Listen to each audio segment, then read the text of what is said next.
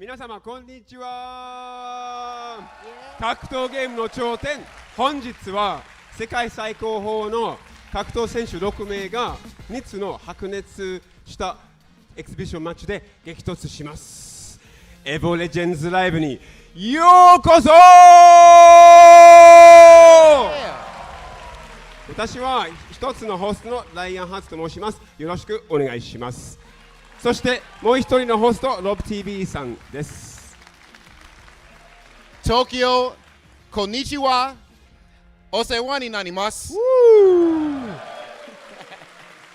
Ryan, today is going to be absolutely amazing. This is literally, ladies and gentlemen, history in the making. Of course, Fatal Fury, City of the Wolves, Tekken 8, and finally, we have Street Fighter 6 with Daigo the Beast Umehara versus MenaRD. Oh. Tokyo, are you ready?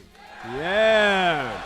But before we get into any of that action, we need to get into the reason why we're all here. So, before the movie, let me just relay to these fine people here in front of me. そして、ここにみんな方々が集まってる理由、ちょっとビデオを見ていきましょう。はい、どうぞ。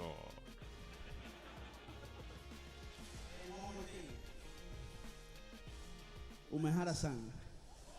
Oh! You want that Please first tell me attempt? when. I'm waiting for you. Thank you. The reason I challenged Daigo, I remember one day I was in Japan and I saw a video of Tokido, the matches that made me, and he talked about his match with Daigo at Kemonomichi. I watched that video and I saw the player I respect the most say Daigo was the strongest player, and the experience that he just had. It just motivated me a lot to hear that guy that I respect so much say that, and I was like, oh my God, there's so much more to experience out there, you know, there's so many levels to this. And I just told Kava, like, you know what, I'm gonna go for it. I'm gonna challenge Daigo. This challenge felt like it was a request.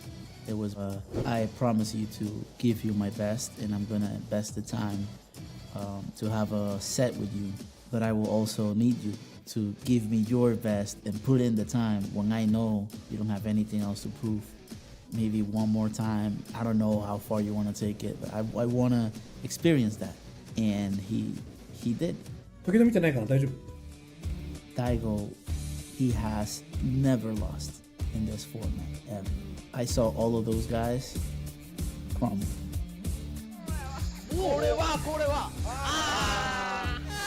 The Evo Champion has been eviscerated, castrated, humiliated, mutilated. He made them look so vulnerable. And when I saw Tokido against Daigo, he couldn't stop what Daigo was doing. Now, just a tiny. Oh, no. Nothing worked out. Daigo is probably doing some little things to throw him off his game. Honestly, when it comes to first to 10, this format, I think it's perfect for me. What most people don't know is that I hate short formats. I hate tournament formats. And I think I'm not even at half of my strength when I play in tournaments. Everybody has a certain set of skills. And I think what stands out for me is preparation. I think nobody in the world has ever been as good as me preparing a Street Fighter. That's where my confidence comes from. Beating Daigo in this set will be the biggest win of my life.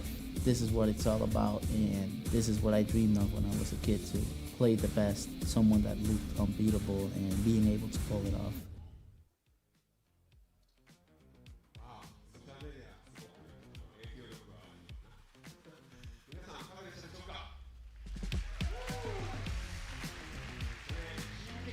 進撃的でしたか？進撃的でしたか？はい、それはそうですよね。はい。Was that hype? Did you think I was hype? Enjoy that? Ryan, that was absolutely insane. Ladies and gentlemen, you have to understand, this is someone who's won 2 Capcom Cups, Evo Japan, Evo, back-to-back, of course, in Vegas, and yet and still he is letting it be known that this, tonight, will be the most important match of his life up to this point. This is history. Rob TV ちょっと日本語教えてあげる。やばい。やばい。 Okay, one more time. How do you do it? 言ってみ。やばい。やばい? Yeah. Good, good. やばやばでもいいから。やばやばって。Okay, okay. やばやば! 世界中世界中が待ち望んでた試合がついに今夜実現します。The match the world's finally waiting for, finally has been waiting for, will finally happen tonight. That's just super hype. Very, very exciting indeed. で、しかし、なんていうの、彼らは毎日練習してる、精神的にも準備を重ねてきた。しかし、どちらの方がより良い準備をしてるんでしょうか。もうすぐそれを見つける時が来ます。We're going to find out exactly whose training has been the most productive, who has been putting in that hard grind, and we're going to see what happens. But first, it's going to be time for our first match. So before we get into that hype, let's just look forward. What do you think about the next part of the show? Oh, the next part, of course, is going to be amazing.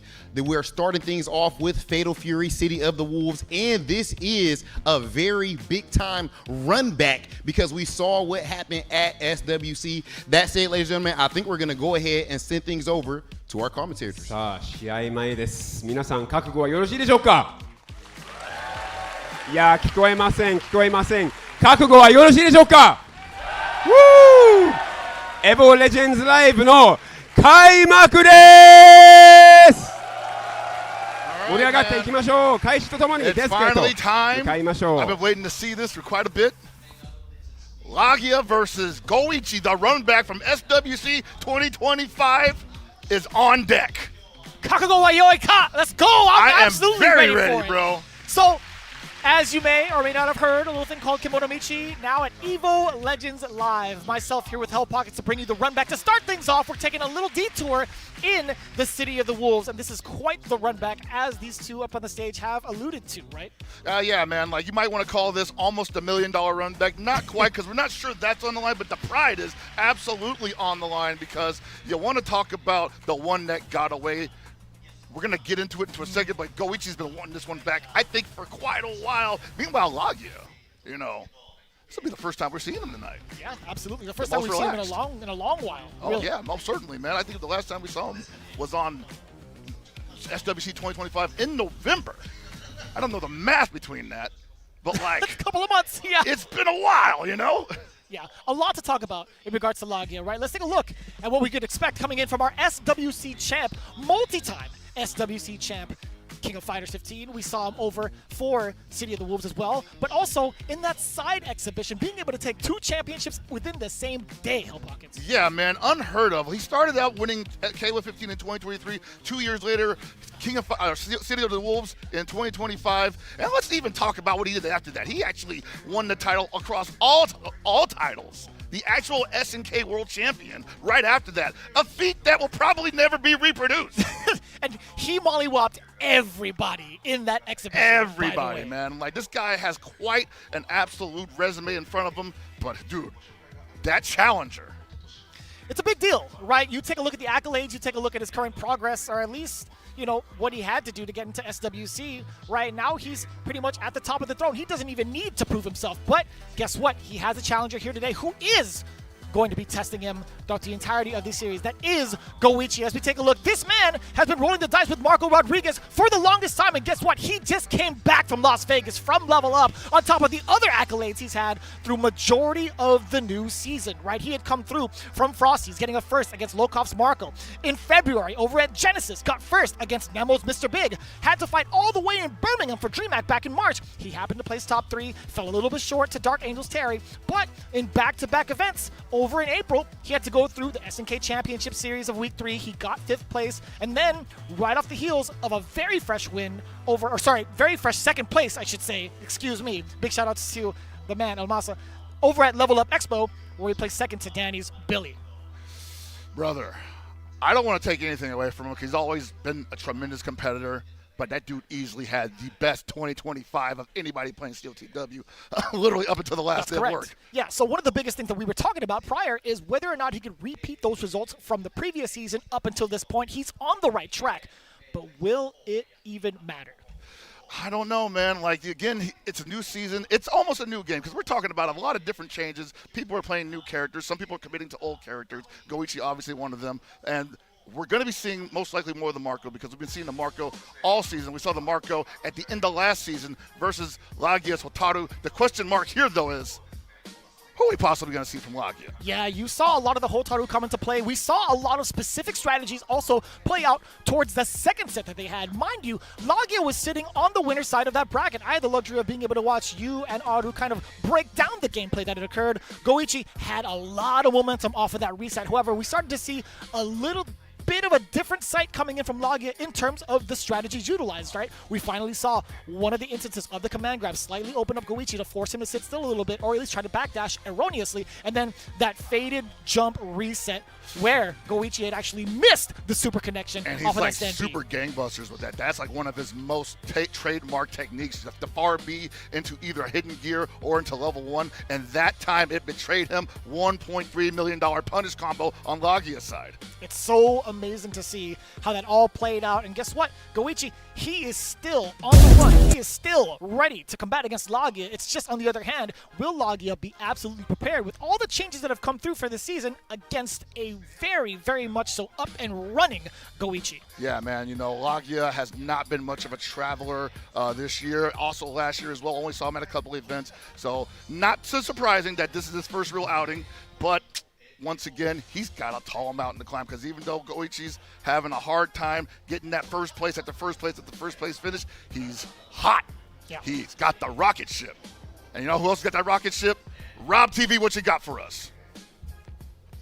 Ladies and gentlemen, it is about that time for us to begin our first match. We have two of the best players on planet Earth for Fatal Fury City of the Wolves, and they are about to put it all on the line for your viewing pleasure.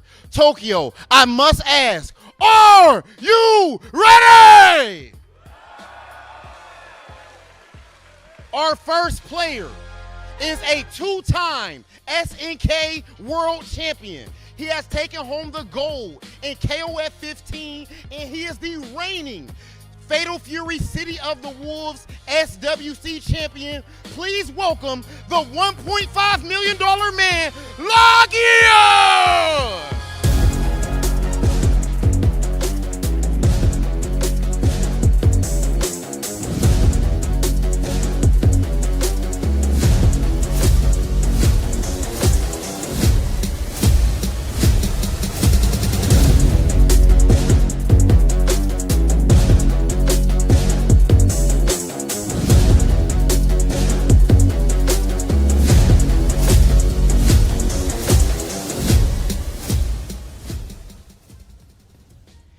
And his opponent, ladies and gentlemen, is by every sense of the term a fighting game god. No matter the game, no matter the format, this man is absolutely inevitable. He is the reigning Evo and EWC champion. Ladies and gentlemen, make some noise for Goichi!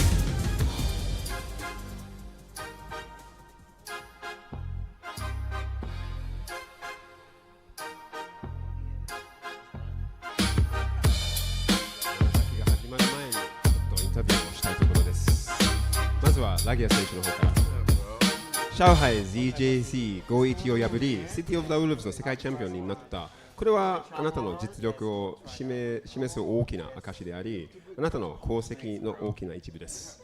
今日は51と長崎勝負で対戦が、試合前にどのような気持ちでしょうか。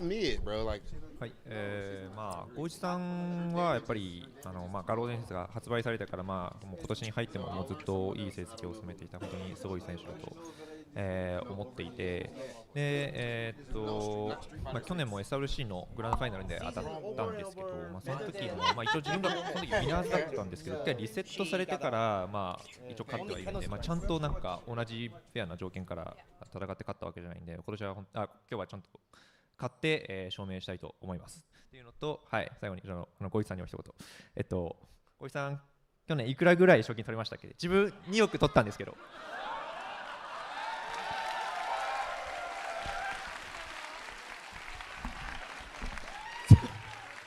ちょっとすごいことになってるんですけど、その煽り力がやばい。So for the, I asked Laggia. I said you became the world champion of City of the Wolves over Shanghai, ZJZ, and Goichi. This is a huge statement about your skill and a big part of your legacy. Today, you face Goichi in a 1-7. How do you feel ahead of the match? He had a few choice words to say, some of which were, he fought him in the grand finals, but he actually was, reset. Goichi reset the bracket 3-1. So he has this part of him that doesn't really feel like it was a proper win because he reset the bracket 3-1, then he won 3-1. So it's kind of like a tie, and he's kind of not really satisfied about that. So he wants to get the proper win today and make a statement. And then he added, I'm not sure why he added, but he added, how much did you win in the finals? It wasn't much, was it? Was it half? Was it half of the money? And I'm going to get to that. I'm going to give him a chance to answer, but I've got to ask you a question first. はい、Goichiの方ですね。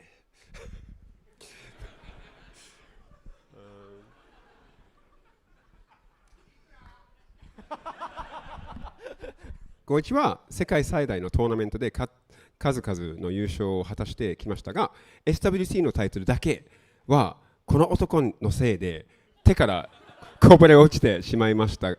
今日のエキシビションでは一体どんなパフォーマンスを見せたいですか？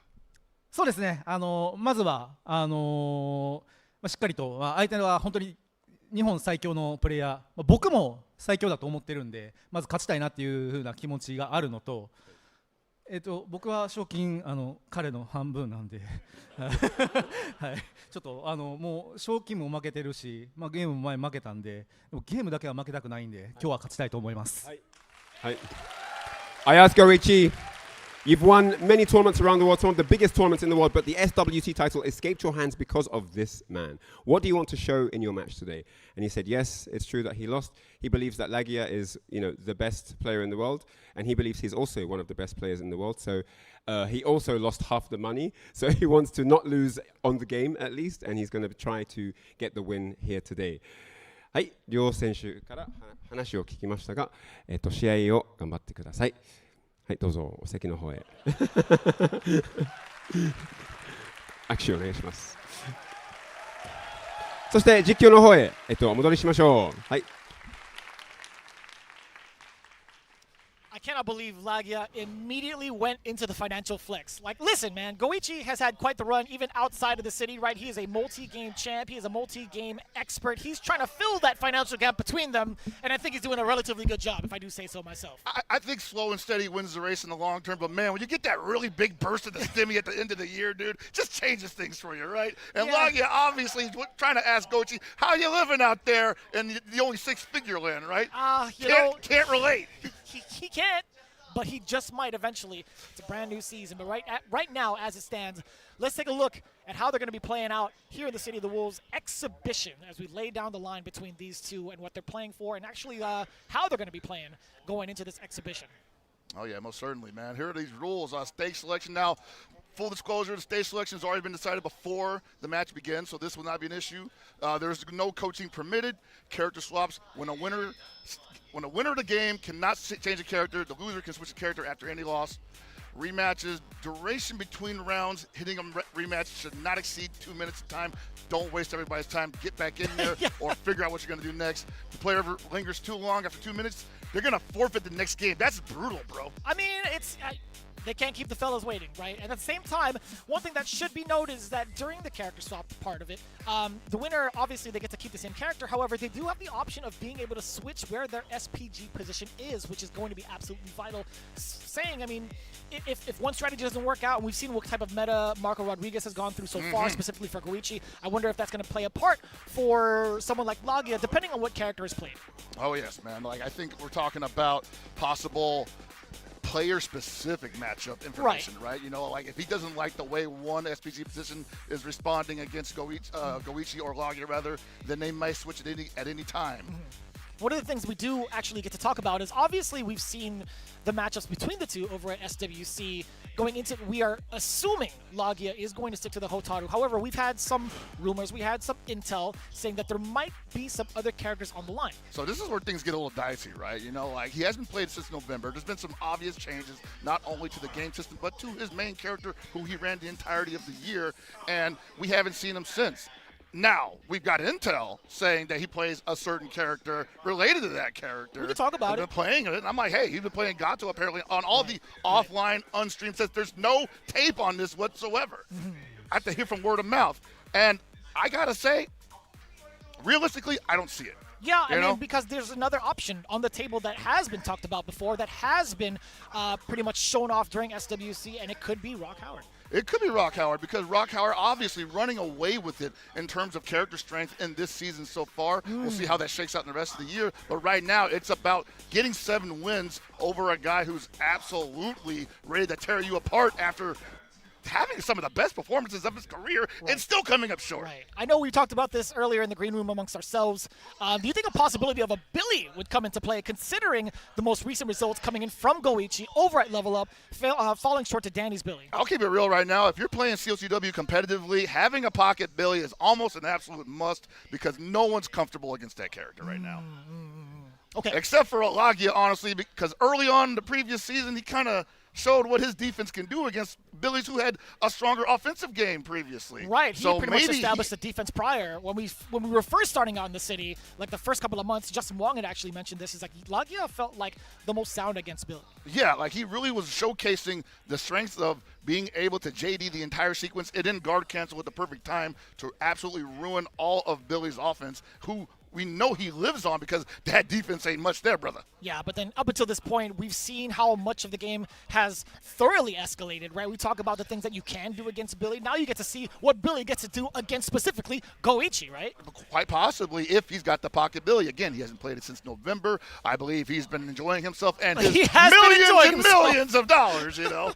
Like, he's definitely got other things to think about right now, but I got to be real. Laggia has been a competitor since the day I saw him play KOF 14. I think the money matters, but this definitely matters more to him. He wants to beat Goichi soundly, decisively. Yes, and that's what we meant when we talk about what was on the line prior to going into the rules, right? The pride of it all, being able to establish yourself in the very first Evo Legends Live coming in here in Kawasaki Club Sita. I'm actually kind of curious, up, man, right? right? Let's see what happens. Like, if Laggia falls short, does it reignite his competitive spirit to enter even more events going forward? Now that he's pretty much financially sound to do so, he gets to wreck shop all around the world at his disclosure. Vicious, you and I both know that once you win a tournament, the last thing you want to do in the next sitting is lose anything, right? That'll completely take the wind out of your sails, and you'll come back even twice as hungry possibly the next time. No one ever rests on their laurels in the FGC. I think everyone's always thinking about the next one. You're right. And even when you've got that millions of dollars on your back, I don't think you're feeling great just like, well,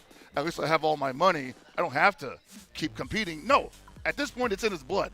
It's in all of our blood. That's why we're here. Because as more games, as new games come out, it's like you're reinventing your prime self. Yeah, exactly. And I think that's something people take a lot of pride into, and a lot of hard work goes into these type of things, where it's like, you know what, I still want to be the best in the world. I want people to kind of put me on this pedestal and acknowledge me as I am the father of this game. And most importantly, you want to prove it to yourself. You know, Laggia expressing that he had some reservations about how that victory went down at SWC Finals. He wants something a little more concrete. Maybe he can cement himself right here and now and establish that dominance and finally say, well within his heart, that I am the better player. And then go straight to Evo Japan and win that possibly. That's right, yeah. Possibly. What a way to start out your weekend.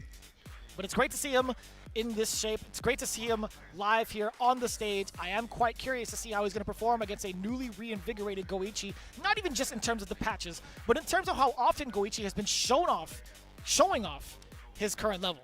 There's a lot of tape. There's a lot of film on Goichi, not only this year, the previous year. If you're talking about who has more opportunities to download habits, to learn the idiosyncrasies of a player, it's definitely Laggia in the driver's seat there. And it looks like, speaking of driving, we are going straight out the station. Who do we see on the corner of the screen? Is the man. Gato is the selection for Laggia. We're getting a brand new set. We're in a brand new year of the city. This is a mixed match right now. Both of these characters want to mix super hard. Moving a couple from both ends, trying to establish the pace, establish the spacing coming in from Goichi, right? One of the biggest things that we do see is Marco being able to control this part of the screen because of the fireballs, but also the dash can be a little bit of a creep button.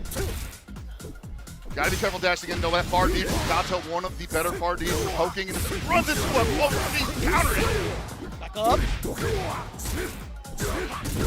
Got Ender. It's gonna be a soft knockdown. Tries to roll out, rolls backwards into the corner, blocks the fix, and there's the high dodge counter. What a call against the D. The D is not gonna be working out as a poke for the side of Laggia. Wait a minute! Oh, baby. A lot of damage coming in, but it does quit. Laggia with an SPG range. And defense. This is how it starts, man. 50-50s. Oh, it might have missed an input there. Possibly baiting out another DP also. No confirm off of the stand B, by the way. Quite a few. Could be nerves, possibly. It's been a while since he faced this man. Play over a single confirm from either one. Could be explosive. Off of the lights, you know it. Goichi causing first blood of game one, at least within the round. It's interesting seeing Laggia run the Gato right now, and it's pretty much what you would expect from any Gato player. Both these characters kind of want to do the same thing once they get them knocked down, especially in the corner. Right, and I feel like it's not too difficult for Gato to kind of like navigate around fireball evasions or at least within the range where Goichi's trying to find his opening. But as of right now, I spoke too soon. He took a gang of life. And honestly, the beautiful thing about this game, CLCW, is that it ultimately comes down to the player versus player scenario. Both of these players having access to the same universal mechanics. Who's going to be better on defense right now? Goichi still in a lead, but if he flips the corner and this is going to even it up. The party started again. Tried to go for the back dash. Wasn't quite close. He saw it attempt for the throw. He was just a little bit too far out. Yeah, I think he was looking for that. That was a great chase down attempt. And what a guard cancel from Goichi, going up one game immediately. And this is going pretty slow. I was expecting a more high-octane action from both of these guys. From my experience with Gato, going into a light string into palm, because there's that slight startup on that, it becomes a little bit predictable, right? It becomes a little bit easier to get your just defense. Yes. It's something that it's one of the extra sequences from the Gatos. But it's still about can you actually time it correctly and call it out at the same time. It's difficult. Goichi's one of the best at doing that. I feel like there's nothing to lose in regards to like trying to contest against that specific string. Going hard, right? Because either way, you can just buffer, just defend. It's not Absolutely. All right, what we're looking for here. Laggia starting out real fast here. Oh, that's hard to punish, buddy. That was mad awkward too. That is hard to punish. No super behind that far B. Looking for it. Barely catching the recovery of that normal too. Just in the right ranges. Nice and easy for Laggia to get the first round of game two. And I gotta say, I think we were kind of worried about nothing. Laggia looking like he never stopped playing the game really tight with the offense. The defense not too bad. And that far D gets represented again. Do not approach that quickly, son. Bringing up the vortex. Look at that break damage. into the red line. Ooh, Little bit of a feint. walk low. With that 6B. That's a counter hit. You get a conversion. Oh, yes. What you do with this? Got a lot of options. Oh, backing off, looking for the reversal from Laggia, and Goichi finding pay there. One more mix. There it is. We talked about rolling the dice and doing Aru. We're actually talking about that. Guess what? He just came back from Vegas, and he's continuing to do so, making sure that Laggia is on the defensive end. Laggia got this. Wow, the counter hit the anywhere juggle. That was midair. No juggle here. Or, sorry, no miss juggle here. Yeah, no, right? Yeah, we're getting the match is prevalent. It's represented. As it should be. Yeah, dude, it's pretty good, this game. Dash up OB, but nothing behind it. Didn't have meter, unfortunately. That's a second, maybe, Whoa, second round start where he'd gone through, which is an immediate dash. And one of the things about Gato, I feel like against the box, he's on that break going back. You saw that challenge from Goichi there. Didn't believe the down was going to get put out there. Big counter hit, and now you're stuck in the corner. Took a quick 55% damage. There's the command grab! Not enough to put him down. He's going to put him in turf with SPG. So much defense coming from that position. Oh, he could command grab again if he wanted to. He does have Peter. You get the link into a light. But he couldn't go into anything else. He opted, unfortunately. He was probably going for a super there, but just didn't get the input right. Having several challenge in that DP break. Oh, he didn't respect. He jump out too off of that second clash, the second hit of the Yeah, beating close defense from Marco, you just got to sit back and wait for the next maneuver because no matter what you put out there, unless it's you're not going to beat it. It's like a jump scare too. Yeah, man, Rev Shibuya very scary. There it is again. He's got to be careful. He's revving up. Right, 80%, both of them overheating, and he's down! Dashing in while in overheat. It was either that or wait for Koichi to approach you. I mean, once you're in overheat, you know, it's especially in Season 2, man, the game's just like stuff, you know? Right. Like, you better be on offense, buddy. But now, Koichi up 2 games. Laggia has signs of life pretty early on in game 2. And I gotta say, I think we're seeing like the benefit of Laggia, or rather the benefit of Koichi having those events under his belt in these most intense situations against some of the best. And as the string goes, I mean, Laggia has had a couple of awkward instances where he's just a little bit too far out to commit to certain things. Again, the tech check was just not in the right time to try to Laggia. He had the right idea. The overhead at the time wasn't able to turn around and catch Marco. Yeah, this is a problem for Laggia right now. He's got some good ideas, he's got some good challenges, but things are just going by the wayside. Sometimes erroneously, and sometimes he's just making some bad calls. And Koichi, the king of patience, man, he's waiting for him to just give him any opportunity to put another quick 40.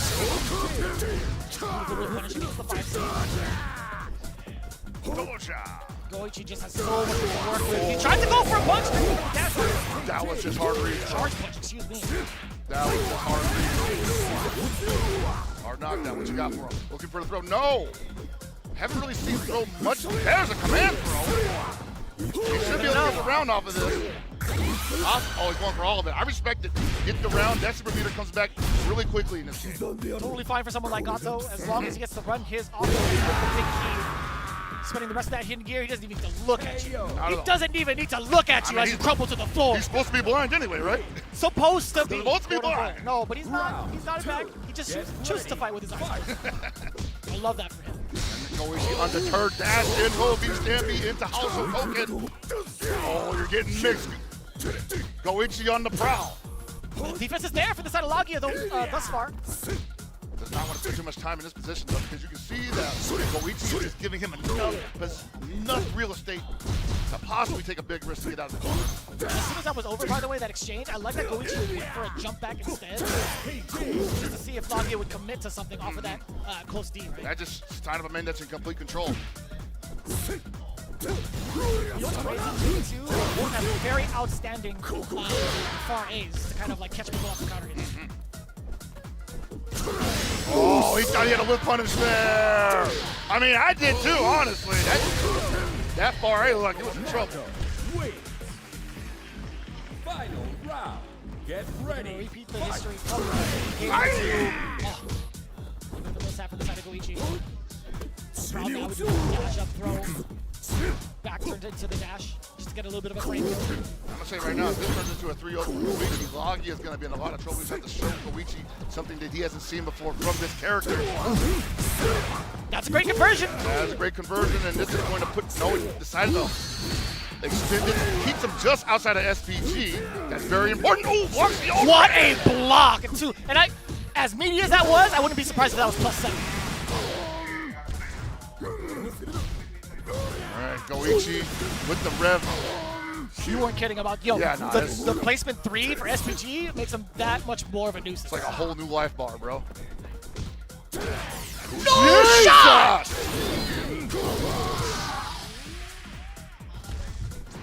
And Laggia's still in great positioning here. Felt like a desperation attempt. Let's go for hidden gear again. Yeah, it's exactly what you said. Incredible. Being able to beat that battery from one round into another. I mean, it cost him a round prior, but either way, being able to cash out like that towards the end, phenomenal. It's going to come back to you whether you want it to or not, whether you get hit, whether you're doing the hit, it builds up quick. And Laggia finally on the board against Koichi. It's crazy we say finally because that was only 3 games. It felt like 25. Yeah. I feel like I'm losing 25 years like watching this. The gray hairs in my beard already? At least you got hair. I'm only 42. You know, I hear you. All right, high shoot. Low dodge, finding the mark. Good counter. hopped it so he couldn't JD. It's so problematic. Laggia is just trying to find an opening against Goichi's spacing thus far.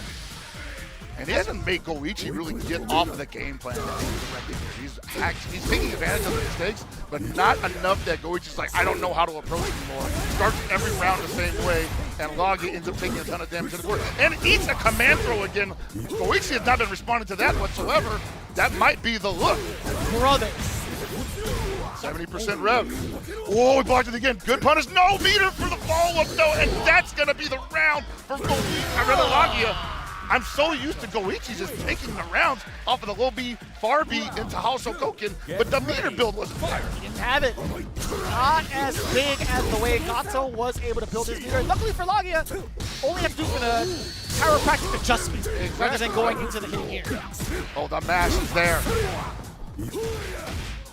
We're going to go corner to corner with this. So much meter. We do get the tech chase. A little bit of a frame trap. No conversions. He did happen to get the frame trap correctly. Oh, cow.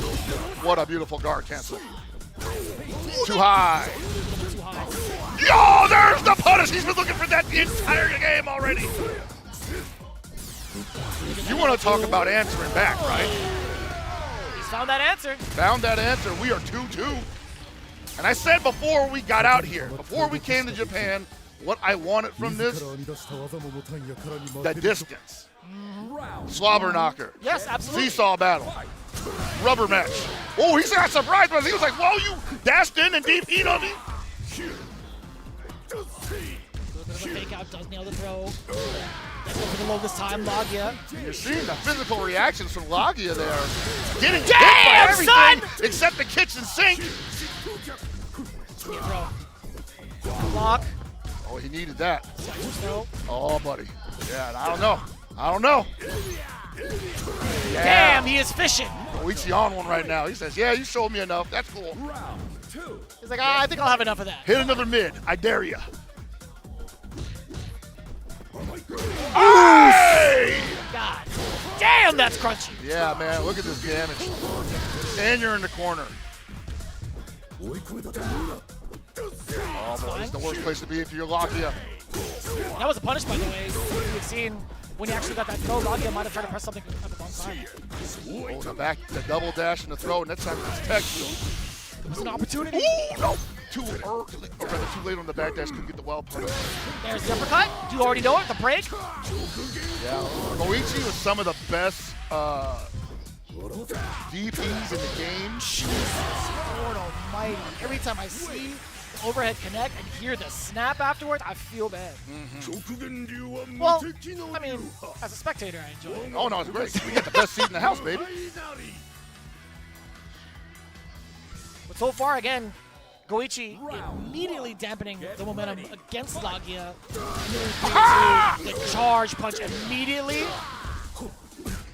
I get the feeling he's charging that for round start. I don't doubt it. He's charging that at character select. I mean, why not?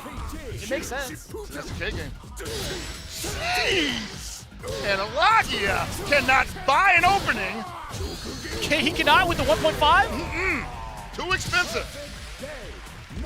And Goichi said, like, yeah, you may have $1.5 million, but you ain't got no defense, son. About to get hit with 1.5 million damage. Oh, my God.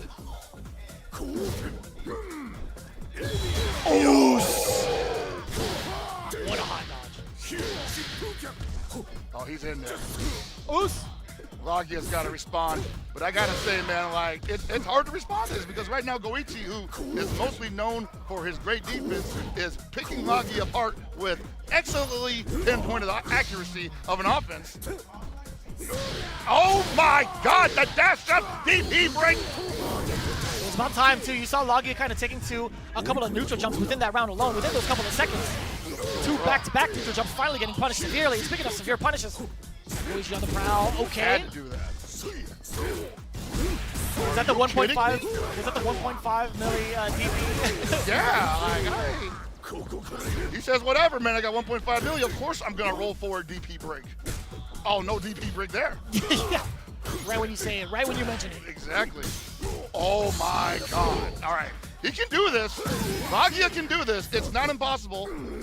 Can't take any more damage though. No, oh no, with Punisher. He has to JD everything, or he has to rev guard everything. Rev guard I should everything. say. No way! No Oh shot! my God! Laggia going up 1-1.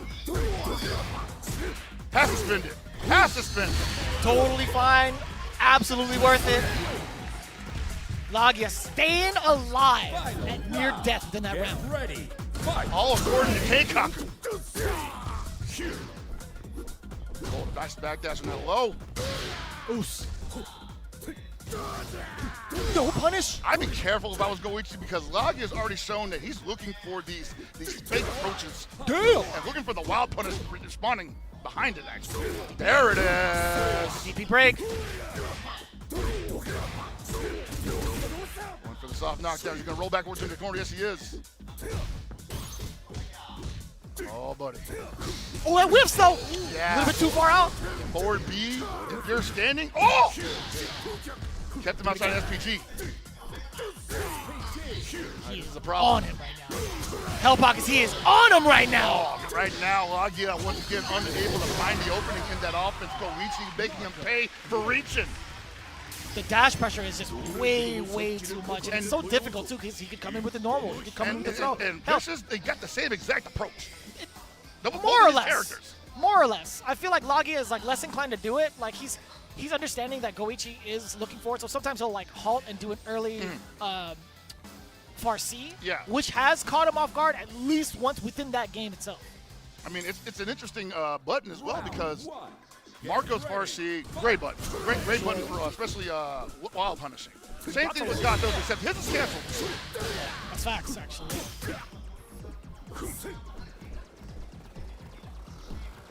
You see that? Goichi not interested in going head-to-head just yet. Baiting something. So he's like wild punishing, huh? What a time to go for the overhead, too. Right in front of Laggia as he finishes sequence that was whiffed.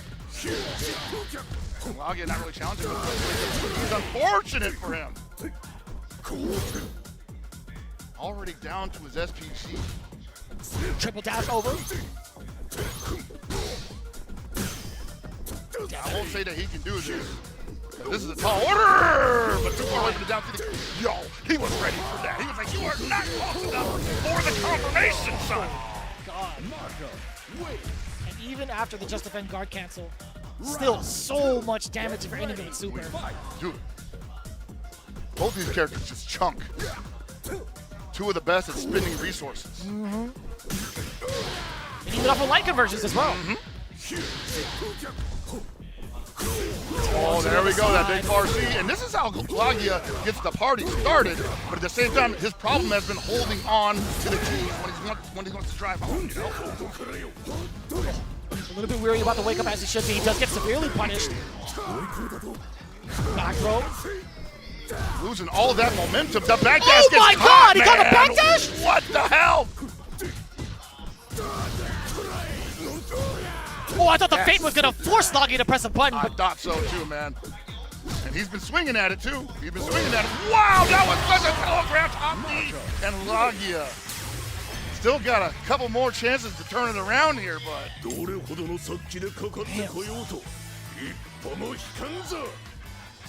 Might be time for him to take a little bit of a break. Perhaps he has that option. Maybe get some oxygen in his lungs. Right, there is that option. The players do have a choice to step away from the stage for a little bit, kind of hang out and ready. Fight. I say exercise it. Well, you know what it is. When you start tumbling downhill in a long set, you just start hitting that rematch button, right? That's the worst you can possibly do because you're not thinking about what you're planning on doing in the next set. You just want the next set to show up, and hopefully your opponent gives you enough mistakes for you to take advantage of. Right. I mean, again, you got to take that breather sometimes away from the contact, away from the competitor. Oh boy! I'm liking this, but at the same time, Laggia wants. Wow! There we go. We finally get a successful check, right? We get to check him on the other side. Do get that close D. Okay. How does Goichi respond to that though? Beautiful hyper defense. No meter to get this really started. That's totally fine. He's within throw range for the death. Let's go for a tick There throw. it He is. manages to get it. You saw Laggia test Goichi's patience, right? He started off with a jab. It could have been a tick throw. Goichi responded with the backdash, and that was Laggia's green light to be like, you know what? I get to dash throw now. I know you're probably gonna rev low anyway, so let me throw you out the green stuff. Fair. Oh boy, we've seen that before. Ow! Counter, he was trying to challenge that. Got to be careful with that one. Wake up mash, that's what we do. Goichi still not deterred, you better believe it. There it is, man, get off me. Too high up, still a counter hit.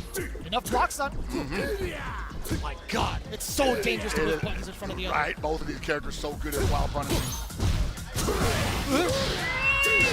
Talk to me then! Oh my god, man, it's like, it's a dice roll sometimes. If he tried to punish that with 4D, that could have been another DP. All right. Oh, bringing it right back to him. So round for round, man. Conversions, hell pockets. And I want to say both of these guys are pretty even, man. There's been a couple times where Goichi's run away with it over Laggia, but when they're both cooking, man, you can really see it on the field. Oh, I understand. Tried it. You missed the conversion. You tried to get away with the sneaky stuff. Even Goichi, look at him. He's wincing a little bit. He's like, you know what? I deserve this. I deserve to get punished. That was my bad for trying to be cheeky about it. Most certainly, but I think he smelled something in the blood in the water possibly, because he was like, hey, this guy seems to be getting a little upset. Maybe Laggia might go for the okie doke. Oh, another mishap. Goichi taking a lot of risk, a lot of phase coming back with him. I think Laggia is hitting the brakes of some of his offense rather. He's playing like he's the house right now. Exactly. The house right. always wins. And he is that. Wow! Wait a minute. Mash. That's not a real mix, brother. We just jinxed it. Hold on. Oh boy. Oh, he had that! Didn't say punish though. No way. Shot. This guy. He says. He's trying to outrun the circle of time. You know who was doing that to him? Danny Omasa. That was part of the Danny tapes. Omasa going for them hidden gears. That was part of the tapes. Shouts to Danny Omasa. We're still keeping it a competitive set. Goichi still up 2 games. Round If I'm one. not mistaken. Get ready. Fight. Trying to bring it back. Oh man, it's gotta be so difficult, though, even for Laggia, to see that 5 on Goichi's side and the 3 on his and say, yeah, I can do this 2 more times unanswered. I mean, in the long set, who knows, man? Laggia is probably still warming up. This is a character, after all, that we haven't really seen from him thus far. It also begs the question, if he takes another L, will he be forced to switch? If it's bad, if it's like a real bad L, I gotta say it should be. I thought he entertains. So far, he's only taken 1 real bad loss this entire long set. Oh, again! Goichi is disrespecting this man's approach. Either that or he's making some terribly wrong reads against Laggia right now because of all the offense. That's going to be hella plus. Oh, kick him! Don't even let him finish! Damn! You ever seen a man poke you in the eyeballs with his foot? Yeah, what's kind of crazy, like the contrast between the 2 overheads that both characters get, is that the only thing Gato can really confirm on that overhead is most lights. The pushback is too far to get like a C, or like anything heavier than that, really, than a light. So he usually wants the low. I mean, he'll still be able to get DP break. You could, yeah, you could. That's going to be like, oh my god. Goichi putting the cart before the horse, as it were. Whatever you said, I'm down, Hell Pockets. I agree. I understand. Hey, I'm here with you. This man was JD and the whole string is like, yeah, I'll still pop a house of Koken regardless. Oh! Yeah, that'll do it as well. Building up the second bar. Doesn't even need it. Laggia coming right back. Goichi, he's been given a lot of looks. He's been given a lot of damage within that set. Playing like a man that was up 2 games. That's what it was, right? know? He's playing like a man that was up 2 games. It's exactly what it was. Who was Xiaohai be asking, are you nervous? You know?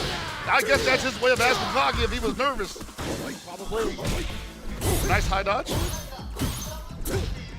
Love the defense on Goichi's side. Oh, the throw in the corner though. But he's taking so much damage to the rev gauge right now. He's cooling down a little bit.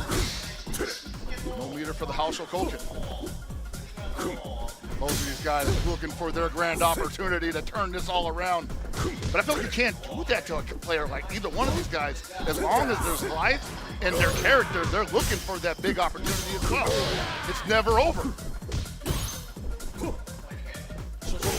Wow! Trying to dash in. That's been one of the big openings that he's been looking for. Laggia has been on the He did dash up overhead, brother. I mean, I like it. I love that. this is how it is. That's right. In this game?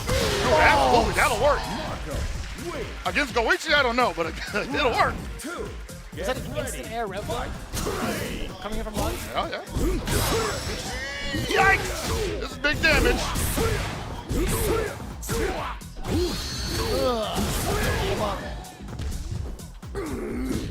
Alright, wow, trying to dash forward. Goichi taking a 5A. I said 5A, I'm not going to escape. We are in SPG territory now. We do get the side switch overhead. It was a jumping Laggia. I like that back dash. He's like dropping him overhead, and I don't want to deal with like trying to punch it. Don't like that back dash. Whatever it was, he was countered as well. Oh, we gotta punish. Oh no! Right there. The JD guard cancel. Enough? No. It's gotta be. It was scaled too hard. Not willing to spend the heat. Maybe. Dude, Goichi is not responding to that whatsoever. My man walked up mad far, by the way. He had his back turned and everything. Trying to look back at him, he's like, you gonna stop this? That's the slowest you can do that setup. Because you're not supposed to do the walk forward. Yo! That guard cancel! The sound when it comes to defense. And Laggia. this is how Laggia is going to back Goichi off of his offense. And we're seeing it happen in real time! Eating a deep break on his own wake-up! Do it again, he just like a sequence and a half. He doesn't have one more. Get off of me, we do get the invisible uppercut. Roll chase onto the other side. Laggia still maintains control. That was a wild punish. Gotta be a little more patient than that. Goichi not out of the jet in third position. SPG got a whole new life bar. Plus hidden gears available if he gets a touch. You better believe. Does he believe? Can he find the tie against Goichi? That's too far out. That's brilliant. That's brilliant on Laggia's part. The rev gauge pushed away. The rev flow too far away for Goichi to make that safe. I had actually missed the choice on defense. Did he rev guard? I think he rev guarded either the entire rev blow or the very end of it because you saw that uppercut just whip. Right. And that normally don't happen. That's the general case what you want to do against someone like Marco. Right? Yeah. Because it's stationary, so someone's got to move, right? All right, we're tied up here, man. We are. Excellent decisions thus far from Laggia. By the way. Goichi's thinking like, hey, man. I'm putting up a much better fight than I did the last time that he took that $1.2 million hit from me. Yikes! And that was off with the DP breaks. Laggia getting the full conversion. Still maintaining the corner as well. Wild punish! And that was far D, still able to chase it down. A little bit of a dash afterwards. We're seeing Goichi get mad active with the buttons and what he probably thinks is a good position to do it. And Laggia just saying, no, we don't play like that out here, bro. We're conservative with our buttons. It's so hard to dash up in Laggia's space right now. He's been very active with any sort of movement thus far from Goichi, except for that one time just now. That was definitely an opportunity. And right now, Laggia can just chill. There it is. Laggia can just chill. Exactly what we talked about earlier. He was already on the prowl against Goichi's movement, and guess what? The dash does get caught. Get ready. Fight. Love it. Round opening guard cancel stomp. Show him what you're made of, Laggia. Oh my God! Caught him stationary, no counter hit, no nothing. He's got to hold all that, but he's just revving himself up. Goichi's got to be careful. Jeez.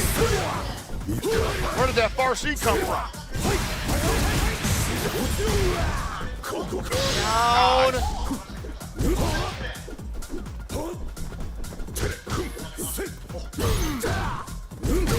Oh, take that trade.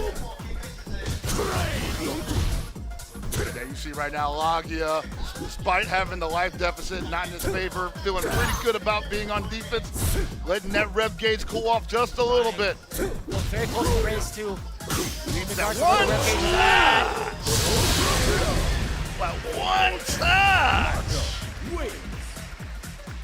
Final round. You gotta be careful with that though, man. That's how he be losing tournament sets. Yeah, man. And Laggia already showing him that he's backdashing. So.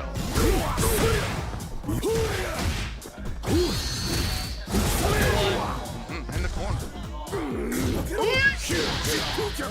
It wasn't immediate enough. I mean, either way, got the punish. Inside of Goichi. Gets the overhead. Great block. Right. I still think that might be just like lack of a little bit of comfortability with Gato. Like, we know that he's been playing this character at offline gatherings. We don't know how long though. Some people say a couple of months, some people say January. For him. He's gonna get the conversion. No, he's actually dropped a game-winning combo. Oh, I know, that could have been it. Actually, do you think a level 2 super would have finished after that entire sequence? If he did the full extension, it's possible. But he still would have probably went for level 1 just to be safe. Yeah, that's fair. Single hit for Laggia. Single territory. Well, he said I went for it anyway. A lot. Single hit territory for both. Yeah. You forget it's Marco up there. Yeah. Big damage city, man. Big damage city of the wolves. All right. Sneaking away with the lead temporarily, 6-5. Stopping the bleeding, you know? I feel like Laggia is like, I got what I wanted out of this. I like the look I got towards the end there. Now, if he's going to change characters, now's the time to do it. Hotaru coming out, perhaps? Round 1. I don't think so. I don't think so. I don't think so right now.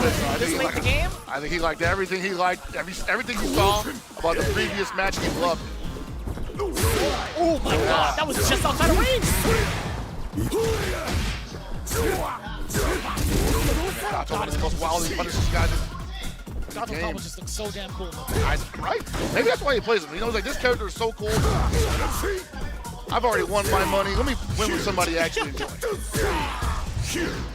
Ooh, trying to get it.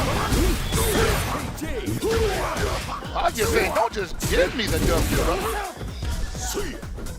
At this point, I don't think he would mind, right? Tie it up 6-6. Yeah, no. Ooh, ran right into the sea. Brutal. That bar C absolutely ruining everything Goichi is trying to accomplish right now because his whole game plan since the set started was dash in, light punches, light kicks, and he can no longer even get to the button. It felt that way for like close contenders, right? A lot of the openings coming in from dash, trying to halt their own dash to get a counter poke. Oh, that's unfortunate. That is unfortunate. And we got the side switch. Yo. Laggia being extremely optimal as you would expect. Down counter and Marcy again! I'm flinching in this exactly what we prefaced it with, right? Castillo, they're off guard by halting their own dash, trying to find a reaction. That is like 5 for 5, bro. Like he's literally not missed with that. Oh, it's over. Back him up, back him up. Think so? He ain't gonna drop it. Oh, yeah, he ain't gonna drop it. Back him up. Guard canceling the second hit of Rev Shibuya into full kill punish. That is the SWC champion. I just want to see the chiropractic level 2 super, bro. It just looks sick. It looks so cool, man. Easily one of my favorite supers. As soon as I saw like Gato as a character and I saw that he had that type of super, I'm like, yo, this character is like pure assassin. Nah, like what other character in fighting games has that? I really don't know. I'm genuinely asking that question for everybody watching at home. I don't know anybody who has that type of animation. Quite like that? Nah, man, it's just like, that's a Gato original. A Gato Kaba original. Oh, man, Laggia got no. He just let him jump in on him. I guess so. It's hard, man. It is a hard game. You see that even the most basic pressure that most Marcos take for granted as a neutral skip is what led to the end of the Marco in the corner in the previous match. They could empty jump, if anything, right? To kind of force maybe like a towards like a JP attempt, right? Ooh! Big counter hit, big damage. Oh boy. Throw will do it. Wow! Wow! Yo! What was that double dash? Oh! He can't get away! He can't get away! Laggia in control! Hard knockdown coming up. Yeah, nice block! We got one more round for Koichi. Ready, fight. It is all tied up. for exhibition points. How does Laggia respond to that though, man? Because he had the momentum at the end of there. Just couldn't hold on to it. It's hard this game, man. It goes so quickly. The close-up DP break! Where were you going? He ain't going nowhere. He's stuck in this corner off that super. Block it again. You thought he wouldn't do it? Hey, one of these times it's got to work, right? Law of averages and everything. No, I agree with you.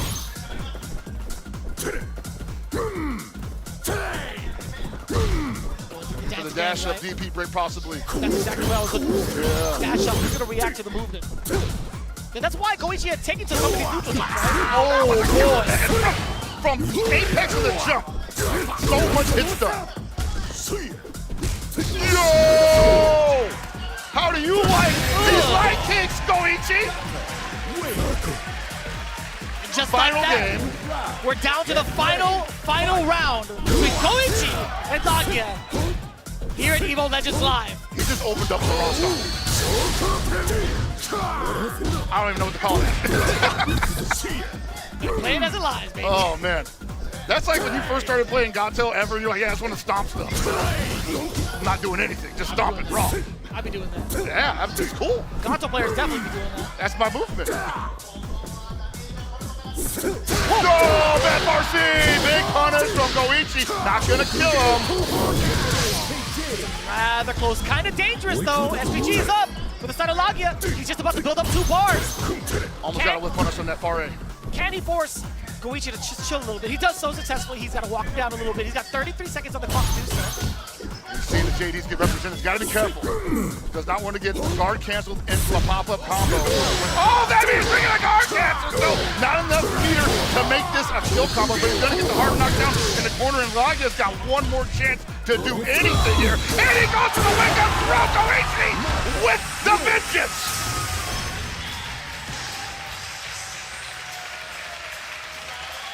Goichi may now find solace against the one that had taken him out over at SWC. Goichi taking down one of his prime demons this early in the year can only spell danger for the rest of the competition going forward in the City of the Wolves. Your winner for the exhibition here at Evo Legends Live in City of the Wolves is Goichi. What a wonderful set. What an absolutely wonderful set. Both of these guys, leaving it all in the, you can see it right now. Like, these guys were sweaty, they're sweaty, the crowd is sweating. And Goichi, I won't say he's doing like $1 million, but it's about as close as you can get. He's at least like halfway there, He's if about not halfway more, there, right? yeah. That's just like the mark that he was at the end of 2025, but I couldn't phrase it any better than that. But as it stands right now, again, Goichi's feeling amazing. Let's take it down to the stage with our winner. おめでとうございます。まずはあなたは自分の伝えたいメッセージを伝えることできたのでしょうか。この試合勝って。そうですね。伝えたいことはたくさんありましたので、試合を通して伝えさせていただきました。はい。So I asked him if he was able to deliver the message that he wanted to, and yeah, he had a lot of things to say, and he feels that he was thoroughly able to communicate all of his big message there. で、そうですよね。世界のトップクラスの相手をこの壇上の登って、まあいい試合でしたが、7-3で7-6で勝って、自分にとってどんな意味を持ちますか？そうですね。やっぱり去年SWC で負けてるっていうのもありますし、ここでしっかり勝って、今後もしっかりと飛躍していきたいなっていうふうに思ってたので、今日勝てて非常に嬉しいです。So I asked him, what it means for him to get onto this big stage as part of the Evo Legends live schedule and take on one of the best, if not the best player in the world, having won the SWC Championship, and he's very satisfied with the win. He knew that it was a big mission for him to beat Laggia because obviously he lost in the grand finals, and he's happy to have been able to get that retribution and vindication here on stage. Goichi 選手、ありがとうございます。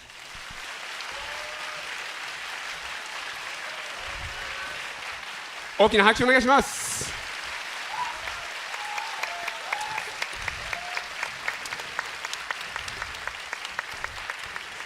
続いて、開始とともに実況の方へお戻りしましょう。はい。Hey, man, you know, hats off to Goichi. He got what he wanted out of the end of the year. He finally got his vengeance. And what a way to go into the Evo Japan 2026 weekend, getting that W over your, I won't say it's his demon, but it's like, dude, you had to have been thinking about that one for a while. If anybody robs you of nearly $500,000, that's your demon by default. That is your demon by default. I don't care what anybody says. Even if you didn't have a record prior, if you lose just one game and it costs you the milli, by default, that's your demon. Oh, most certainly, man. And it was a close one, too, man. I think that Goichi probably, once again, coming off the heels of those near victories all across the world, playing some of the best in the world, just had that breadth of experience that showed to the forefront real early during the set. But then Laggia, one of the best students of the game, able to take information and then apply that in real time. I've only seen like maybe 3 people do that in my lifetime in this game. And now I'm not talking about CLW, in fighting games in general, and Laggia is definitely one of them in a top class of his own. Right, and it's a wonderful thing, too, because not only are we seeing that type of progress for somebody who hasn't really been as active in the beginning of the year, but he's doing it with a character that we were not expecting. I think that's one of the biggest takeaways that we could look for, the fact that he did it this far with Gato. Who knows who he'll pick up next, or if he'll stick with this character going into this season. And having a loss like this to start his season, will he continue on and maybe join more tournaments? Yeah, most certainly, man. Like, and again, we said that if you win a tournament, the last thing you want to do is just take an L in the next sitting, because that's the thing that's going to haunt you. You're going to think about, man, like, sure, I won, but the run back, though, right? Right. So I would imagine Laggia going into Evo Japan 2026 thinking like, nah, we got to take this one home. Right. And if I see him in brackets again, it's on, baby. Yeah. I would really hope that they don't find each other anywhere near pools, anywhere near semifinals. I would love to see it within a top 8 scenario, as both of these guys are just extremely talented no matter where they go in what game. But as it stands right now in City of the Wolves, Laggia falling just a little bit short against Goichi, 6-7. You can see how it played out game between game between game. Yeah, man, like you really saw Goichi run away with it early, then all of a sudden Laggia switches it on. Goichi seesaws it back in his favor, then Laggia out of nowhere just like, all right, this is my game, brother. You're on my turf. And then Goichi says, nope, I'm the one that's putting more time than you into this game right now. You got to show me something. And then at the end, very poetic finish. Yeah. How can it get any better than this? Man, big ups to Laggia coming back into the fray to start things off here at Evo Legends Live, as well as Goichi coming back from, LA, Las Vegas, Birmingham, everywhere. But as it stands right now, that concludes City of the Wolves. We got more coming up right after with Tekken 8 starting Tasty Steve and Majin Obama. I don't know why I choked on that. It's going to be Arslan Ash going up against Chikurin. I cannot wait to see who establishes dominance first in Tekken 8. That's right, man. It's been a hell of an evening already, and we're just getting started. Y'all take it easy. Don't go anywhere. And we'll be back as soon as these commercials conclude. Jeremy Vicious, pleasure working with you as usual. Y'all don't go anywhere. We'll be right back after these messages. Come on, everyone! I'm in orbit, Quill. Too easy. Bam! Big fist coming in! Fighter, activate! With great power comes a great beatdown! Together, we can achieve anything!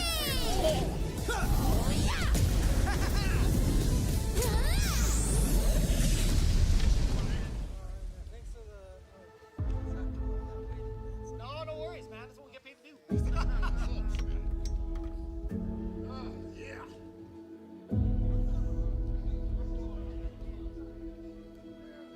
Oh my god. Oh man. Creating memories forever here, man. Seeing you all here year after year after year, we're all part of one big family, and it is truly something special.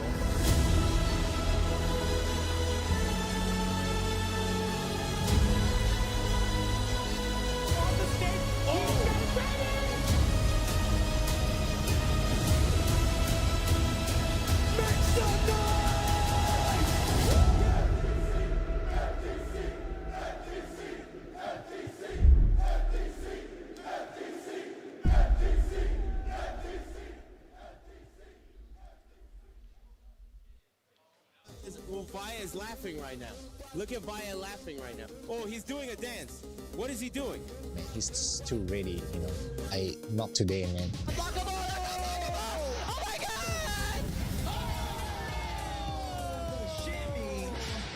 N に参加してでその時にまた賞金額が上がって気持ちは調子良かったですね。 So it's much more than just playing. It's being a part of this community.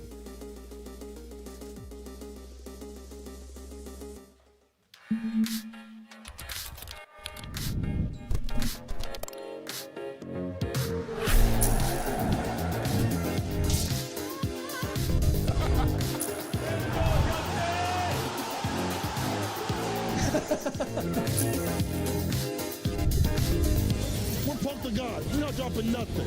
Stronger together.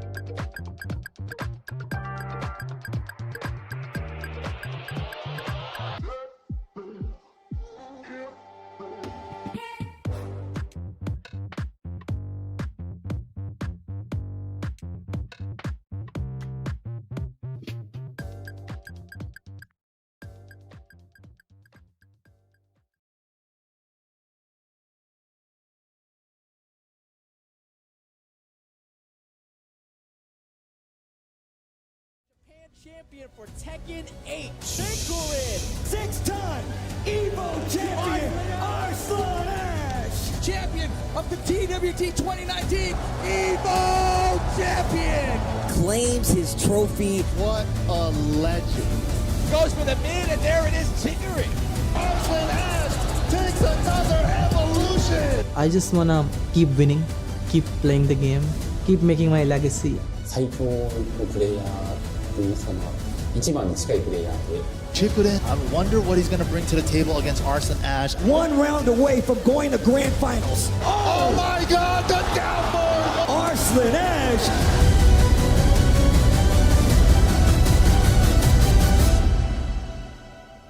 It couldn't have gotten any closer than that.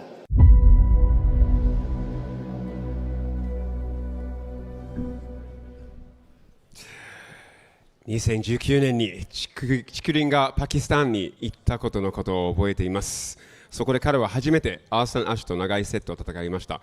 I'm just letting them know that I remember when Chikurin first went to Pakistan to play against them, you know, the first time he had an experience to play long sets against the Pakistan community. And, you know, not only he, but the world got to see how strong they are in long sets. Many of them, not just Arslan Ash. And that's where his journey begins, man. You know, and there's something very interesting about that, too, is that Chikurin actually, to some degree, specializes in these long sets. He's done extremely well, even in Topanga League a few years ago. Actually, every single Topanga League, he's placed high, even winning one of them as well. But before we actually get to that as well, I think it's very important that we just really quick make sure we show some love to that last match. Are you kidding me, Ryan? Oh my gosh. 6-7 in the first joint. Oh my God, Twitch chat. Why did I even say it like that? Last game, last round. 皆様、1試合目はいかがでしたでしょうか。やばかったですね。7-6フルラウンドフルセット。さすがですね。ラギア対5-1戦。やばかったです。It was amazing. It was super incredible, man. It looked like Goichi was going to run away with it at one point, right? It was like 5-2 or something? 5-2 at the beginning. You know, actually, speaking of 5'2", that's what a lot of people think that I am because I keep standing next to tall people like you and Brian F. That said, I believe that it is about that time for us to get to our next match. Let's go ahead and send things over to our commentators. 実況の方へお戻りしましょう。拍手お願いします。it is that time, but it is not that time just yet. Our next piece of the major puzzle here for Evo Legends Live will be a 1-7. Arslan Ash, Chikurin will be going head-to-head in the domination style match. First set of its kind, I feel like, for Tekken 7. You know my name. It's Tasty Steve, and I'm joined by one of my favorite people in the building, in the world, if you will, Majin Obama. What it do, my guy? Steve, I cannot believe we are here for a Kemonomichi Live, Bull versus Beast, and you gonna get the card started like that? I mean, look. Man, that was a hell of a set to start things off. We're not gonna transition over to our Tekken set, and here's the thing, Steve, with this set, with this card, you had to be a champion to make it here. You had to be a champion, and this next card is no different. Well, look, I'm going to tell you right now, Chikurin, no player to sneeze at in any regard. Rob TV told you on the stage. However, he is going up against Arslan Ash. But a major piece of this puzzle, the next piece is going to be Chikurin. Let's talk about him a little bit. Look, this is, they were calling him the last samurai of hard work. Then he wins the TWT 2019. Then he's just the last samurai of the world. Tom Cruise, eat your heart out. This is just the last samurai, period. Think about everywhere he's been, from SBO days, then transitioning into the awesome performances that he had in Tekken 7. You got to think about that Evo 2019, though, especially fighting in Fukuoka on home turf against Arslan Ash. But we'll get to that later. You just remember here, 2019 Tekken World Tour champion over Ulsan, and then Evo Japan 2024 champion, in addition to a ton of other accolades. Master Cup champion recently as well. You were there. This is Chikurin. Chikurin, definitely one of the strongest Japanese warriors you have out there. The last samurai, as you like to say. But of course, Arslan Ash is going to be on the other side of the table. And look, what can you not say about a player like Arslan Ash? I still remember the days where he landed on the shores of Japan. This is still the guy who has been most consistently in his way. For one of the players who was the most consistent in Japan, this is the guy who just always seems to have a solution. And this is an overwhelmingly look, we'll get to the record in a minute. We'll get to the we gotta records talk later. about everything from 2019 to right now. It feels like an anime. And this is the main character. Look, when I tell you, you talk about Evo 2019, Evo Japan 2019, you know who was the star of the show, what everybody was waiting to see? This man. He descended on the shores of Japan for 48 hours of flying in the air to get here. Out of all the visa issues, still showed up and made his way through loser's bracket to take his first Evo, and that was only the beginning. He went on to win 6 more, cashing out at the 7 and beating all the major names that you've ever seen on a Tekken bracket, any bracket all over the world. I mean, we don't have many GOATs out here in the world of Tekken, but I can guarantee you without a shadow of a doubt, you're crazy if you say otherwise, one of them is Arslan Ash. Steve, he ran it through the gutter, and like I said, we got to take it back there, right? That Evo 2019 where he essentially gets his name in Fukuoka, that was essentially a home turf matchup for Chikurin, and that was just one of the names that he had to get through to get that win. But look at the other times that they faced off. Of course, you see all throughout Tekken 7, into Tekken 8 at BAM, where Chikurin was able to get the win. One of the few times, the only time actually on a big stage where he was able to get that win. And note the character matchup as well. It was Clive versus Nina. However, you had front row seats with this with NYK, right? Yes, sir. Yes, sir. Evo, that winner's final set is going to stick out in everyone's mind as the most recent big stage matchup that these guys had. And it came down to one last hit. Chikurin bet big on it, and then something clicked when Arslan just picked it up, and I've never seen, Chikurin is normally really stone-faced, you know, he doesn't show a lot of emotion, but when he does, it makes it hit that much harder. I never saw him that frustrated before. The way he called for Jonah, his second at that, I've never seen that expression on his face. I mean, first and foremost, we got to talk about the fact that Chikurin, he is stoic. He is one of those players that you see, he never really bends, he never really breaks. I mean, and look, talking about bending or breaking, the only person that has ever gotten to Arslan Ash, it's not that many people that have done it in tournament. Chikurin has been some of the closest, and like you said before, BAM is one of those instances. Evo last year was one of those instances. And look, for the large part of it, one of the things is he is one of the strongest players in Japan. He's one of the most consistent, right? There's a few players out here, obviously, with world title accolades on their names. But I think for most of the community here, they still look to him as a leader and the most consistent representative that they have just globally wherever he goes. He's always a threat.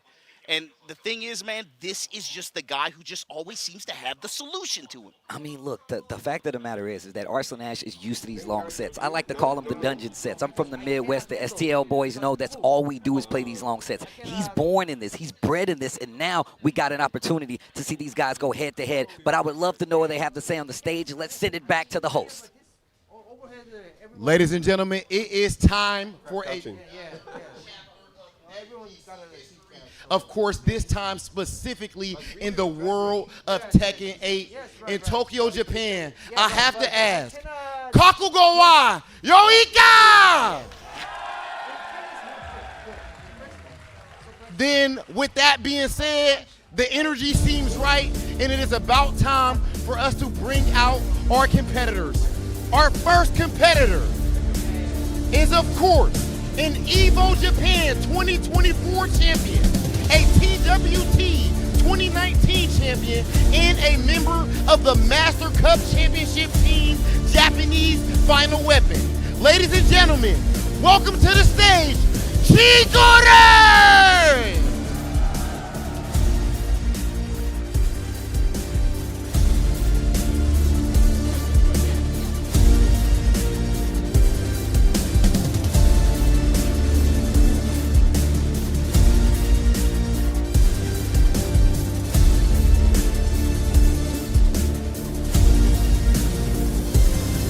And oh my goodness, ladies and gentlemen, this next player burst onto the scene right here in Japan. It was Evo Japan 2019, and since then, he has gone on to make history. Our next player is a 7-time Evo champion, Tokyo, Japan. Put your hands together for the great one, Arslan Ash!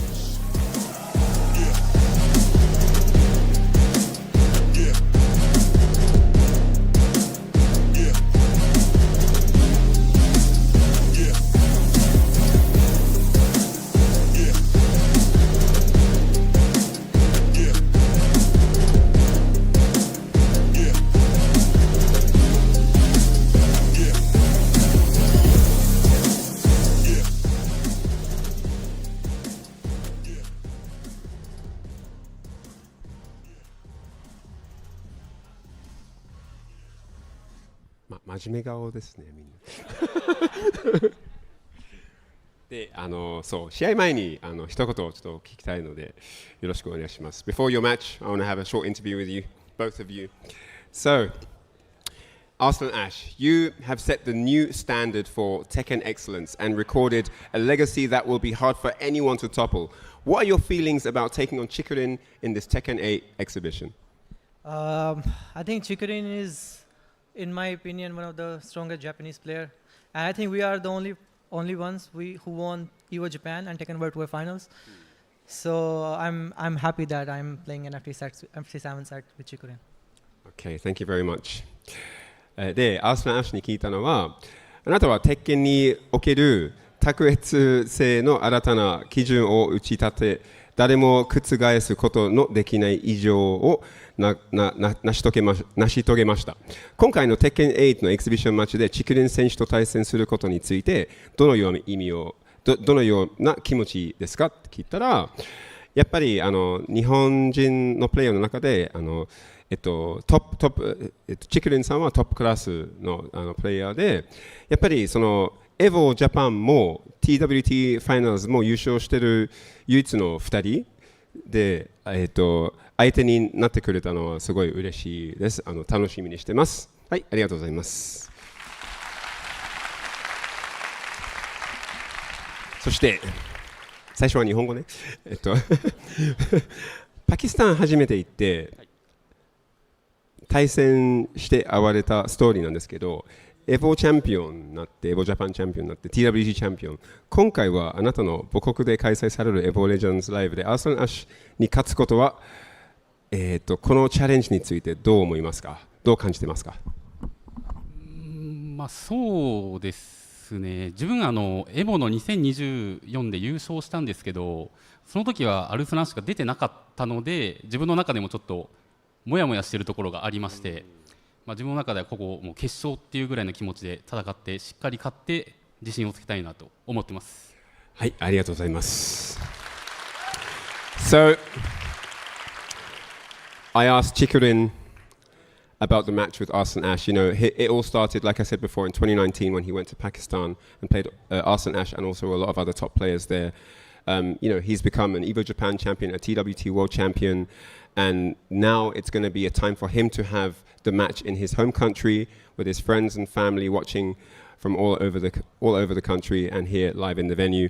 And I wanted to know what he feels about the match coming up. And he said, yes, you know, he's an Evo champion, but the Evo Japan that he won, Arslan Ash wasn't in the tournament. So there's something that he feels he's just not satisfied. You know, he doesn't feel like he actually won it in that sense. So here today on the stage, he wants to get the win in the longer set and prove he's the better player. Chikurin, ありがとうございます。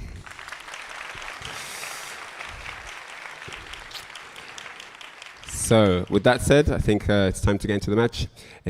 それで一旦インタビュー終了となります。両選手ありがとうございます。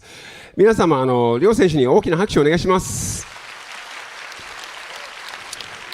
そして実況の方へお戻りしましょう。Let's go back to the desk. Thank you. So eloquently put by Ryan Hart. Look, my man is a class act, him and Rob TV. But let's talk about eloquent. Two of the most soft-spoken but most fiercest warriors in the Tekken, in fighting games, you see on that stage right there. And I love that he brought up the fact that Chikurin was one of the first from Japan or all over the world that braved all the Pakistani Tekken threats out there. And now he's putting on a show to say, hey, look, I actually want to get a victory because there's not many people out there that actually can even say that they've beaten Arslan Ash's tournament. Steve, there's so much to talk about with this match. And like the thing with them two is they're normally kind of soft-spoken anyway, but like you could tell they're locked in. Yeah. For Chikurin, you got to talk about, again, him making that pilgrimage out to Pakistan as soon as they established themselves as a global threat and put proof to the paper like that. Who was the first out there, blackouts and all, running sets with anybody and everybody? It did. What, food poisoning, whatever, he did not care. I'm out here to grind. I'm out here to understand. That's the kind of guy Chikurin is. You got this dude's he's a little out there, man. Yeah, this dude is a Tekken player, and the thing is, man, he's not above anything either. He's not. He's definitely not. If it's cheap, he'll go to it. If he knows you have one weakness, he will learn that character. Doesn't matter how he'll tap into the Satsui no Hado just to win grand finals and win a world title. But the thing is, he's going up against the Emperor of Iron Fist. This is Arslan Ash, man. It's true. And that's true. Just the way this comes full circle, too, Steve. Arslan Ash makes his name at that Evo Japan. Recently, immigration made a huge mistake, dog. You let Arslan Ash. They let him move. You let him move here. He's one of your biggest threats to the Tekken world. Huge mistake. He's been terrorizing people on that play, and he's been able to understand a lot of the play styles of just the overall communities out here a lot more. And it's given him a lot more opportunity to think more deeply about some of these regional play styles and decision making. And even going into this matchup, it's one that heavily favors Arslan. Not unlike the main card match that we're looking at, there's, I think, a clear favorite in terms of matchup favorability. But the thing is, Chikurin also has experience with long sets on big stages. Yes, you heard Rob allude to it earlier. I mean, with this guy in long sets, as opposed to first to three tournament standard format once we get to the tail end of a bracket, right? Where you're going to have maximum like 5 games to adapt, right? This is going to be a little bit different, especially with the way that Tekken works. And the big question mark I have, that I know you have as well, characters. That's going to be a big element in this matchup. And look, even before we get there, let's talk a little bit more about that long set. Typically in Tekken, we don't get these long set exhibitions because once again, we do the first to threes, one, and also you still get 3 rounds to play. And you get 60 seconds on the clock. Long set at adapting to matches on the fly in Tekken is really, really difficult. And it has a different form from, say, some of these other games that you've seen out there. Now let's talk about Arslan Ash. You talked about Chikurin. Let me talk about Arslan Ash. You can check the tapes. These guys run dungeon sets, actually in a basement, playing first to 50s. I know what first to 25s versus all the characters in the books. And you talk about wanting to go to a tactic to win from Chikurin. This dude, Arslan Ash, will change a whole character. He listened. He listened to Sanford. He was like, you know what? You're right. Let me pick a top tier to get the W. It doesn't matter what it takes. Excuse me. It doesn't matter who it takes. Arslan Ash will pick that character. He's going to adapt. He's going to go to the level, and then he's going to get that W. We haven't seen it in one tournament. We haven't only seen it in one TWC. We've seen it across 7 Evos in which he's won, and he's still a continued threat to this day. Arslan Ash is, without a doubt, one of the best Tekken players in the world. 1 or 2, say whatever what you want right now, but the fact is, Arslan Ash is a man to beat when it comes to Tekken, and on top of that, he's propped up an entire region with Pakistan. Why coming here, and now he's putting all those other players on the map. So he hasn't only put these guys there, he's put himself there, and now he's elevated Tekken to a point where they're fighting to see who is in the #1 spot in the world for Tekken. And we got a brand new game with Tekken 8 that's went through a lot of changes that we are going to see played in the first of 7 set to who's going to be that winner. At this point, we're sitting through roughly 2 patches of actual changes that since the last time these two faced off on a big stage, right? And I think some of their characters, especially who we're looking at to be like their main plays, right? Both of these guys run either shells or a roster of characters. So that's one reason why I come back to the character matchup. Clive especially, who Chikurin has had the biggest highs in this player matchup, where he's gotten able to win. He's also debatably had the biggest lows with, again, being 1 touch away from being able to drop Arslan in loser's bracket, winner's side, and Evo top 8 like that. And then just something happens after. Like I said, he looked uniquely frustrated in that moment, and in a way that I haven't really seen him before. You know, it's really funny that you point out, like you said, the Satsui no Hado. I want to go back to that TWT final that he won. My man went through a roster of characters. He had the Jin on lock. He had a Geese in there. He had the actual Satsui no Hado with the Akuma in there. Had a little pocket Leroy sometimes that you would see a bunch of characters in that roster to get the job done. He will go to that tactic. He will use that character that you think you don't have a grasp on, or he thinks you don't have a grasp on. He will take advantage of that weakness. And I think that's one of the reasons Chikurin has fared so well, although not, getting the W's all the time. But if you compare that to some of the other players out there in the world, he's still miles ahead of doing well against Arslan Ash in one of these high-profile sets. And we've been talking about it, and I've been kind of flip-flopping and going back and forth on my own about it as well. I'm looking at these patch notes, I'm thinking, like, there's no way he would want to run Clive in this matchup now, right? Especially going up against Arslan's Nina. But then in the past few days, I'm like, maybe he does, actually. And in fact, now I kind of think it's going to be an inevitable matchup at some point. I think just considering the characters that are on the table, I think Chikurin might still want Clive versus Nina. I mean, look, and me and Obama, we've been talking about this a lot because we want to know what characters we're going to see, and we know what these guys are both capable of. And I think we kind of settled on the same idea. Clive is going to be a major piece in what happens in this set, mostly because of the tools that he has. He has a lot of unconventional Tekken tools. He's got better reach than most, and he makes you play a different pace of game regardless of how good you are at Tekken. Like you said, fighting at unique ranges like that, and then just the tools that even when you are on defense or offense, there's always that sensation you have to pump the brakes a little bit against Clive. When you have the threat of the 5-foot parry like that, when you have the reach that he does, and just the way Phoenix Shift is able to just zoom past pressure, zoom past neutral, and just be able to, especially Chikurin, he's really good with just finding those moments to just slide in Phoenix slide. When I think about that and his approach, even though the full crouch mix now carries a little bit of extra risk with it, especially up against Nina, I still think that might be the matchup that he wants. But we're going to have to navigate to get there, in spite of the buffs that his other character, who he won in Evo Japan with 2 years ago. I was about to say, Lily, you got Lily in this version right now is excellent, right? She's super strong. The thing is, though, Arslan, you got to remember, he also has a roster of characters. Last time these two faced off at Evo, it went with the Anna first. Then, once the Nina switch happens, everything changes. The pace change, and that's one of the things that I would love to highlight as well. The fact is, Arslan is so well at adapting to other players' pace at a high speed. That is probably one of his most gifted things that he has. And I think that comes by way of just, running those long sets, having a large player pool to pull from, especially coming from Pakistan. And like you said before, now he's over here. He's invaded the soil, and now he's absorbing every kind of skill available, especially from some of the best players in the Tekken world, especially in Japan. On some Mega Man stuff, right? Also, Let me get that. But you also got to talk about his experience with that too, right? He's been out here net playing really aggressively. He's added Lily to his roster. He's been running Falcon Ram on the side. Are those potential picks? Zafina is an ever-present threat with him as well. I have a feeling we might see one of those first to fill out a shell, right? Maybe like run the Zafina out in front, then things get sticky, go to the Nina, because you got to remember, character switch is an option here. Loser is going to have the ability to be able to change their characters, and we are going to, of course, have random stage select.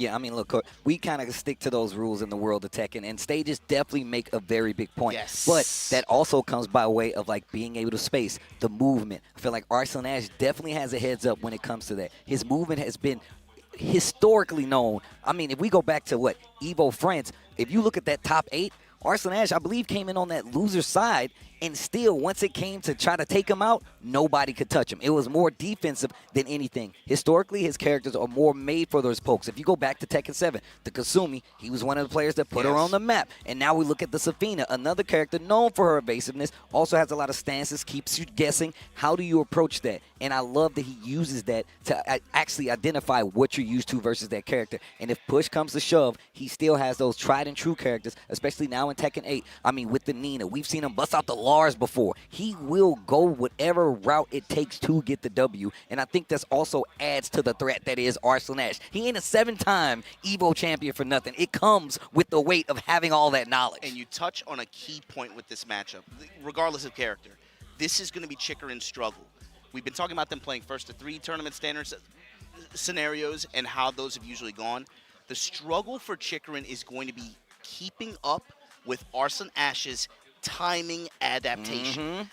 Chikurin is going to be he has to be able to change his timing with a fluidity and speed that really challenges Arslan's reads in a lot of these cases. If you go back and watch some of these previous sets, I mean, there's some scenarios where, depending on the character matchup, he's eating a ton of counter hits as we get later into the games, or even just mids. Arslan just has a perception on his timing and habits of sidestep, when he wants to press, and he's able to pick that apart, and it becomes very frustrating, I think, for Chikurin in the long run. However, a slightly longer set now. We're talking about first to 7. That's true. And again, like Rob alluded to earlier, this is a competition format that a lot of the Tekken players in Japan have experience with through the various Topanga seasons at the end of 7.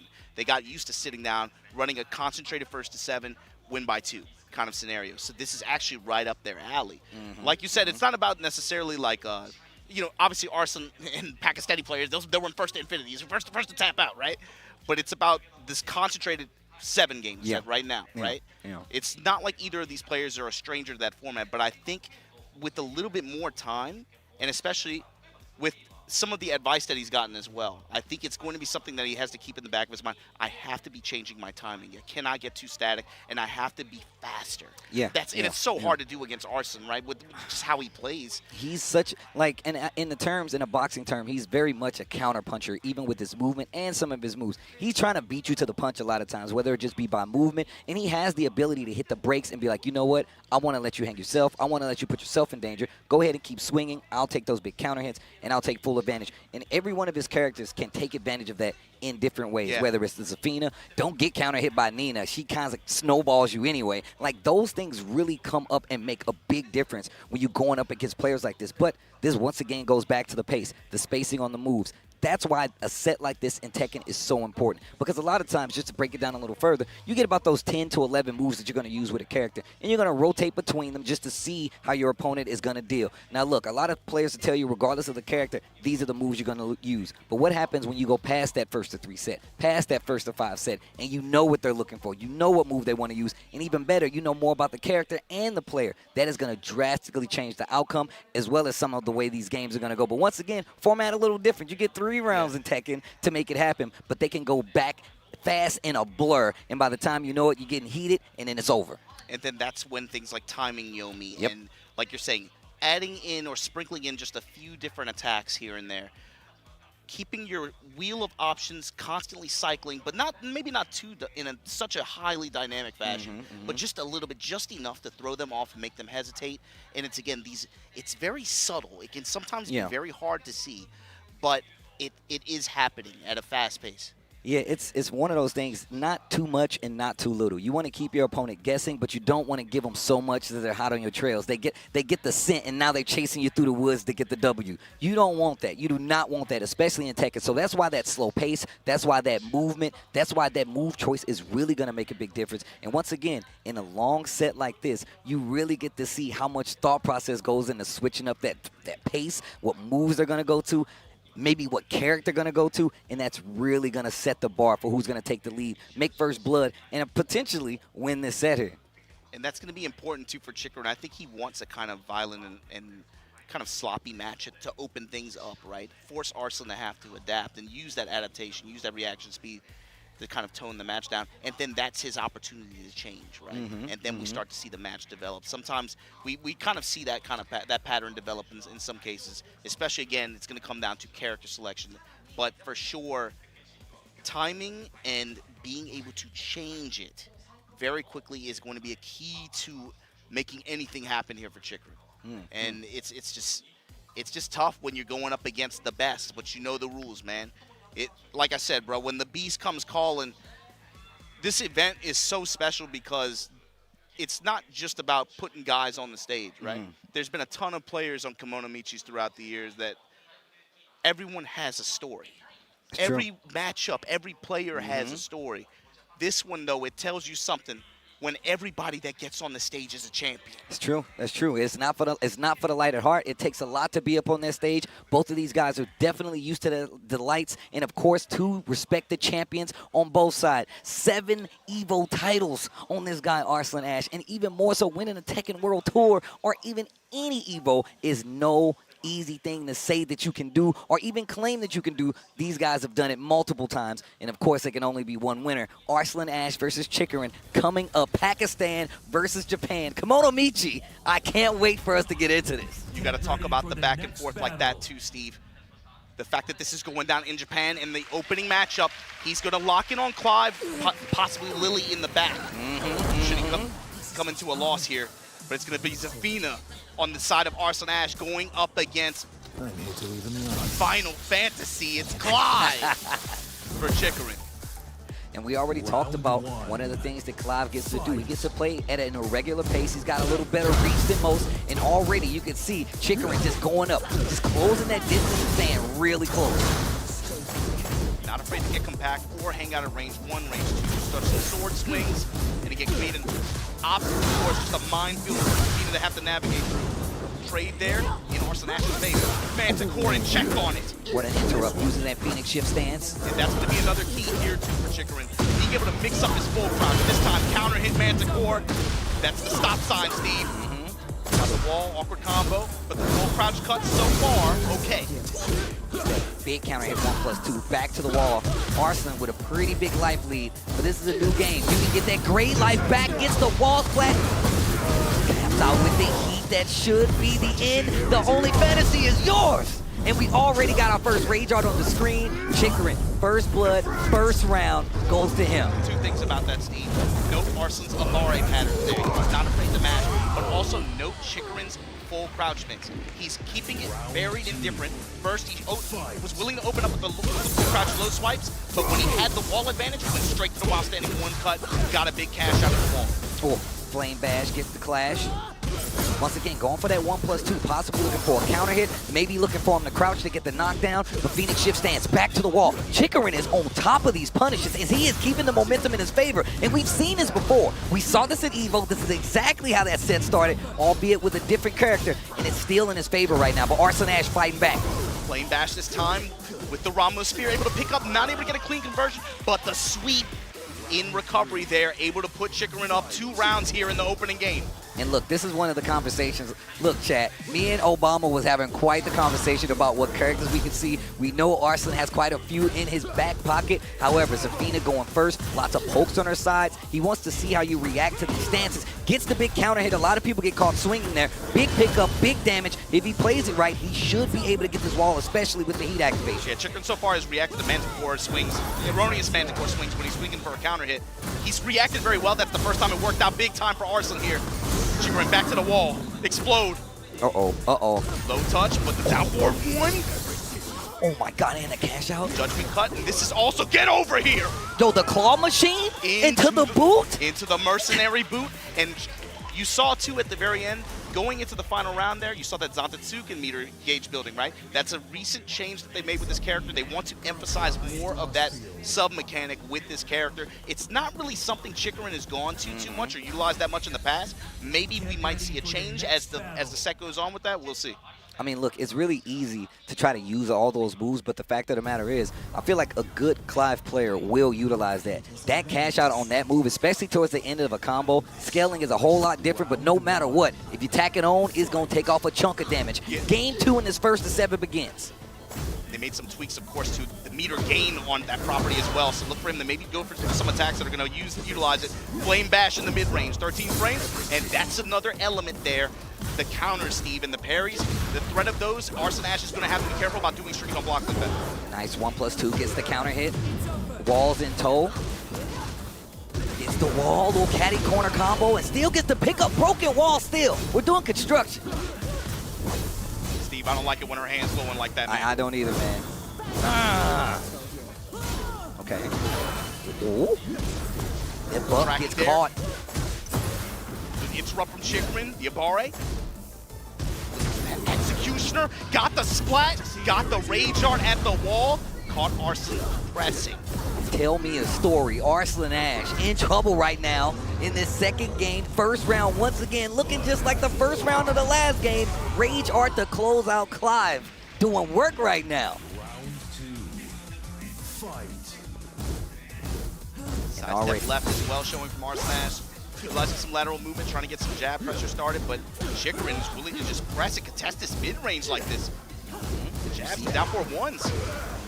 Finally some stance transition on the side of Arslan Ash, trying to get some pressure started.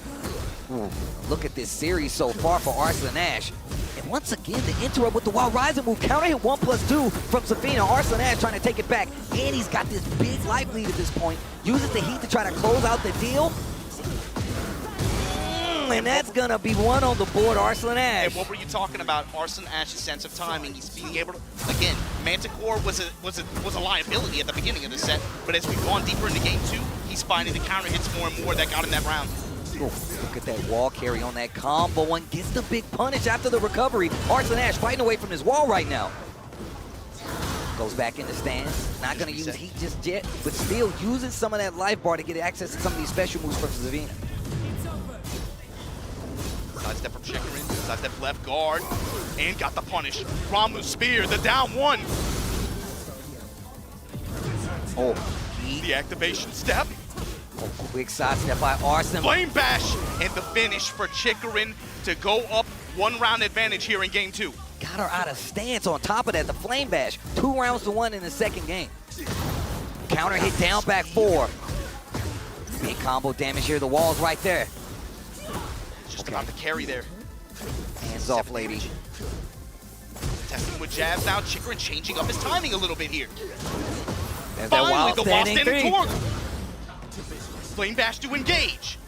Testing. He's mixing up the crouch mix up with Clive right now. And using the stance transition to try to make the mix happen.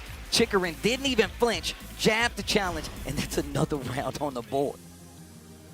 Another game on the board, excuse me. Looking real sharp out here. Chikurin bringing the fight to him right now. And once again, if you go back and look at some of these matches that we've seen before, the pacing is very similar until we get a character switch. And now, this is exactly what we're talking about. Now the game starts. Now the game starts. Now the game starts. And look where we going. Ooh, every villain's fantasy right here. Bombs on the wall. Bombs on the walls. You know this is where the bad guys hang out.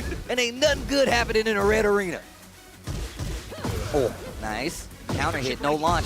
Side step 2. Right here, with he sees this camera change, you can tell immediately he's already a little skittish, even though it's what he expected, right? Stop ender at the wall here for Arslan Ash. Flame Bash, side step guard. And these, again, talk about the Evo set.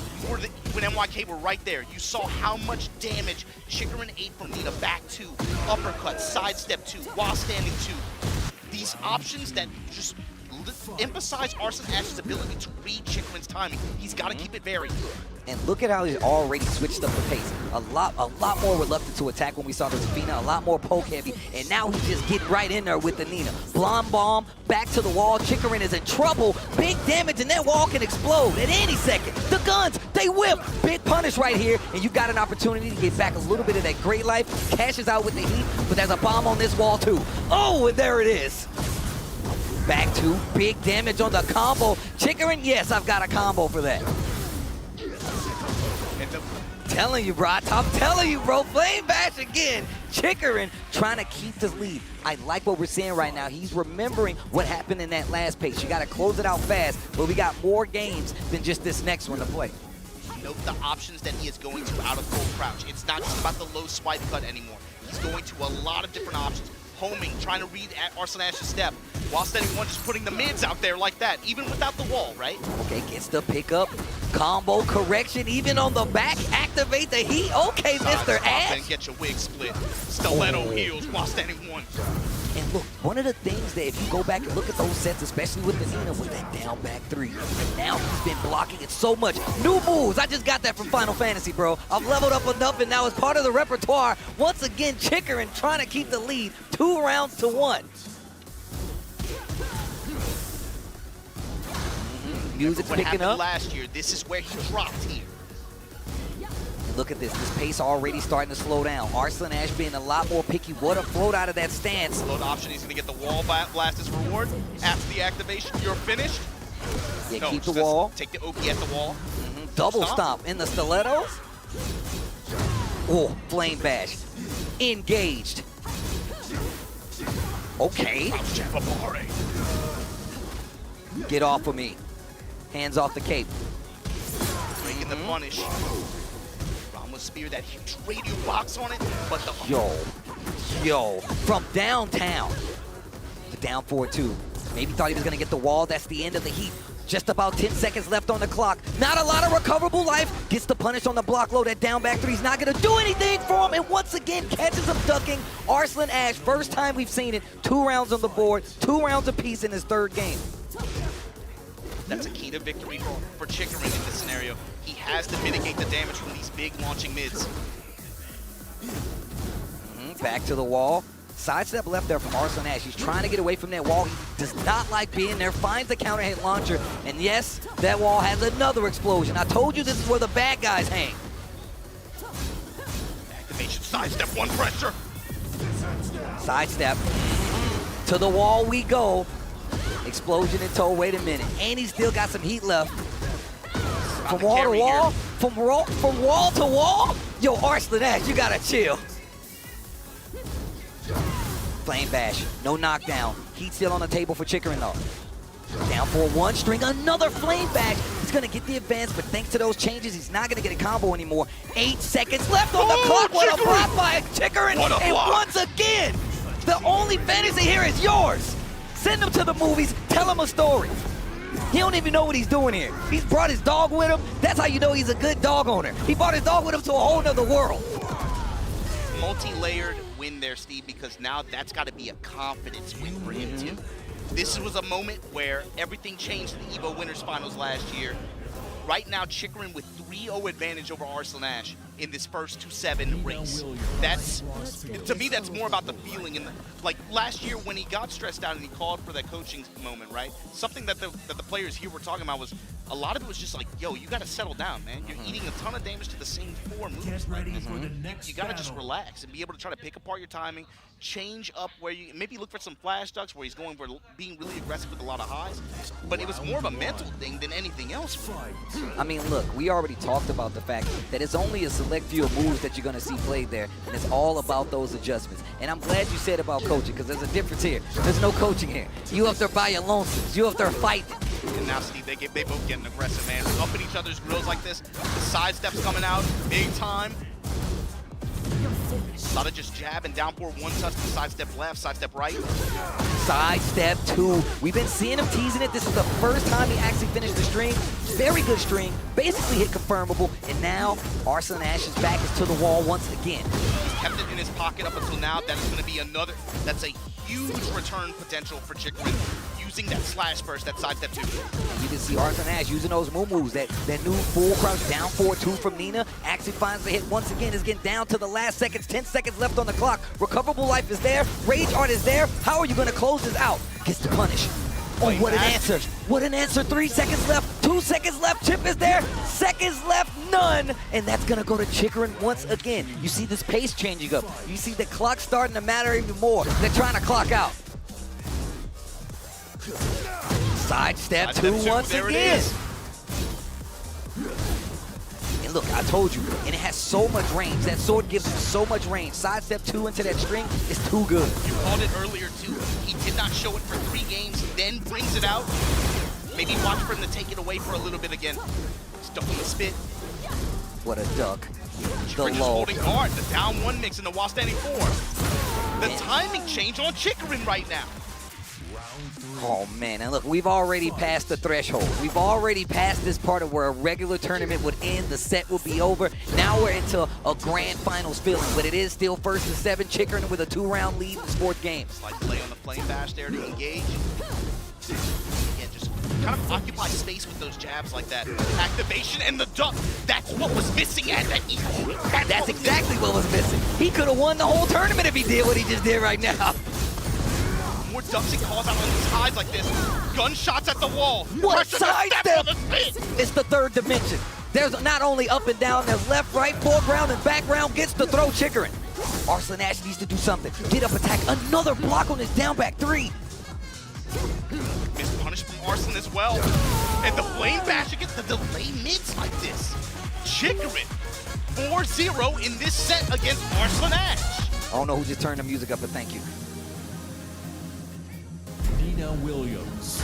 Look, now we talked about this. When we were watching this match at Grand Finals, we saw a different result. When that switch came about, Arslan Ash took over completely in that race, and now Chikurin having an answer. And once again, I'm glad you pointed out, duck and punish properly. We've even seen him go to some of those big mids when he knows Arslan is going to duck. And I like that is a change up from these previous matchups that you see here. Homework was definitely done. Jab out of the air, we're taking him to the wall. It's particularly scary because of how Arslan applies pressure and how he lands beams with his mids.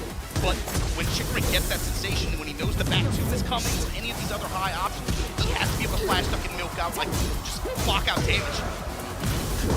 And I gotta say, I love these new transitions that he's using to get in the Phoenix shift stance, and he's really taking advantage of it. He's checking his knowledge. Do you know? You talked about this. We have not seen Phoenix slide as much. Now he's going to just throw it out like this. Just sprinkling in just a new attack in your rotation like that, and then take it away, then bring it back later. This is the timing change we were talking about. Comparing to the last one. Oh my God, catches you with the flash. He caught you flash ducking, and now he gets the launch. First time we've seen Arslan Ash get the 1st round of a game. Standing confidently there. Good punish from Arslan Ash. Eating some mids on his own, man. These down 4-1s and this jab pressure from Chikurin. He's just, it's space control. He's just occupying space like this. Okay. Low and spin. 2 bars built on Zatsukin, but again, the counter hit upper. This is how Arslan Ash wins this game. Picking about Chikurin's timing and getting these huge launching mids like this. Spike in the wall. This ends now. Cancel out with the flame bash, just to get them back to center stage like this. Yep, quick sidestep left 2. You can see Chikurin really aware of this stage. And now life lead, going back and forth because of the life regain. Just about 15 seconds left on the clock. Arslan Ash with a big launch. He should be able to close it out. Arslan Ash now with a 2-round lead. Means nothing for the games, but these rounds can mean something. Know what it's coming from, these counter hit uppers. Using the steps. Ooh. Engage. On his timing from Chikurin there, sidestep 2 nothing home. Here we go, a little bit more of that knee in the gunshot. Activation post heat. Down 4-1 freeze. Now Arslan changing his timing. Dash spins the rest of it, builds a little distance with the staff. Okay, dash, nothing left. Good old-fashioned Tekken being played right now. Counter hit, nothing leads to it. Oh, sidestep almost got him in trouble. When the punish had the judgment cut, trying to seal Arslan's step. Lost that orbital attack. Okay, going for the lows now. There's that timing that you was talking about. Slower pace, more pokes, less combos. 10 seconds left on the clock. Gets the big punish, and he cannot kill. He cannot kill, but it's 5 seconds left, so he's gonna do as much damage as possible. Just burn up the clock. Time match. Zatsukin meter at 4 as well. Once again, you tack that bad boy at the end of a combo. Once again, catching the sidestep. The full crouch mix from Chikurin has been fantastic this set. Every option on the table. Punish. Really keeping Arslan on balance with it. Wall advantage, Ramu Spear. Gunshots! Back to the wall. What are you gonna do? Quick sidestep to try to realign. Once again, a block on the down back three. He's ready. Uses that to get out of there. Look at the meter. Look at the meter. You cannot get hit. It's gonna hurt.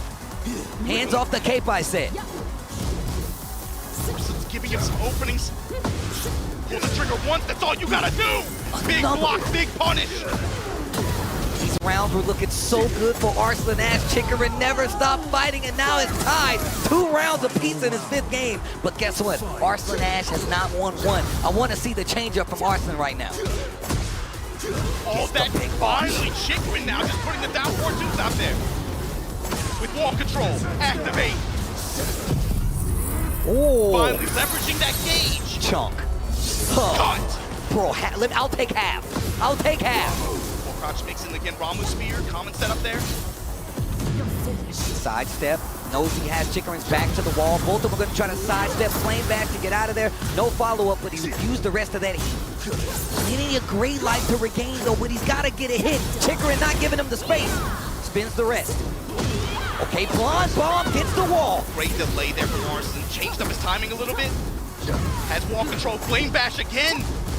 Down 4-1, trying to get him to swing on the string. There's those lows you were talking about again. Phoenix the Phoenix shift. Down forward 1, a tried and true Tekken tool coming to the save the day for Chikurin. And you can see him smile. He's like, damn, what do I gotta do? Steve, I did not What think do I gotta do? I would have never called it like this so far. But the other thing too, Steve, Chikurin's while standing punishment against Stiletto Heel, that down back 3 has been a non-factor in this set. And in fact, especially in some of these walled stage scenarios, it carries even more risk just because of the while standing 1/ that Chikurin can do. And he's been perfect almost at block punishment already.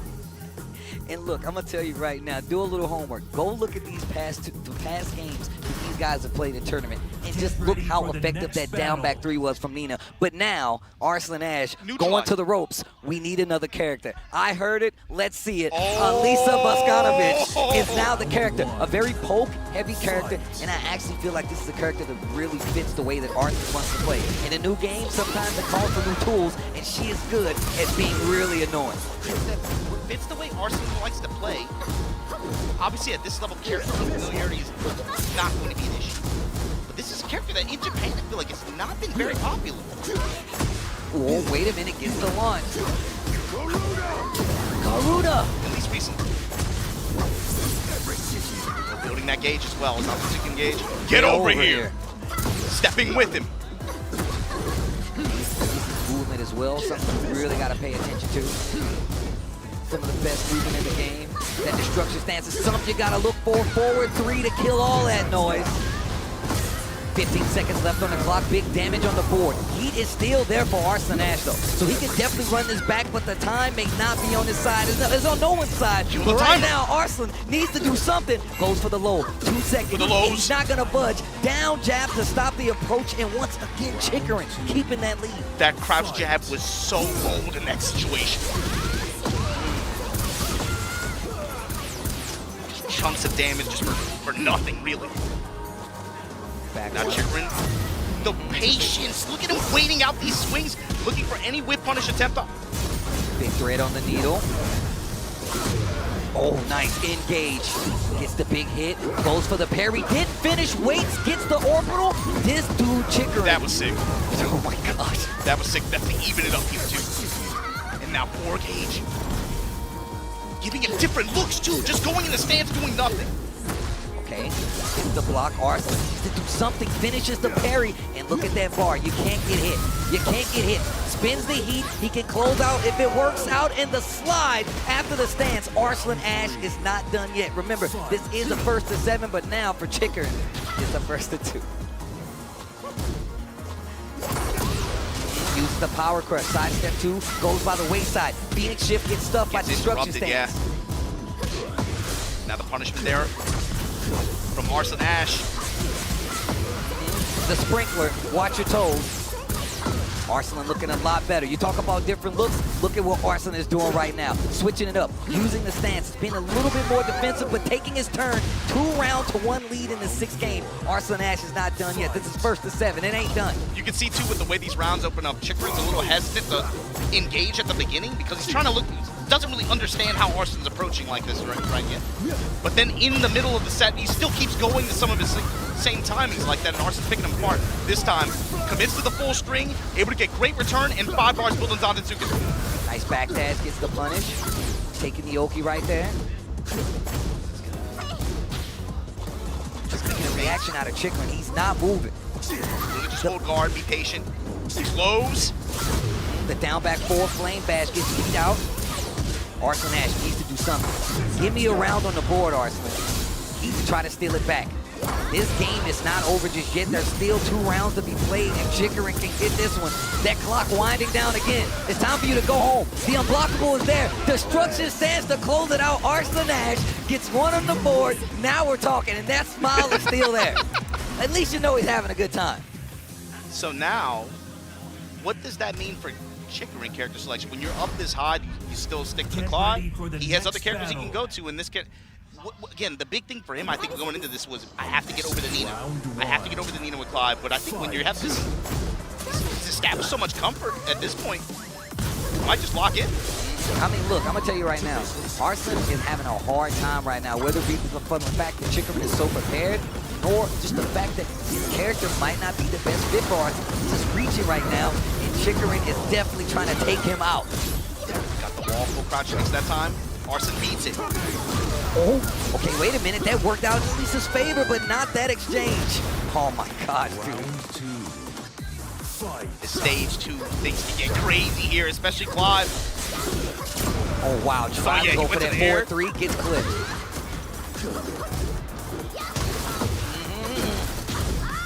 Thought he got a wall splat. That 2 throw gonna switch the sides. Love the Pac-Man noise. Gets the hit, 3 follow-up. I like him taking the Oki right there, trying to force him to do something. Evasive, not enough. He hits on one side. Arslan answers back with one of his own. Tries to sidestep. What a block. Nothing big, but the destruction stance is starting to add up. If they can cut down a tree, they can cut down Clive. Fight. Note how Chikurin's using his heat burst as well. He's using it just for the armor properties, to be able to break any kind of pressure. Whenever Arslan Ash Elisa gets a pressure snowball rolling, he'll use it to try to break through. In addition, of course, trying to work the sidestep guard a little bit to be able to try to neutralize some of these chainsaw stand situations. Or a hard duck like that. That could have been so much worse. Arslan holding his own. Sidestep 2. By the sidestep 2. Didn't believe though. 1-2. It's been a while since we've seen one of those. Down one step, the activation gets neutralized here. Off the combo, but down for 1 with the flame push here. Post heat smash, stepping. I'm out of there. But catch. What a sidestep, Arslan Ash. 10 seconds left. He's got a big lead. Back that to get out of there. And another answer. And now, Arslan Ash another round away from getting 2 on the board. What a block. Answer right back with a big block of his own. He can take him downstairs if he wants to, but he's probably going to take the wall.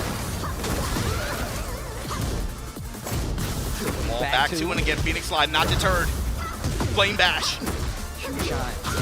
The pressure from Arslan Ash right now. Sidestep 2-1, gets the wall splat. You better make it count, Chikurin. Arslan Ash building a comeback. Arslan confident though. This time goes with the mid option. The loser getting checked. But the jabs there from Arslan Ash. The Abare, always a factor with him and his timing. And now you see him. First it was kind of like oh, you got me kind of smile. Yeah. Now it's like, hey, wait a minute. This is my show. Hey, this is my stuff. You gotta beat me. I don't need to beat you. Oh man, even the crowd is concerned. My man had his hand on his chin like, ready for the next battle. Arslan Ash settling in, getting a lot more comfortable. I didn't think it was going to come from the Elisa, though. We were literally talking about what character is he going to use. I can tell you right now, neither one of us said this character. Fight. Yeah, there were about 4 or 5 I had in mind, especially just watching his stream, watching his net play. Of course, in Japan since he's been out here, but I didn't have this one deck. Single jab, once again, changing up the pace. Yeah, note the timing change for Chikurin now. Working the 1 jab, sidestep a little bit more, looking for some openings. Wheel kick. Bishop with the sidestep 2, nothing home but the flame bash again. Then a bar mid. Small pull. Top kick on the tail end of it. Arslan Ash still with the combo, and he is there as well. Back to the wall, nice throw break. It also switches sides. That's very tactical, but once again, the heat on the side. He's not even doing the throw with the intention of a hit. He just wants the side swap just to get the wall advantage so he can do this. Flames! Hit him with the beam. Oh, no, he didn't finish it. Never mind. Fight. Chikurin answering back with a round of his own. You know what? You got two. That's too many. What an interrupt from Arslan there. Beating slash. And look at the pace of this. And this is the kind of Tekken we talk about all the time, where this seconds go by where nobody gets a hit. It's just defensive and offensive movement on both sides, trying to get into position to find the hit to get a combo going, get your momentum flowing. Arslan changing up his timing a little bit as well, but these big these little 1-2s and 1-1s like this, these add up big time, especially for these characters. Activation, stepping with, activate, counter activate. Fun. Saw the side step right there. He knows the wall isn't so he did not want to be there. Arslan Ash got an opportunity to close it out. Timing interception here, and now Arslan tying it up here. Round 3. Fight. Trying to make it 5-3. Chainsaw time, getting interrupted. Chikurin not afraid to press. Getting cut up for it, though. Teaching him a lesson. Side step 2, they trade. In Elise's favor, though. Back to the wall. Chikurin needs to do something. Gets him with the heat first. Good option from Arslan post-activation like that. Standing forward. Propeller hands and then the armor to wall splat like that. Oh, man. Uh-oh. Building momentum now. Arslan getting a little cheeky with it. Okay, sidestep, launch. Hop kick to the wall we go. I love that he has a combo for that. Jimmy J would be proud.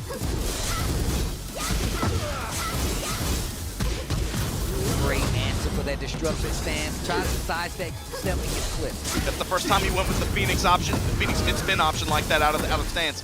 Phoenix slide in mid-range. I got the sliding low as well. Destruction stance. You really got to have answers for one throw. For the side step 2? No. Phoenix slide, and there you go, the smash. I love that move. This looks so cool. This looks so cool. Big round here, Steve. Destruction stance. Chikurin, can you figure out the timing here while standing 4 in the Phoenix Slash? Working the sweep. The lows from Chikurin and then the post. Wow, bad launch. After the wall, the propeller hands once again. The Abare again from Arslan Ash. Activation, sidestep, gets a look. Got a read on it. What an the adaptation here off the combo, off the wall. Wow. To still maintain. Wow. Down 1+2. Dwarfo trying to seal the step. Smash. Chikurin just holding back. Give me the wall. Sidestep again. Didn't finish the string. Great awareness there by Arslan. What are you going to do with it? Goes for the mid. Gets the big counter hit. Arslan Ash. You better use it. Don't play with it. Arslan Ash stole another round, and now he's looking like himself. The laugh should tell you everything. That's a big smile. That's With way too time big of a expiring like that, Steve, with time expiring, oh my God. And you said, like, that's a big smile. Slowly but surely, his confidence with what he's doing and his timing reads like this are getting him back into this set like that. Wow. You can see it kind of wearing on Chikurin's face. Like, man, I was one interaction from being able to put this on set point like that. There's one we haven't seen all set either. Down back 2. This big mid-range slash with the ice follow. Just trying to get space control, but the counter hit timing, Steve. Long set like this. Yep. It makes a big difference. Count the counter hits. Arslan Ash, he's got Chikurin. The timing read is crazy right now. Holding his ground or trying to. Arslan. Another hit away from closing it. Gonna get a combo here. Big stage, not sure if we're gonna reach the wall. Back 2. He just wants out here. Oh, no, goes for Brave Art. Get a little time, take away that great life that he could recover. I like this idea. You have the momentum, but now you gotta close out because guess what? The life lead, I don't think it's in your favor. Just outside of Rage 2. That's actually a good spot to be in. A launch could win here, but he has to find the hit. Back 1. And Arslan is not going to make it easy for him. Sidestep left. Armor with punish. The delay low. 8 seconds. The slide and the while standing punish from Arslan Ash. This dude Arslan Ash, bro. This dude Arslan Ash. Slashes, and again, sidestep goes with the low. Chikurin bearing his mid-range approach here. Nothing. 2-1. Knockdown, the nip up stops the approach from Chikurin. He tries to take his turn back, but Arslan Ash's choices on offense have been spectacular. Armor through to be able to break the chainsaw stance. He lost so much life on that exchange. Gets it back with a great life recovery. A little bit of chip sequence there, and then again, the down one, the while standing 4 after, and the frame advantage. Giving him a good mix after these lows, but the back shot uppercut. Down 4-2 after the sidestep, especially after getting his back. Small exchange, sidestep left from Arslan Ash. Position switch again, 8 seconds left on the clock. Holds his ground, didn't flinch after the activation. Spins the heat, 3, 2, nothing doing. Arslan Ash, once again, now with 2 rounds. 2 rounds, none on the board. As you notice, every time we get further and further in the set, Arslan Ash is getting more rounds unchallenged from Chikurin. It's brilliant, too, the way he's been playing the clock, especially in a lot of these situations. Some of these rounds have just come down to just 1 or 2 interactions in the expiring seconds. Wow, what a delay, and he found the timing as well. Looking each other in the face, sidestepping, trade. Punishment online for Arslan Ash here, but the duck. Wow. The low check from Chikurin.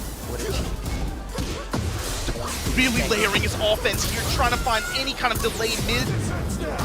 Activation, again, the usage of armor just to break chainsaw sequences like he's been doing it the whole set. And that's gonna do it. Finally, stopping that round lead, Chikurin. Still leading the set 5-3. This is 1st to 7, and the momentum on Arslan Ash's side is right there. Slow for that punish. 4-3 to challenge. Knows he's been going a lot of those lows. Actually, put forward, back 2. He still got the heat. He's been very, very accurate with his call-outs on those lows to be able to crush like that. And look at the return here in this sequence. Cole finishes the string. That's another wall split. I'm not sure if he can get the kill, but you know he's gonna try. No. Oh, the low after that was super scary. That was terrifying, bro. Fight. Go back 1 action. Flame bash to answer. Chikurin going back with a little bit more of an immediate timing here. Arslan, post-activation, you saw the parry with. That's just to alleviate that pressure, right? He'll take the hit, take a little bit of that, but he can recover that life if he gets a good series. He's using HP as a resource just to be, again, I'll use this as armor. You want to try to mix me, just 50-50 me like that? The win punish, the launch, big damage on the board. Arslan Ash can get 4 games if he gets his hit, and he does. Now it is 5-4, still in Chikurin's favor. But look, the smile gets bigger and bigger. Like a kid on Christmas morning, bigger and bigger. He's like, ah. This is a nasty present to leave under the tree, man. You gonna deal with my Elise? Is this cold? I got a Chikurin. Oh. Get ready for the next battle. The Elegant Palace. Not going to be elegant after this fight, though. I can tell you that. Remember, 1st to 7. 1st to 7. Chikurin needs 2 games, and he's been there for 4 Round games. 1. Steve, if it goes 5-5, do you change character? Oh, no. Look, we ain't out of my jurisdiction. I've never... It's a thought in the back of my head at this point. We got to see how this game goes. This is a big one. Nice delay in the slash burst. Parallel to the wall here, got a good angle. Be able to potentially go wall to wall. Tried to use the down 4-1 string to kind of get that caddy corner wall combo. Chikurin with a big lead in this game. Chikurin with a round on the board. Once again, taking the momentum back. That's the kind of win pattern, again, to get back to. Can I utilize good sidestep ability? Read here with the lateral step to result in slash burst and be able to, just again, milk great return out of it. He finishes it. More for the bar. Yeah, you see him whipping the 4-4-2 there, trying to just get an occupy space. Fat hop kick, no combo from Arslan Ash. Wasn't prepared for it. Chikurin ready to challenge. Small folks, but they're definitely adding up. Hands off. One jab in the down one, and then finally the full crouch down 4-2 comes out. Patience on the side of Chikurin. You can see he's waiting. Side steps, they're adding up. Flame bash in the finish. Okay. Chikurin trying to take this to a set point. Slowed the match down and really started delaying his timing a little bit more, Steve. And they got him good return so far these couple rounds.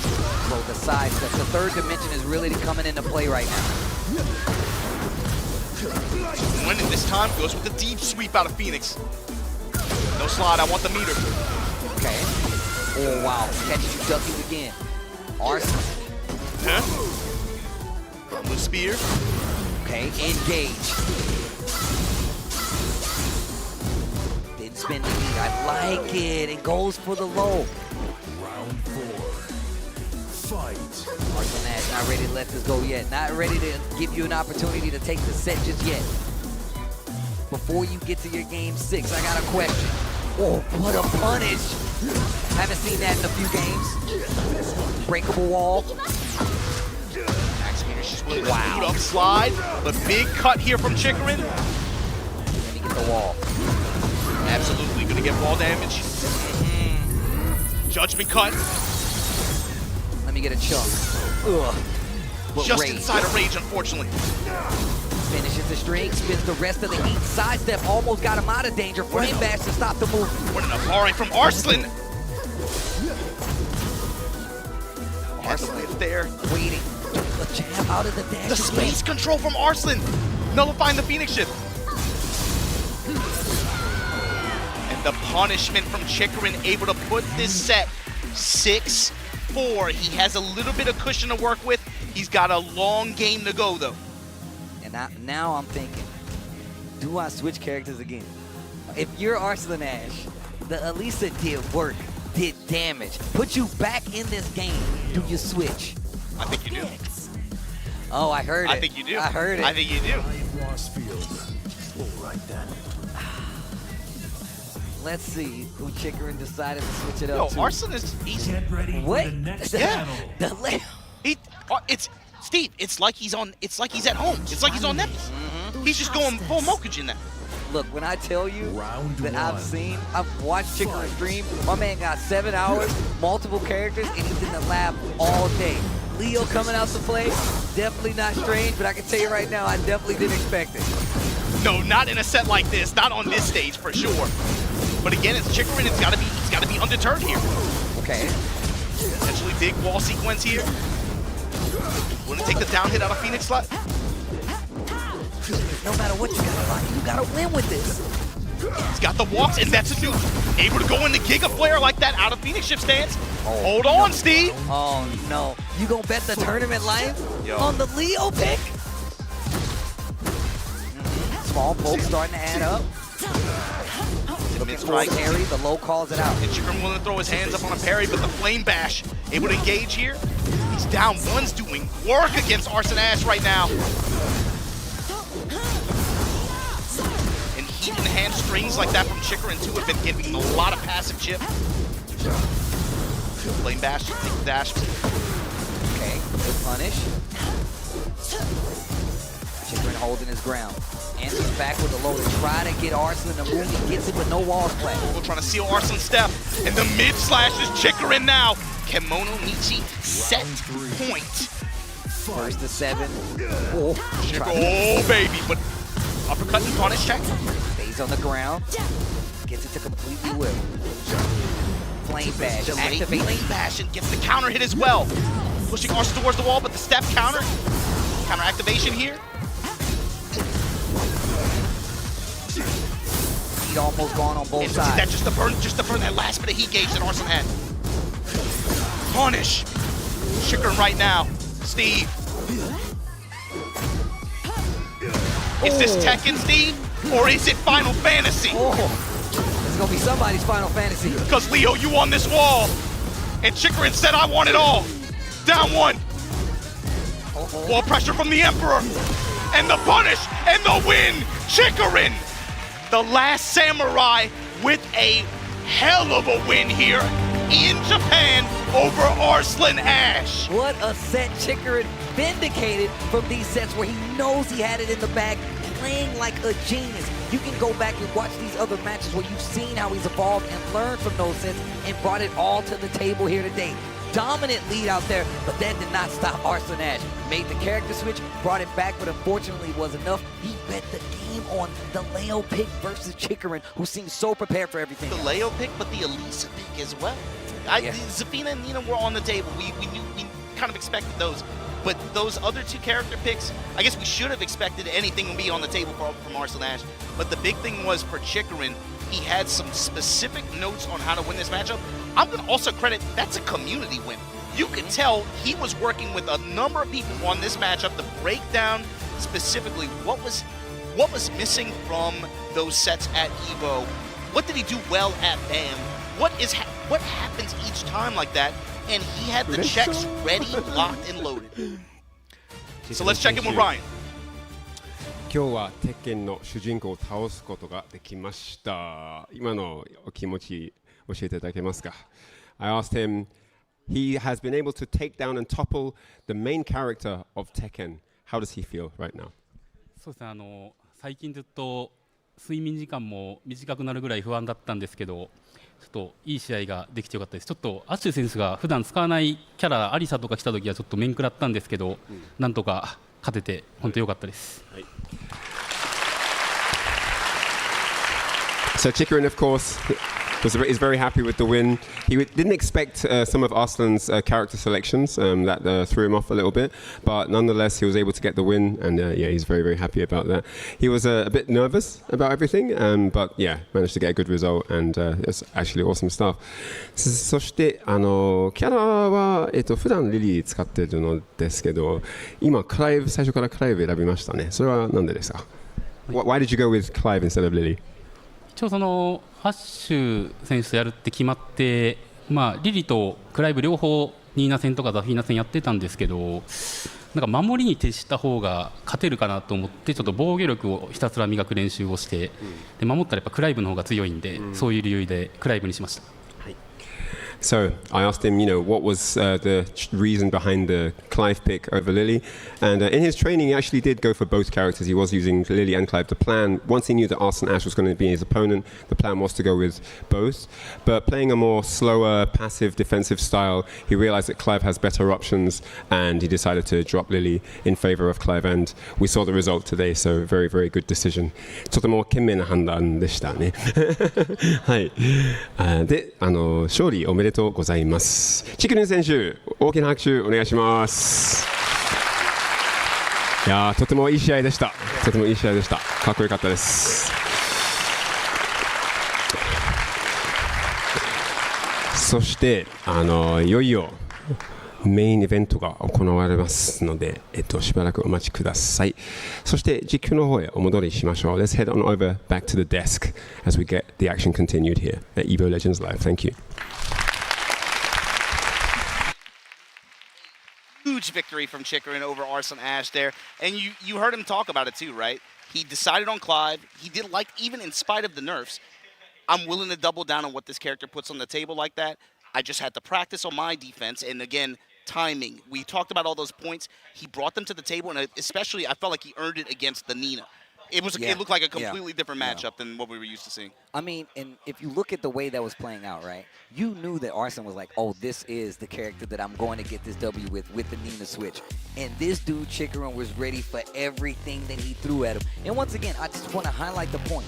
If you go and see those matches that he's played him before, that move really did do work to Clive and Chikurin's mindset. And it really did give him the lead that he needed, especially when it came to that time move choice. But now, the lows a non-factor, and even with the switch to Nina, this dude Chikurin was ready for everything that was on the table, and you could tell he was ready to do business, because even on that first round, he went straight to Rage Art to close out. No fancy combos. If you got a Rage Art button, you hit it, get the close out. You don't give give Arslan Ash another chance. There's a reason he's been a 7-time Evo champion, because he's able to bring back things from the brink just like this. And when he did get that W, the smile came out in droves. And one of the conversations that me and Obama had 3 or 4 times before we came out here, what character are we going to see? I did not think about Leo, nor did I think about Elisa on either side of these picks, but look how big of a factor they were. And it also built comfort. Like, once he went to those, he started playing better, right? And it was giving Chikurin a lot of pause for concern. But the big thing was Chikurin overcoming again. He never got overly reliant on a single option in some of his stances either. You notice, again, the whole whilst the full crouch mix from Chikurin was varied and diverse from game 1. And he was never really too shy about using any one option over the other. He kept a good mix. He had excellent defense, especially against lows.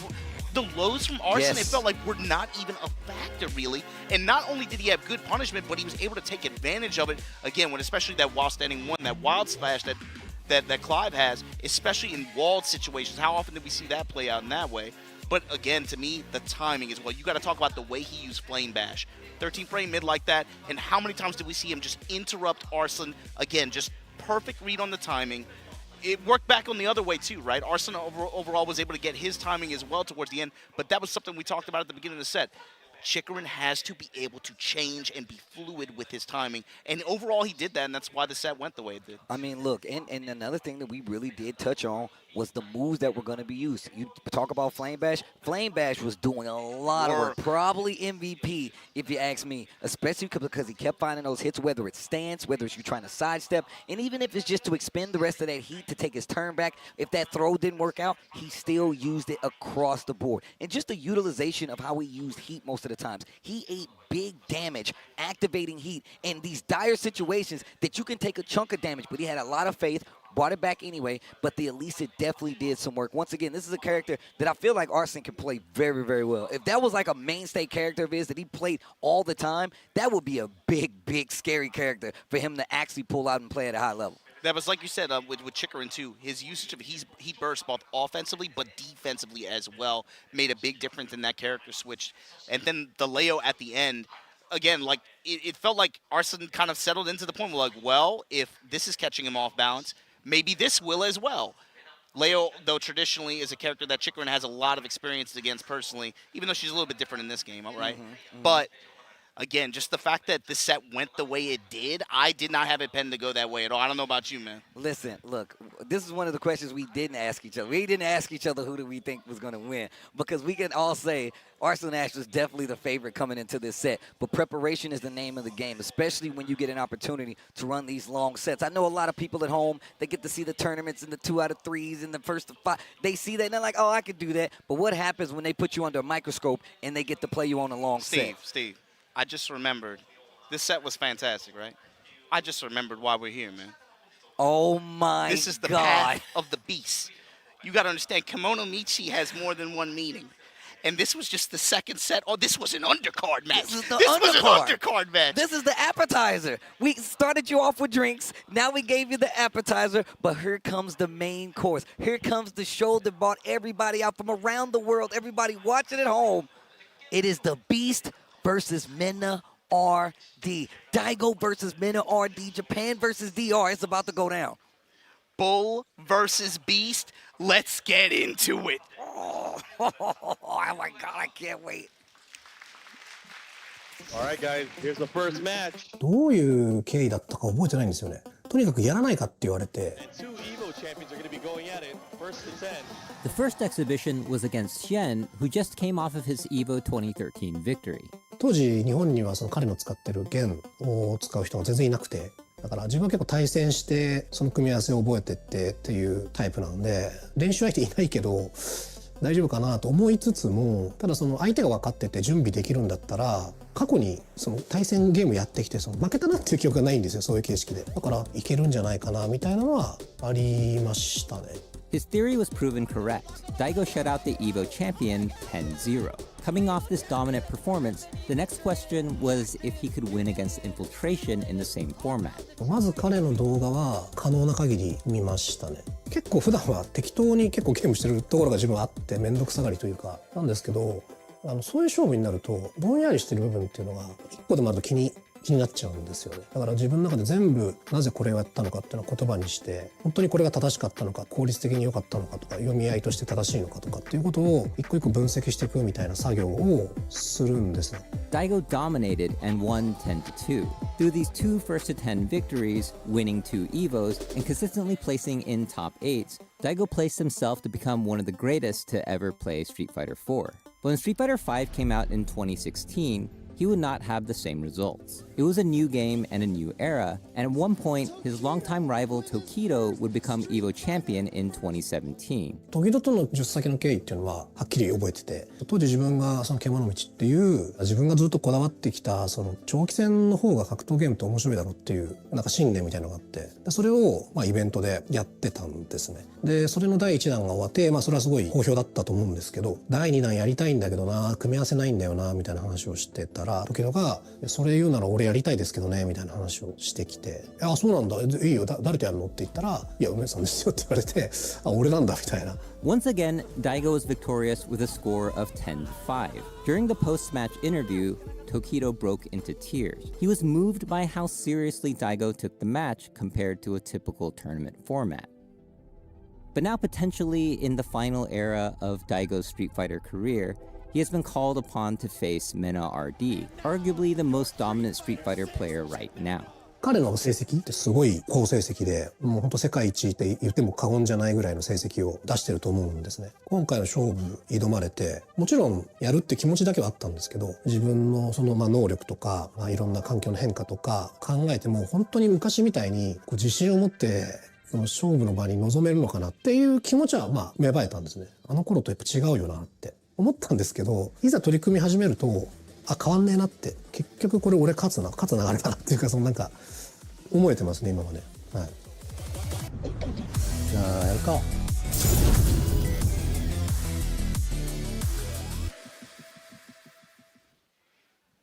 Evo Legends live, and speaking of legends, you're looking at one live, and he's surrounded by some of the greatest players in Japan. You see Eita in there, you see Kawano and Oban-chan in there. These guys are getting ready, and I say these guys, but it's only that guy right there. I don't know if you guys have seen the videos. I don't know how you got into the FGC. I don't know how you got into fighting games, but there's a large portion of us who got into fighting games, playing fighting games, watching fighting games, knowing fighting games, coming from one of these players, Daigo. But that guy right there, the challenger, this ain't no China shop, but that is a bull, and he is coming to destroy everything in his way, and he's done so by far, and he's there with his biggest supporters as well. The DR family, you see Kava in there, you see everybody in there, Mono in there, everybody's in there, Louis Man in there. He has such a circle around him, and one of the things he's done most is propel everybody around him. But propelling to the front of FGC Legacy, Street Fighter Legacy, is Daigo. That first to 10 record speaks for himself. We've seen the dockets, we've seen the tapes. Everybody that has challenged Daigo has fallen by the wayside and have also been some of the strongest competitors in the world, and it has changed nothing because Daigo has come out victorious, but he's got a brand new target in front of him. Actually, he's the target, and the bull is on his way. You got to talk about why we're here, Steve, and what this means. This is about Mena, right? Mena wants to beat the game, but how do you do that? You got to go through the final boss. Yeah. When you've won just about every accolade you can, and you're wondering what else is out there, right? There's very few things missing from Mena's record. Very few. It's this guy. When you look at the history of these games, look, if you got into these games with Strive, DBF, anything recently, and you don't get it, this guy's been there the whole time, waiting at the gates, even if he hasn't been. Let him know, Obama. For the people that play these games, he is that guy. So you got to understand when you're looking for something that other people can't see. What did Tokido say? This, you can't see his back. You can't. Kemonomichi means the path of the beast, but it also means the trailblazer. He's gone where only beasts have gone. No one else has gone down that road. And that's what this means. The bull wants to travel there, but he's got to go through the guy to be the guy. So look, we got to check in real quick.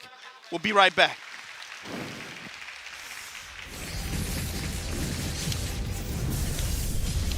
We are stronger together.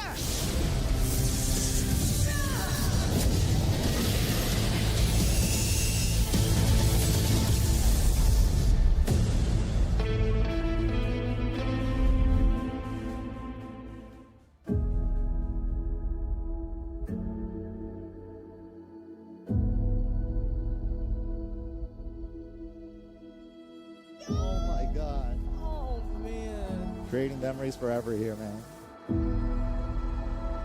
Seeing you all here year after year after year, we're all part of one big family, and it is truly something special.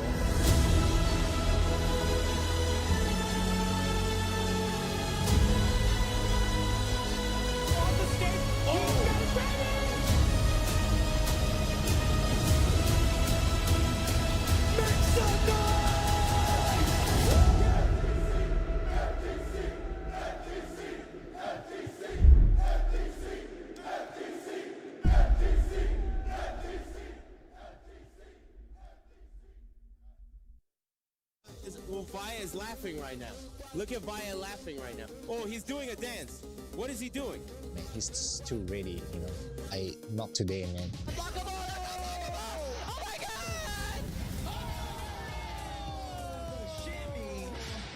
円参加して、でその時また賞金額が上がって気持ちは調子良かったですね。So it's much more than just playing. It's being a part of this community.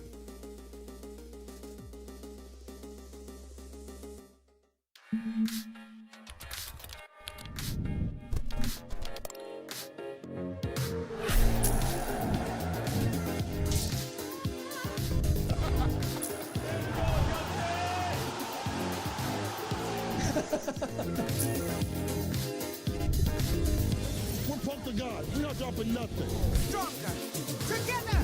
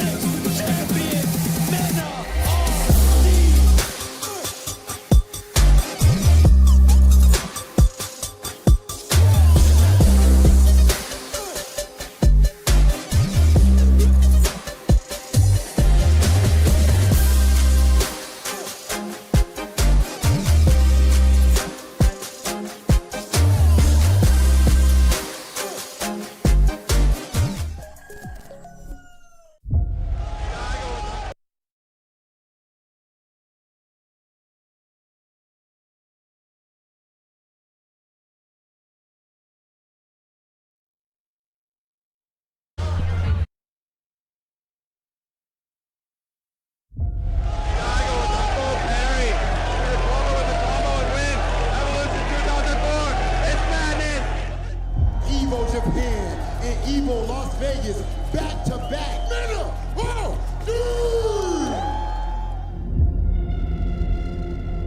まあメナと10先やるっていう話があって。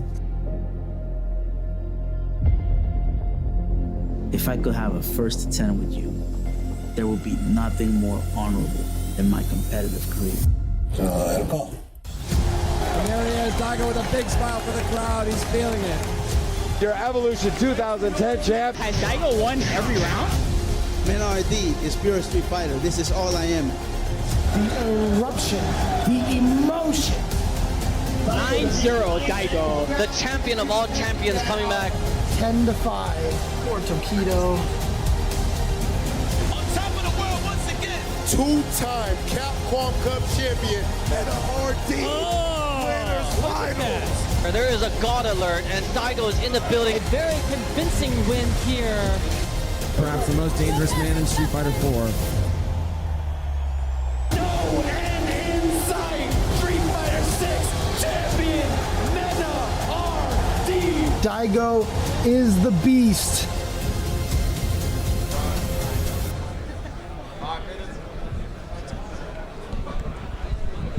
いよいよその時がやってまいりました。これからメインイベントが行われます。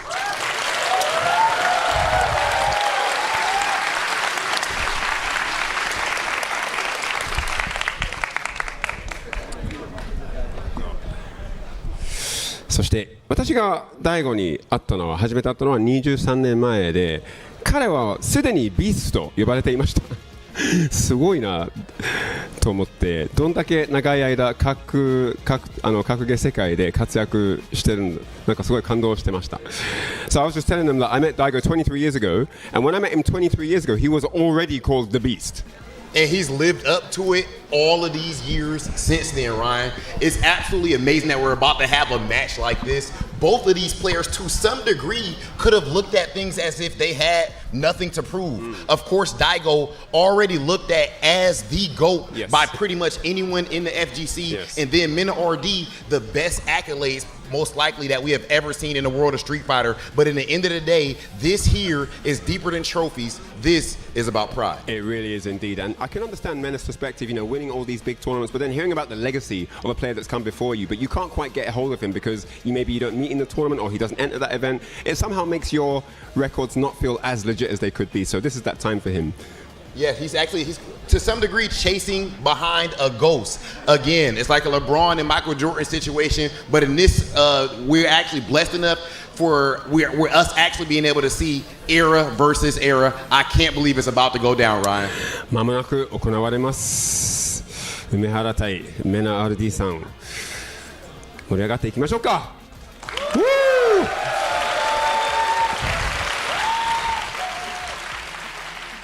And man, we are in the building for Kemonomichi. Can you believe it, bro? Ringe is here with two legends living up to the Evo Legends Live title, Justin Wong and IFC Yipes. Justin, talk to me first, bro. Oh my God, it's such an honor to be here because, this is a match that everyone has been waiting for, right? You gotta think about Daigo, kind of like the history and everything that he has brought, the influence, the impact. And speaking of impact, you know about impact a lot, guys, because you are impactful yourself. Man, appreciate that, man. First and foremost, it's an honor that I'm here to do this with you guys, and of course, everybody at home enjoying it. But look, at the end of the day, where we come from, we love the world of a first to 10. Yes, tournament results could definitely garner, in terms of the swag, the privilege, and just everybody having a smack talk, you know what I'm saying, whatever the case may be. But at the end of the day, there can only be one. And the fact of the matter is that Daigo and Mena is in the building to set the stone. Man, oh man, I can't wait to see these two clash in such a privileged format. As you said, right, we've proven time and time again, this is the time to really prove stuff. So we're going to take a look at the rules now and see how these two are going to come at each other, right? The characters and costumes are absolutely locked. Whoever they're starting with, that's who they're finishing with. No phones or coaching. You got some written notes, that's just fine and dandy. One player imposed break not to exceed 3 minutes per player. We got technical difficulties or controller issues that will result in a forfeiture of a single round. Physical break or emergency results, of course, in the forfeiture of a game. Rush to break is allowed after finishing 10 games, right? You gotta play at least half the set before you get a P break. Each player chooses 2 stages. Stages are changed once every 5 games, keep it a little, rhythmic. And then RPS for choice for the first stage, of course. I think we saw that a little bit earlier. I think Daigo took that. And then 10 seconds for rematch between the start of games. Oh, that is intense, right? When you think about it, I love the fact that there's no phones. It's all about kind of like the written books. You can have kind of the notes. And you already know they have been preparing. Like, you got, Mena has been preparing with his squad. And obviously, Daigo has all of Japan in general. But, I think it's going to be a crazy match because I love seeing long sets. And I love seeing one of those things where what happens in a long set? I counter this, how do you adapt to it? You gotta look at it like this. Look, in the world of sports, everybody want to see LeBron James versus Michael Jordan. Obviously, age differences, and of course, your body can't keep up. It is what it is. But this is fighting games, ladies and gentlemen. At the end of the day, we do get that love and that privilege to actually watch this great match going down. Yeah, it's going to be amazing stuff, right? Like getting to see two of the greatest of all time, pretty much what we consider, right? The modern GOAT of MenaRD versus the person that put all this on the map in the first place with Daigo Umehara. It is going to be a wild thing to see. And we're going to delve deeper into both of their stories leading up to this match, of course, right? I think we're going to take a look at Daigo in a little bit, but right now, let's get to our feature on MenaRD.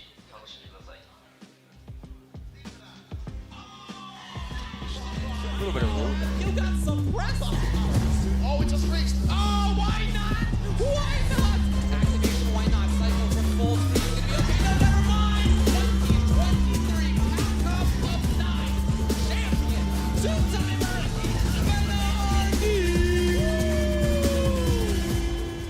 The first tournament I actually won outside of the Dominican Republic was Capcom Cup 2017.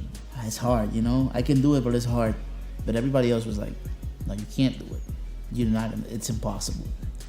And that motivated me more. I was like, oh, I can't do it, okay.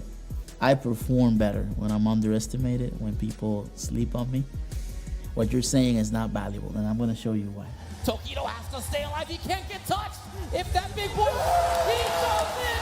There it is, MenaRD is your Capcom Cup 2017 champion, coming from the losers bracket. The DR boys are out there celebrating their main man right now, MenaRD. I wanna go further. I wanna see how far I can take this. And this is where I am today. And it started at Evo Japan 2025. He needs to somehow land this CA right here, though. I love that fireball, too, because it was as Mena's meter was running out. But Mena now one hit away.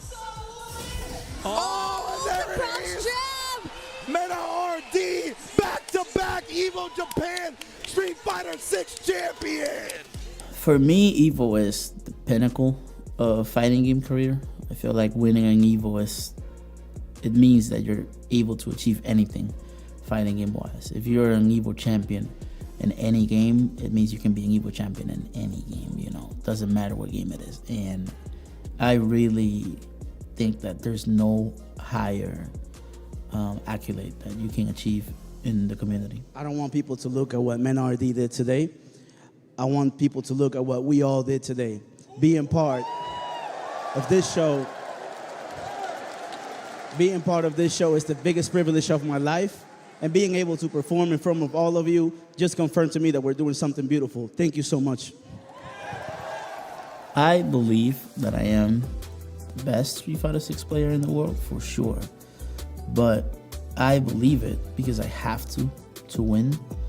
I'm always gonna believe I'm the best because I am competing. I have to believe I'm the best, or else I'm admitting that there's somebody I can't beat. The first player ever to win Evo Japan and Evo Las Vegas back-to-back. Some would say the GOAT, MenaRD!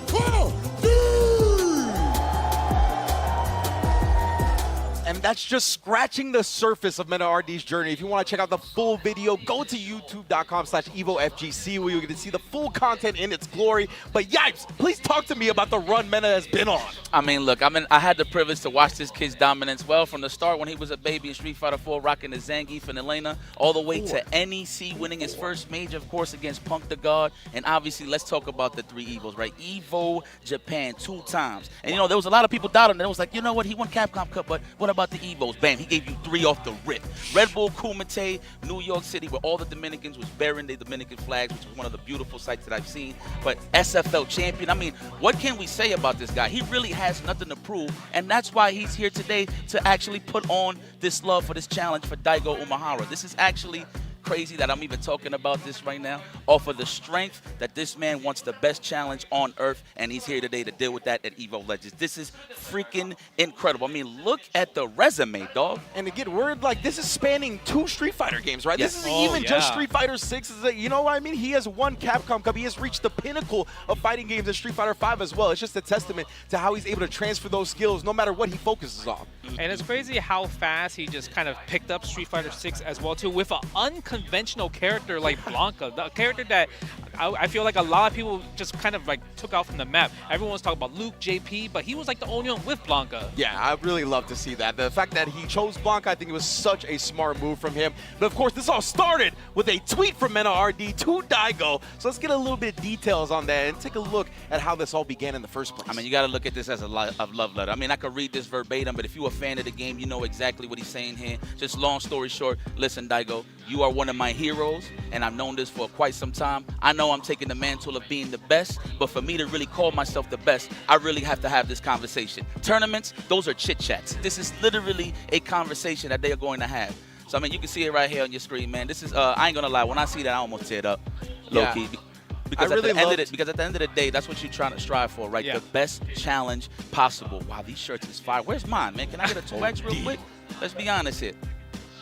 I really loved the way he came about it in such an honorable manner, right? Like, I need this for myself, and I want to see the Daigo that we all have loved and really brought us here to prominence of the FGC, right? So it's just so sick to see Mena kind of bring that out of him, and I'm very much looking forward to this, right? But now I think we're going to take a look a little bit more at Daigo's side of things, right? Of course, the Kemonomichi is the beast's path after all. If you watched the videos, you heard all the players refer to this as Umehara's format. So we're going to see right now what brought Daigo here for this Kemonomichi against MenaRD right now.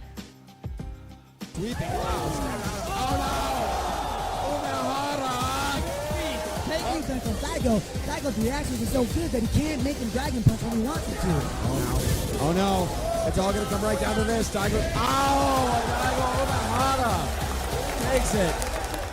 誰とやっても負けないみたいな、そういう自信をヴァンパイアハンターでつけることができましたね。286連勝本当しましたね。ただそのヴァンパイアハンターは当時連勝数が255までしか表示されなくて、で256連勝した時に自分がチャレンジャーっていう表記になってましたね。そこから20だから何連勝かして、トータルで286連勝して、で閉店で終わりました。プレイ時間も長いし、毎日のようにゲームセンター行くんで圧倒的な差があったんですけど、周りと。でそれがちょっと退屈だなって感じる時もあったんですけど、ヴァンパイアセーバーの大会でその時に、当時ネットなかったんですけど、それでも風の噂でどうやら本命が東京に2人いて、でそれが梅原っていうのと大貫らしいっていうのだけはなんか伝わってたみたいですね。で実際それが決勝戦になって、やっぱその2人が強いんだみたいな感じだったし、あとなんか自分は初めてその時にその数少ない得意なブロッキングの技術があの場で出たっていうだけで、なんかそういう気持ちだったんですよね。だから怖いなとか失敗したらどうしようじゃなくて、やってこいみたいな、お前の知らない技術見せてやるみたいな、とにかく盛り上がってたってのは覚えてますけど、やっぱあの頃はその日本人はアウェーだったんで基本的には。けどあの試合から海外の人たちもなんか自分の応援をするようになってきて、そういう変化ありましたね。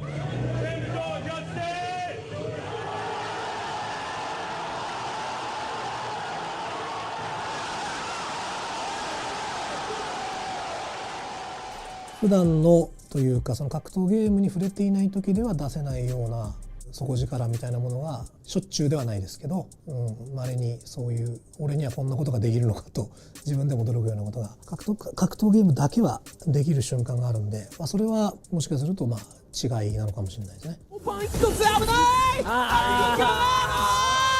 しかなかったか。歴史的一戦、獣道に勝ったのは梅原。Man, some of the best content I've seen, period, from the FGC has revolved around this set. You can see the full video of that as well at the Evo FGC YouTube. But Justin, I see you, going through your emotions a little bit. Talk to me, dog. Did they really have to show me take 2 L's? But just I think it was a little messed up that they kept the Let's Go Justin. I know, right? That's the crazy part. But besides that, his legacy is just insane. I mean, the first time I think everyone has heard of him was the Alpha 3 Nationals, where he came over to America and fought against Alex Valle in 1998. He was 17 years old when this happened. So the fact that he won this, he also won his team matches in USA versus Japan after a B4 in all Third Strike, 6-time Evo Champion 2-time SBO champion. I mean, that's a single game, single elim tournament. Obviously winning so many premieres in Street Fighter V. God's Garden Topanga League champion as well. Long sets all day, right? Cooperation Cup winner in 2004, winning majors consistently throughout the whole entire world. And obviously, he's been playing fair with the book, Shotos or Guile. No just kind of like random characters, just straight from the books. And come on, he also has his own manga as well too, Umehara Fighting Gamers, and The Will to Keep Winning. That book is inspirational. Obviously, you know, I guess he's the comeback king as well, you know. But you know, besides myself, he made a huge comeback against Afro Legends and ST. Absolutely. You know, Red Bull Kumite against Problem X as well too. But you know, I kind of don't want to talk about the other one, so I'll let you take it, Ringe, because you know I took some L's in my life against Daigo. He kind of owns me right now, like at least 8-2, you know. If you feel that way, Justin, it do be like that, right? But your legacy is very much tied directly to Daigo's, just like Daigo's legacy is tied to yours because of Moment 37, right? We can talk to people that have barely seen any fighting games, and they know what Moment 37 is, right? They know the names Justin Wong and Daigo Umehara because of this legendary moment, because of the way the crowd reacted, and it is just a moment in time that is forever gonna live past all of our legacies. So how do you feel about being a part of that, bro? Even if it's, you know, unbatted. I should have threw the fireball. You should have threw the fireball? Yes. I should have threw the fireball, right? I should have threw the fireball. I should have threw the fireball? Yeah, you know what Sanford said. Man, the crazy part about that, like, even let's say he obviously parried me and everything, but he also beat me in 2009, right? I got second place against him in Street Fighter 4. And there was another first attempt that he beat me so bad that they didn't even put my record against him on the Daigo records. At season beatings, he beat me 10-2 in Street Fighter 4. So, and I feel like he beat me in 90% of Street Fighter 4 tournaments. Man, the accolades go so far beyond what we can even list, right? But we are going to take a look at a list of some of his first to 10 records against some of the best opponents he's ever faced, some of the best opponents you've ever seen in fighting games. As you can see here right now, Tokido was actually the most recent Kemonomichi, right? I believe around 2017. This was peak Tokido, dog. Echo Fox Tokido was one of his most prime forms. He won Evo like this. He put the whole community of Japan and the old school players on his back, defeating Punk just to get waxed by Daigo. Oh my God. It is crazy that my man Daigo really says, oh, you won Evo? Play me in a long set, right? And this was just insane because I think for this one, I had Tokido winning. Yeah. Right? To me, he's like that pinnacle of like just the person that wants to master his craft. And like, how did Daigo dismantle 10-5, not even like 10-7, 10-8? You gotta look at it like this, not to cut you off, Wrench. Look, you gotta understand, at the end of the day, people win the most prestigious tournament in the world, and it's Evo, right? And they don't even feel accomplished yet because they didn't bump into this guy. This is kind of crazy to talk about. I mean, we've seen some of these online. I've actually had the privilege to see Daigo versus Shien, which is pretty sick, but it's gonna be good. It's going to be absolutely it was just never close, right? Just in general. Now 10-8, 10-9, it was always that. But, I mean, we might get a good set this time around. It might be close, like we talked about, right? All of the players that we have talked about, we've seen Tokido going into that set. He was extremely confident. He didn't think anything was going to go wrong. But everybody has a plan until they get punched in the mouth. Let's get to the stage and go to Rob and Ryan Hart for the introductions. Ladies and gentlemen, it is time to witness one of the most important sets in the history of the fighting game community. This is the Beast versus the Bull. And I have one question for you, Tokyo, Japan. Are you ready?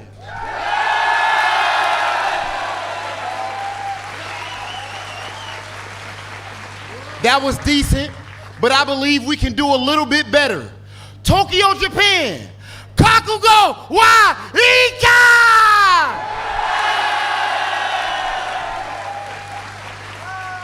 Our first competitor before taking over the world of competitive Street Fighter. He was just a boy with a dream in the Dominican Republic. Fast forward a few years, and he has become a king in the world of Street Fighter. But tonight, that king vacates his throne as he looks to ascend to fighting game godhood. Ladies and gentlemen, please welcome to the stage the Evo and Evo Japan Champion, Street Fighter League World Champion, Red Bull Kumite Champion, and the only two-time Capcom Cup Champion. Put your hands together for MenaRD!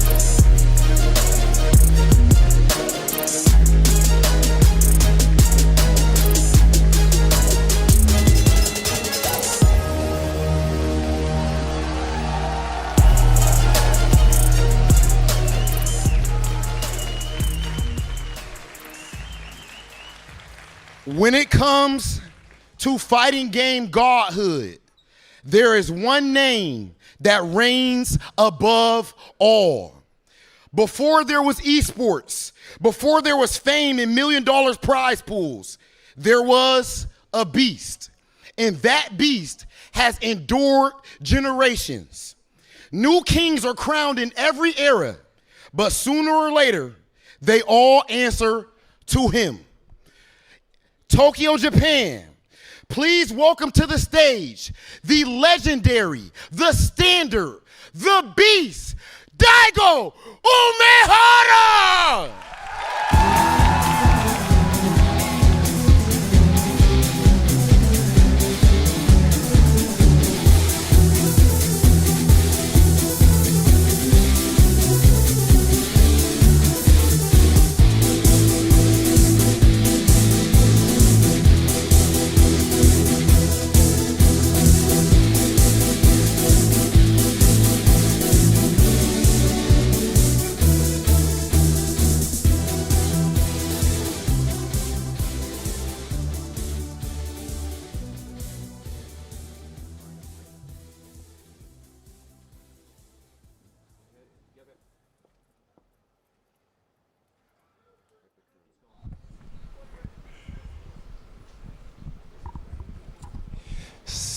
さあやってまいりました。すごいことになりましたね。試合前にインタビューをしたいところです。まずはメナ選手の方から。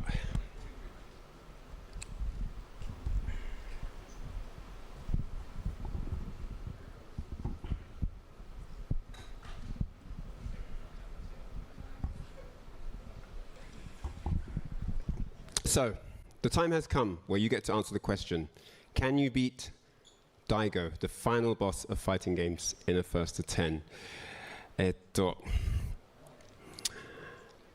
ついに格闘ゲームのラストボス、梅原大吾を10先で倒せるかっていう疑問への答えが明らかになる時が来ました。これまでずっと謎に包まれていた答えが今ついに明らかになります。メナ選手、あなたの出番です。この話、このすごい歴史的なノキアの前にあなたの話をいただけますか？ Can you tell me the answer to that question and tell me how you're feeling ahead of this very, very historical match? Mena, your moment is finally here. What would you like to say before this insane exhibition? What I would like to say is thank you.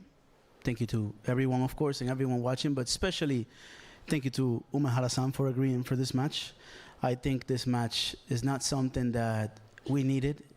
It's just something that we're doing from the heart, and especially him, who is someone that put in so much effort after such a long time, and all I can be is extremely grateful for that. And to answer your question, yes, I can beat him.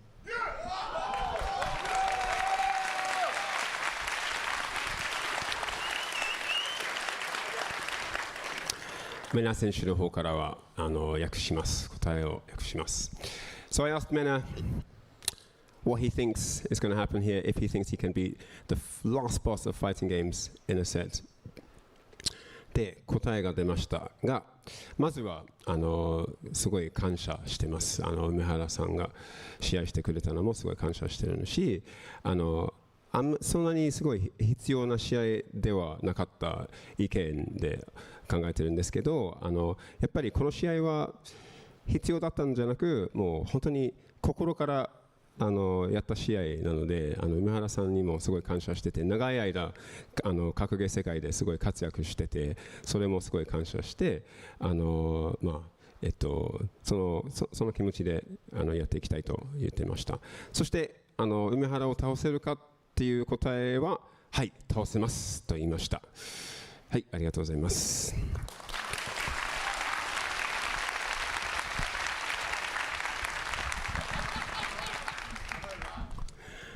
続いて梅原選手、今日まずは10本選手、つまり今回Kemonomichiはファンにとって最も興味深い試合形式の一つとなっています。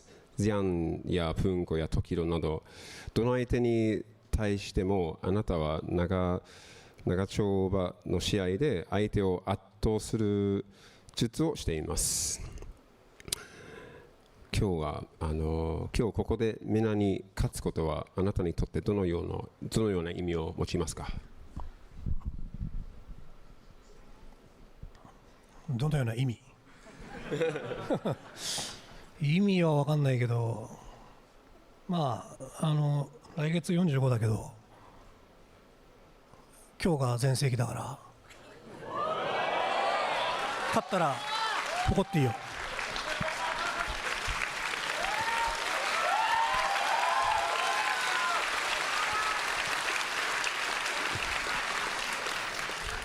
来月So yeah, Umehara said that next month he's going to be 45 years old, and yeah, this is going to be a statement, a strong statement from him in his match versus MenaRD, and yeah, he's definitely sounding very, very confident to topple MenaRD in this match. 両選手から話を聞きました。ありがとうございます。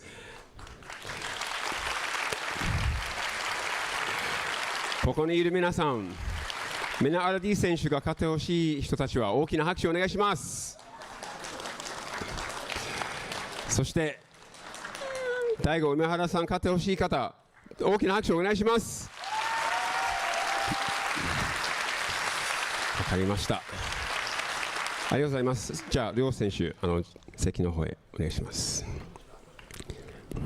い、どうぞ。You can have a seat. It's actually happening, ladies and gentlemen. I mean, look, at the end of the day, this is going to be a long night or a quick finish.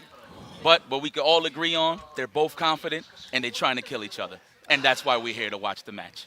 I cannot wait for this to go down. Again, tournaments, you know, we got a lot of prestige, we got a lot of trophies. It is what it is. And those are chit-chats. This, again, is a conversation. They're going to get to know what's their favorite colors, their favorite movies, and all that. 20 questions. Play the 20 questions with them. The chills are running down my spine, gentlemen. My hairs are standing up. We can feel the electricity in the air. The first to 10 is imminent. Justin, talk to me about that interview, The whole dog. time, I'm just like, yo, right? Yes. Just in general, seeing Mena's interview, it felt like he was about to cry. You saw him tear up because he's so grateful about this opportunity. Like he mentioned, Daigo doesn't have to take this matchup. He just wanted to fight him just because he's the last final boss, right? And shout out to Daigo. He's going to 45 years old, still trying to play that serious world-class level, and you already know that he's going to bring it. But I just want to see, can he outpace Mena when it comes down to that? I mean, listen, this is deeper than rap. We could get analytical and all that. I mean, obviously, we're going to do that for you guys, of course, at home. But at the end of the day, this is very much passion. I mean, Mena's mom is in the building, though. Yes. Like, I'm going to just throw that out there. Like, this is serious rap. This ain't no hobbies and nothing like that. This is a sport, and we're here to represent that, man. I just can't wait for this to go down. I'm gonna be honest with you. How did you feel when they had the walkouts and he had the squad? Like you were talking about it the whole entire time. Yeah, exactly. We get to see the squad like right here, man. And that's one of the big things. You mentioned this before, Yipes, as well, right? The support system that Mena has. And the thing that he's done, that he's invested back into that support system, right? That's why that support system has been there so heavily for him. He took all those winnings. He took that 2017 Capcom Cup winning and put it back into the DR. And the DR has only had his back more and more ever since then. It felt like this was the first time we've seen Daigo have a support system, right? Because normally when we see Daigo's long sets, it's just him coming. But the fact that he had his whole squad, and I believe he has like other Blanca players helping him. He has pretty much majority of the country helping him, finding the tech, finding the anti-Blanca stuff, and it's all about can he do it in the match though, right? Absolutely. And we saw the people that walked out with him, right? But we also saw people like Bonchan and Fudo in the front row, right? Like when we see the videos of him talking about the set and why he took it, he talked about how it's not as much about the new age fighting game fan that I took this for. I took it for my OGs, the people that have been in the trenches with me from the beginning. I couldn't say no when I know they're watching me like this. Look, man, I seen that interview, both of them, about like 3-4 times. I'm gonna be honest with you, right? You know, sometimes when you watch an interview, you're really looking at yourself, you really think to yourself, like, man, are these guys actually taking it serious, or are they just doing it for show? I mean, it's evident, guys, that these guys are definitely here to play serious. I mean, look, Daigo for the past 3 months has been practicing on the Blanca matchup alone. I believe he has been playing Takagi, if I am correct, okay? I actually thought it was Nishikin the whole time, but no. Takagi, apparently one of the young bucks that's coming up, definitely looks like he fit the bill in terms of who kind of got the similar play style as Mena. So it looks like he's getting a little more comfortable, a little more adjusted. And, of course, last time we seen these guys play was in SFL. So, and even though Mena won, but, you know, there was a couple of choke instances from Daigo where he dropped combos and stuff like that, but at the end of the day, we're going to see right now today who's going to finish the job. I mean, you were talking about it earlier, Ringe, where you're like, you know, I think they can mesh Tatsuki, right? Just because, like, to be the closest to Mena's playstyle. Because obviously we know of King's Vega, but he plays such a completely different style from Mena. So maybe they're like, okay, we need a new, fresh, young player to kind of play kind of that wild, unpredictable style, right? Precisely, right? He was a first year for SFL was last year, right? We were talking to Vicious about it. He said he was in contention for Rookie of the Year, did a really great job. But I think having that younger style, being able to mold it a little bit and be like, hey, man, I know you aren't as kind of like weighed down by baggage of previous muscle memory or just strats that you like a Nishikin or a King's Vega, right? They could definitely say, hey, study Mena, copy this as best you can, and don't stop playing Daigo.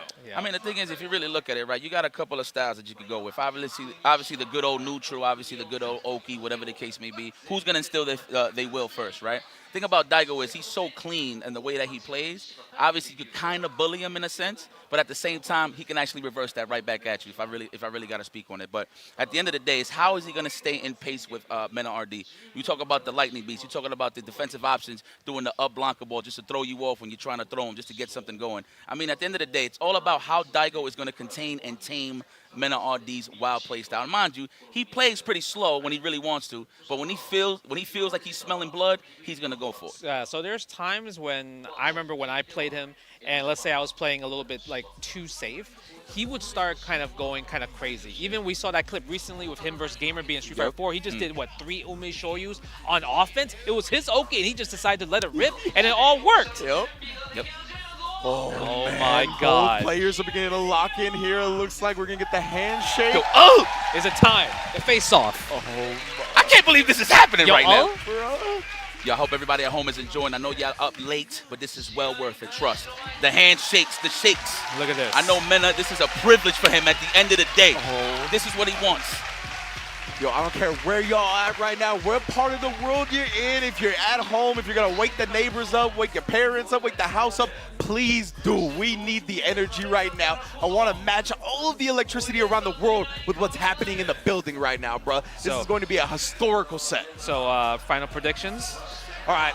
You want me to start? Yeah, go for it. Listen, I know a lot of people have been talking, yeah, Daigo don't got it, whatever the case may be. People already know my obvious pick. It's Mena.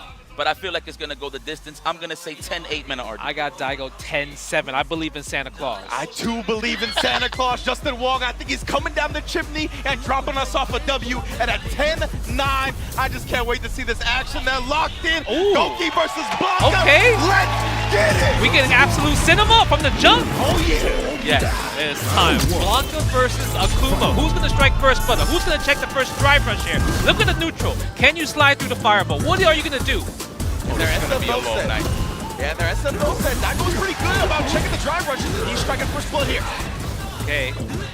You saw the little delay that he did with the stand medium punch, maybe to catch the jump back early? Yes. Because we got to talk about the conditioning that he has to do first. 100%. Well, he got the positioning now. He got him in the corner, a little small hit in the corner. Okay, Nice. confirmed? Okay, now you're stuck. Now you're going to think about it, wake up just to see. No, he's going to take the throw already with the offense. Daigo Umehara strikes first blood. All from one crouching medium kick drive rush, right? Got in the corner, conditioning. You could kind of see that Mena's just chilling for a bit and kind of waiting and get that confidence in, like later in the set. And I really love Daigo going with the delay on the first Oki, and then once he had a huge life lead, let's commit to the throw, right? It won't be that bad if I eat something. Exactly. He's like, okay, if you do up ball, I got so much life anyway. You don't even have level 3, so you can't even kill me even if I have 9k health. Precisely. And he killed Blanca very quickly, right? So he's still pretty far away from a lightning beast with the 2 bars. Yes, exactly. Let's see how we're going to mount offense here, man. He's definitely been on the defensive end this whole time. What a conversion right there. Don't Let's let go Daigo throw. get the first Obviously, game. there is the defensive option with the Blanca ball. Quick backdash and then right back in, the confidence on Daigo. He's always about to walk forward. Like when it comes to neutral, when it comes to walking down, I feel like Daigo's one of the most confident. Wow! Okay, are we going to guess for game in this situation? Uh-oh. What are you going to do? Incoming? No way. What are you going to do? We are ripping. That's plus now. One more. Overhead. Plus on block. Oh, the low. That's Daigo. 1-0, Daigo Umehara, look how locked in he got the first game? Wow. No blinking, you saw that? No blinking. His eyes are wide open, he got the first game. This is serious, man. We in Daigo's back, yo. Man, how you feeling? Okay, let's see. We're going to start from the beginning. Nice. It's all about the perfect parry right there. Immediate drive rush, though, just put on notice. Nice, gotta hold up. That Blanca ball, you have defensive. He's trying to go. How do you feel about this burnout, though? I feel like this could be a little bit dangerous if Mena could get out here. It could be, yeah. He needs to get out first, though, right? That's why Daigo is backing up a little bit, trying to play it safe, but he's getting back thrown. He's got me here to protect him from the DI, but we'll see. Oh, dude, we got reactions. You see the buffer, you see the yeah. jitter. Oh, that jump! Even Even better! That's crazy. No super, just jump. He reacted to that. The crazy part, you saw the jitter, and I'm like, what are you're buffering. And you went from buffer to jump? Well, listen, let's just remove that out the table right now. I know there's a lot of people at home talking about there was 10 zeros. Not tonight. Let's go. MenaRD already on the prowl. OP situation, there it is. This could be the first time we might see Lightning Beast, actually. Oh, yeah, true facts. He's looking for that stand fierce. That's his favorite starter. Stand fierce is the Lightning Beast. Yep. Okay. Oh, nice. There it is. Stand fierce right here. No, he's going to save the bar for the next round. Yeah. He feels like he's confident. Now. That's a fact. That old nice slide on the fireball. It's already 2 for 2. Get off of me. Daigo's willing to bet the farm right here. Throw the Ume Shoyu sometimes, right? He's got demon. Oh, do it again.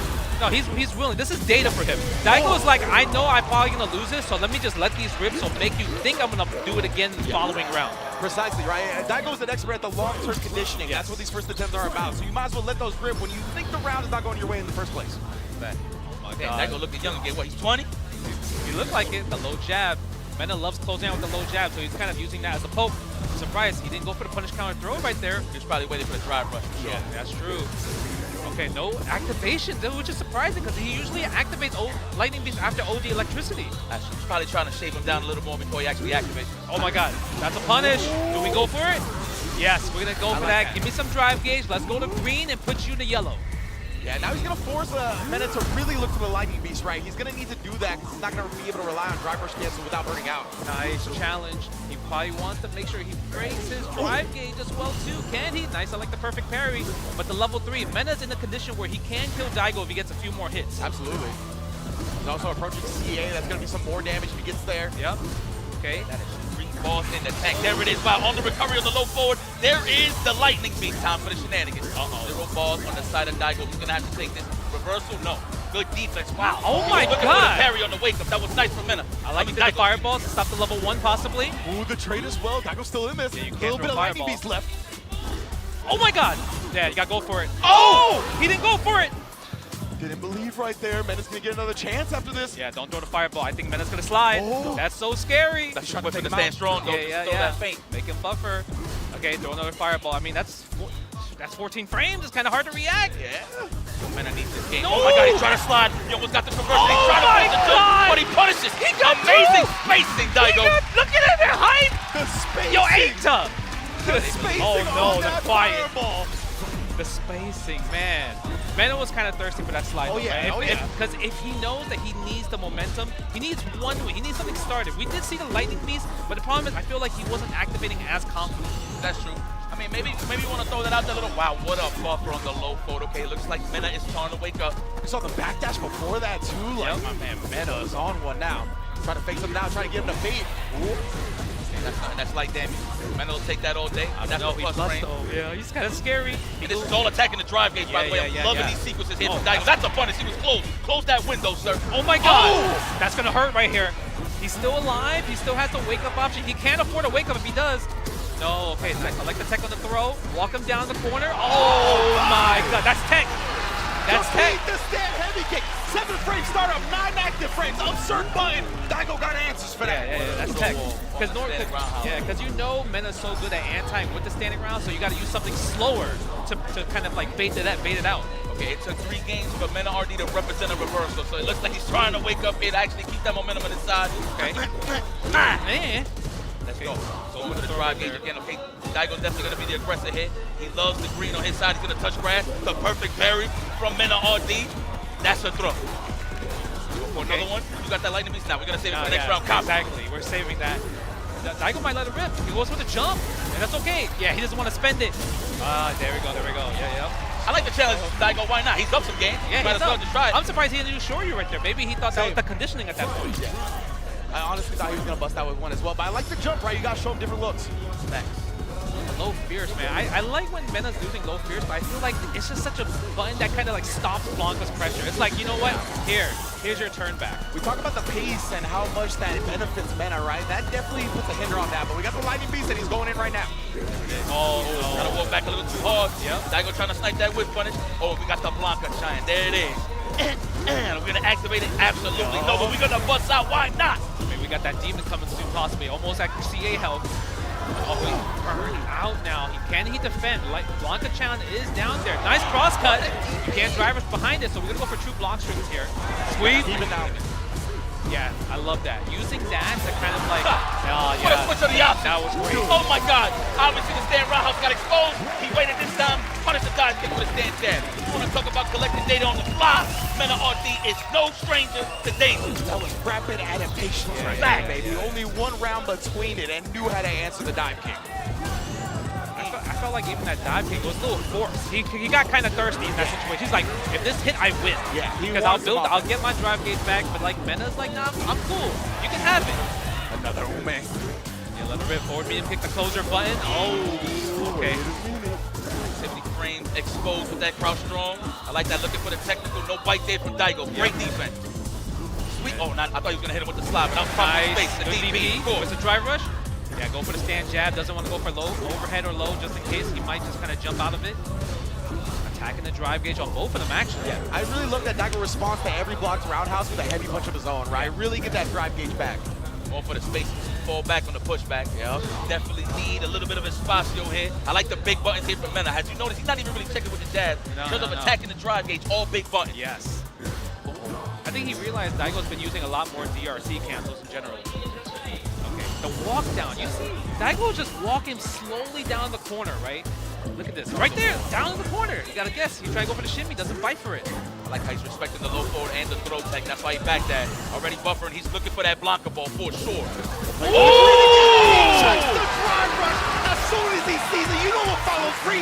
Yellow, bro, slow down. Man, that check with the medium? Yeah, I'm loving how Team Daigo feel like they're there on the stage right now, pressing the buttons with him. This is crazy. Oh, the jump in, almost landed. Okay, I like that. The lightning. Oh, it's frames. I love the homicide on the frame. Yeah, that was interesting.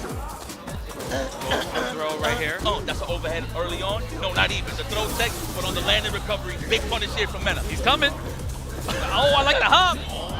Over the back throw right there. Okay. Let's see what Daigo's gonna do. That's punish. Yeah. See, I don't really like the low fierce usage. Yeah. Maybe more standing medium punch, at least because if you block that, you're safe. Okay. Nice. Goes for the throw right here. Nice standing jab. Shake my hand. I like that's that. A gentleman's check. A gentleman's check. That's a gentleman's check. That man hit him with a handshake. Where you going? He's got these manicured, bro. Hit back. Follows nails. Oh my God. If it's 2-2, it's gonna be ham. Oh man, bro. This is going to be a big match right here. Even it's so early on in the set, this can dictate so much momentum. Oh, no DRC right there. Yo, look at their spacing. Nobody would have won nothing. Yeah. Oh, here's level 2. Activate station. Lightning Beast. What's going to be the setup? Take him to the corner. Is that push on Fireball here? Oh, God, the Blanca on the Funko Pop is in. Yep. Go down. Attacking the drive gauge. Just waiting. Damn! They closed the window. I love that he set it up instead of going for damage. Yeah. Go for the Oki. Think about the potential damage in the future. He's getting the setup. Blanca-chan scary right there. That's going to deal it 2 to 2. The option of jumping out the corner was not it. Exposed.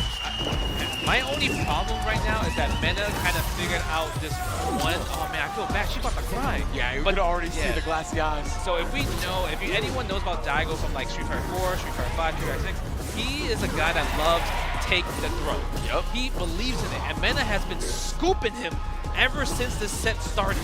And Mena's one of the good players about that. He likes to establish the early. The throw, condition him early. Fireballs, I like that. Wear him down, build a little meter, but already punished. Watch the fireball toss. Wow, what a check. Big buttons, of course. That is a finish for Daigo. Man, Kuma be doing some damage. Oh, yeah. I feel like every time he checks it, it's always with a fierce. Not with a medium, not with a low medium punch, just straight standing heavy punch. Well, the thing is, you want to throw those long lingering buttons, right? Because sometimes if you want to check with a jab or strong, it's possibly going to whiff. But you see how Mena's drive rushing from those real close, low forward ranges. So I'm loving the reactions from Daigo. Big damage. Very nice. Overhead. Okay, those are the standard combo right here. Low medium kick. Almost got level 2 right here. It's going to probably activate soon. Attacking the drive gauge as well, too. Yeah, it can be scary. Okay, nice, go for the throw. That's going to be a combo. No meters spent. And we're going to go to the 3rd round, obviously with all 3 meters. But the thing is, when you're Akuma, you're using your meter for damage. While Blanca is using it for just kind of resource utility, pushing the corner, setups, everything that Mena loves to thrive on. Yeah, great for Mena in the corner as well, right? Daigo's been showing a lot of jump out of the corner. He made sure to medium, not let him go. And now we got Lightning Beast to start this round. It's going to be a good start. Once again, playing with the toys. Are we going to go for another throw? Activate now. Buttons is an activation. Overhead, the perfection parry. He's known for those, right, Justin? Nice, goes for the overhead.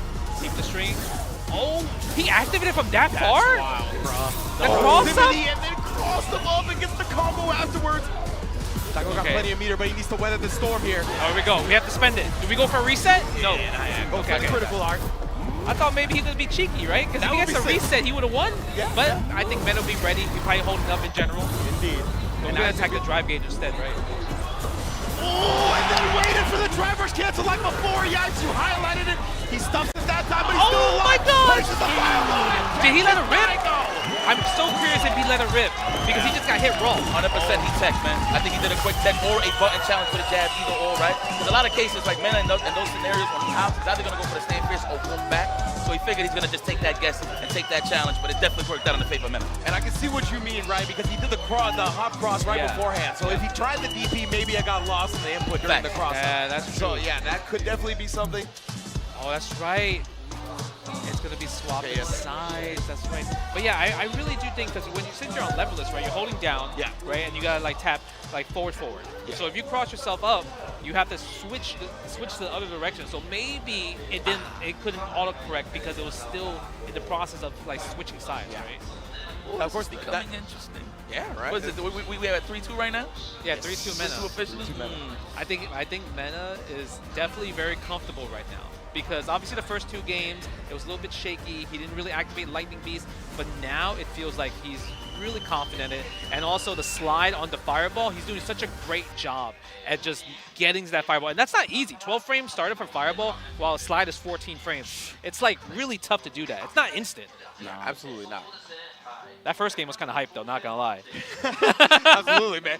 Well, you can see how locked in Daigo was right here. But yeah, definitely, I kind of think it was a similar mind where it looked like Mena was a little bit shaky at first. It also looks like he's caught on to Daigo's wake-up cycle a little bit more, right? Has been definitely stuffing the jumps, hasn't really let him. We have seen successful DPs, that hasn't been baited out, but he's definitely stuffed kind of all the other options. I mean, look, at the end of the day, this is high-speed chess. We saw that one scenario where Daigo punished the stand roundhouse attempt on the anti-air with the dive kick. Second scenario that Mena was in that same scenario, went for the stand jab instead. I mean, what more can you say, man? There's some things that I liked about Daigo's play. So he knows that Mena loves the perfect parry. right? And because he likes to go for perfect parry, and let's say you got baited by the perfect parry, you want to cancel that perfect parry attempt to drive rush. So Daigo realizes that instead of going for the throw just to get minimal damage, not punish count damage, he believes that Mena is going to drive rush, and he checks with a medium to get full damage instead. And just to add to that in terms of his wake-ups, if you notice early on the sets, like he's just respecting a lot of Mena's wake-ups. You know what I'm saying? So he's not trying to get thrown off or get deterred in terms of trying to mount some offense. He's just trying to let Mena hang himself. But Mena's hanging in there, man. No pun intended. And I really love Mena's wake-up decision so far as well, right? We saw him play at lax at the beginning, and that was when Daigo was primarily doing maybe some anti-up or air ball strats. Where we saw like the drive rush stand medium punches and these delayed stand medium punches that would definitely catch a wake-up air ball. So I like the fact that Mena didn't show that early, and now he's starting to show it a little bit more. And we'll see if Daigo can catch one. He hasn't successfully caught one yet, but I'm definitely looking forward to that in the future. First to 10s, man. Yeah. First to 10. Let's cycle those options. I do want to see maybe like on Mena's wake up, he does back heavy kick to kind of like catch like the air up ball, right? Because that would be really cool, because then you do more damage. Because like the thing is, if Mena's attacking Daigo's habits of just taking a throw, you have to attack Mena's habits of just like choosing lots of options besides block on wake up. Okay. Yeah, absolutely, man. And oh boy, so quick little recap, right? We got 2-0 from Daigo to start. Now, Mena has struck back 3 straight. Oh, man. Looking comfortable. But, of course, I mean, this has been Daigo's format, right? We're going to see if he's going to be able to get it together a little bit and catch some W's. Because I like the way he's been playing so far. I think he's looked good. I think there's been some tough breaks. And Mena, of course, is an amazing player, has clutched out some victories, while definitely deducing some of the habits of Daigo that we've seen. But this is a long set, man, and this is why we play long sets. Yeah, I wonder if Mena has a good side. Because if you think about it, obviously they just did the switch right now, right? I really want to know what's the strategy behind it. I mean, obviously that's an arcade cabinet classic, right? The buttons is whack. You want to go to the other side. I think it's a breather. Huh? Take a breather. Okay, I can see that, but it's like, maybe he's better on the first player's side with some charges or something. Who knows? This is just me guessing, throwing it in the air. But at the end of the day, he knows what he's doing. He's a professional. He's the one on that stage. He's the one that issued the challenge. Let's continue with this mission. I'm a 2P type of guy anyway. Okay. Yeah, let's see. My DP side's better on the right side. Yeah, right? Oh, there we go. Go for the DPs. I really want Daigo. Like, obviously we know Daigo when it comes to just fireball games. But the thing is, Mena knows that, and that's why he's so good at perfect parrying, go for the slide. He's looking for those scenarios, right? And there you go. Daigo go for the offense because he's looking for the slide at that range. That's why he get able to clip him from the low forward. You saw that, right? The stand medium punch did catch a block at that time. He was definitely going for the air ball. Okay, Nice. go for the string. Then drive rush cancel right there. Yeah, I love that. Bait the DPOS, but Daigo's smart because I have so much health, so I don't need to go for those options. Yeah. He's with it. So much help. Yeah, he's willing to take a throw all day, so this is nothing right here. He's going to stay steady. Again. Don't throw no fireballs. I like the little nuances that Daigo's doing, though. Like, he'll let like a whiff crouch, a fierce whiff, and then he'll just walk up instead of a button. He'll go for a throw. Like, this guy's crazy. Oh, sweet. No. Respect. Oh, nice off the perfect parry. Okay, he's going to afford to take a throw, but can he? Because he's going to take like 3 more throws? You see just parking the down back. He's like, go ahead and throw me if you dare. Ooh, it does catch him this time, though. Oh, perfect parry. Hold on. Do we activate level 2? Do we bet the farm? Look at that. Respecting the DP, the Ume show you. Ooh, the early fierce. Where you go? Oh, yeah. Early jump fierce. I feel like if it was a jump light kick, jump medium kick, Blanca's jump back medium punch would have won there. Yeah, Mena was definitely thirsty for some damage. The jump strong was definitely the option that got stuffed out, though. But I agree with you there. That definitely would have been the better option. Yeah, using the low forward. Yep, go for the trap instead. Oh, back heavy kick. I wonder if that was a Tatsu error. Yeah, it probably was. 100%. Oh, now Mena is going to activate this Lightning Beast on home turf, too, in the jungle. Okay, let's see. Yep, takes a throw. Do we activate second or go for another throw? I know. It's the looks that we all love. Oh, the backdash. Okay. This man want to stay alive. Yeah, that one's going to be tough right there. Yeah. Like, at that point, you're kind of getting information on, like, what's Mena's habits on, like, what's the thing that he likes to go for, like, free damage during level 2. Precisely. He saw Boost in the back, like, wow, he's actually fighting back. Go for the fireball. Ooh, walked into that. The nail, bruh. Mid-screen throws, Daigo. I need you to challenge some of these mid-screen throws because Mena's willing to take these free damage. Every time he lands a throw, he gets a chunk of bar back, but one step closer to level 2 Lightning Beast. Again, it is a long set, right? See if he tried to punish. Oh, no, there's going to be a reset, 100%. He wants to go for the kill. Let me see. No, not even. I thought he was going to actually hop in the corner, but it would have put him in the corner. Another Lightning Lightning Beast here. He's going to start setting up shop. Oh, my! What did he do there? Oh, ball to activate the Blanca-chan, baby. 100%. And it's double layered. I'm pretty sure Daigo held up. He probably just tried to jump out the corner naturally. That's true. You're so right. the fact that he had to add that layer, good call there, Rin. Yeah. That's crazy. I was wondering, because he did regular, like, he didn't even do, like, OD up. No. It was just regular. Yeah. From the back dash. Ooh, the standing medium kick, the big toe. Oh, you ain't going nowhere trying to walk out. Uh-oh. Uh-oh. Uh-oh, yeah, uh-oh. Yeah, it's one of those. He's starting to run with it. Uh-oh. This is 4-2 for the obvious. MenaRD, Nice, and I'll say that that's with big. all respect. Attack the drive gauge, level 1. Yep. Yeah. Make But sure now, he burns him out. now you have to worry about not letting him not slide through the fireballs. Don't be too greedy with that. The nail, dude, has been such a good option to cycle out between that one. A whip punish, though. Oh, put a Okay. chip out. I like that. Oh, no, we touching grass again. MenaRD. Oh, he's salivating. How is he going to close the round? Oh, my DP. God! He got him to jump, and yeah, Daigo has been actually automatic with the DP. No, but the crazy part was he chose a charged fireball. I can't believe he chose the charged fireball that had like 1,000,000 startup frames. Man, I like how Bonchalo look like, please jump. Yes. That's Do why it to the guy Bonchan that's had doing that it look for on his kids. face, too. He's I love anti-airs. Shout out to Bonchalo. Definitely an anti-error for sure. All right. Yeah, those are, he's been going for that option a lot. Just because when you throw fireballs, you don't expect the perfect parry to stop your offense after the fireball. Right? Exactly. It's just automatic to walk forward after a fireball, right? You feel very safe doing that. Nice. Get off of me. No more of that. Sometimes we gotta just like think about those scenarios. Yeah, I love that he was a little bit too far for the Blanca-chan to activate right there. They're waiting for a whip punish. Yeah, and I love Daigo getting in his face so he doesn't get close enough to the Blanca-chan to activate. That was very smart. Oh my God, you try to backdash. Yes, 100%. Yeah. Watch out for your drive gauge. Oh, he bent for the parry. Okay, we got it, though. We got buffer for level 2. Easier to react with the backwards motion. I don't think Mena's going to give it to him that easy. Wow. Another perfect parry, this time on the air. Fireball. My goodness, bro, the blue stuff is automatic. Yeah, that's the tough part because, like, Daigo does have great fireball placements, but because of the parry system in the game, it kind of ruins, like, your next thing. Nice, big punish. Oh, what, low fear starter? Let's go for the throw. Yes. Are we going to give him another one? I feel like we're going to get another one. No, he's sniping out the up-back airball for sure. That's Speaking of okay. which. But you gotta watch out. Level 2 is in play. It can take out Akuma's life literally in 2 guesses if you wanted to. You gotta land this low forward. You gotta go for the throw. He's willing to take the throw. He can afford 2 more throws in this scenario. Uh-oh. Look at the drive gauge. Can you defend? You have to force. Oh my God! The other side, he is burnt out now. There's plenty of meter to defend yourself with, but when is the DI coming? He actually gets thrown instead. Well, surely. Nice. All combo. No reset. Don't even play with your food. Wake up, demon. I dare you. Imagine. Oh, no, yeah, he actually jumps out, still gets anti-air, walks out of the corner, still anybody's game here. He tries to chip him out and does. MenaRD taking a 5-2 lead, just like that. Oh man, that is tough. Now you block OD electricity during burnout. That's literally +8. Yeah, man. Oh, bro, no wonder that's a true block string. Let's check the notes real quick. Okay.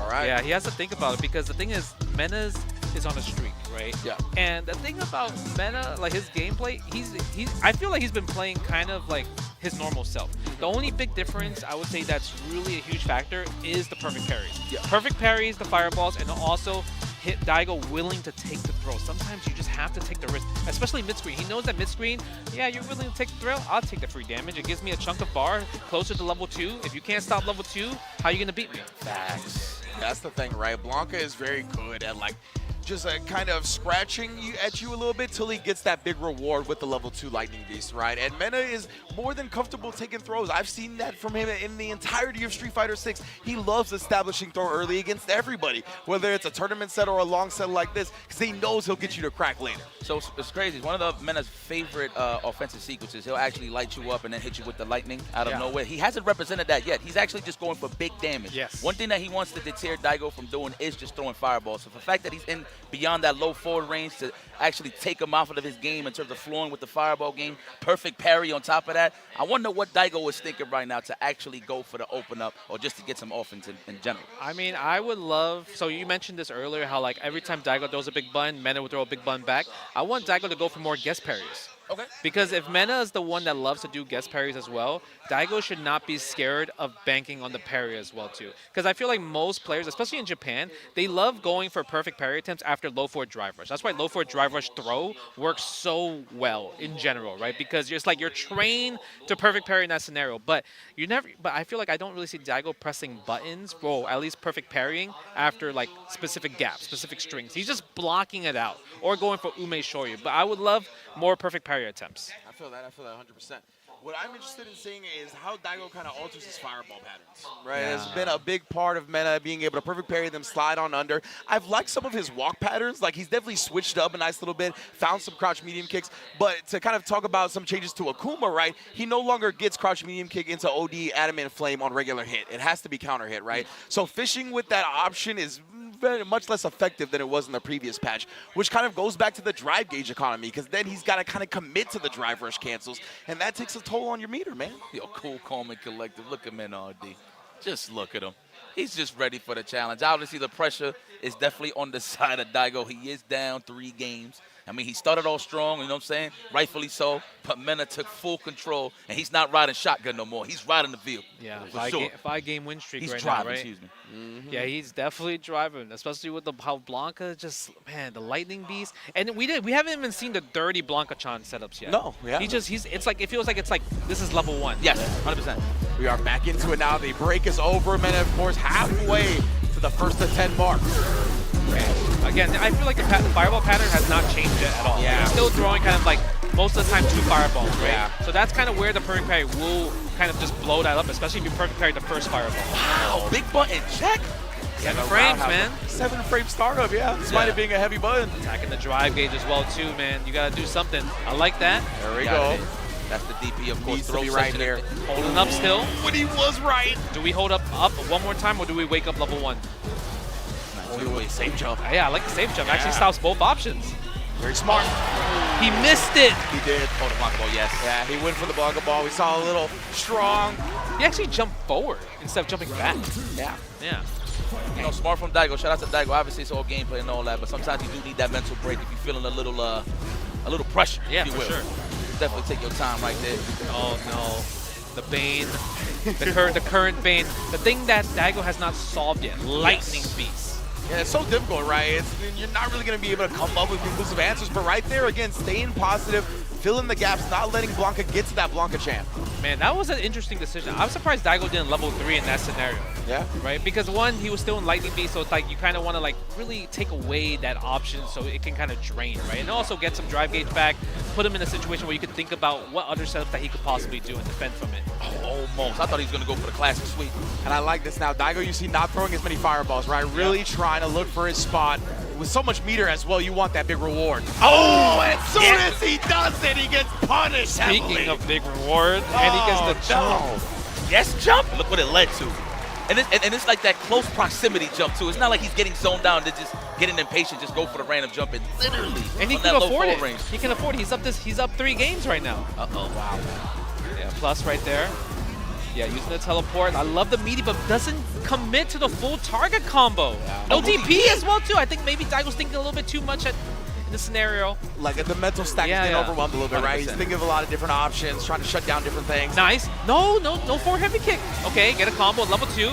Okay, now we have to think about this, Daigo. What is going to be your guess, and what is Mena's guess in this scenario right here? You do have level 2. You do have wake up. You go for the perfect parry. One more guess. The layers. There it is, the layers.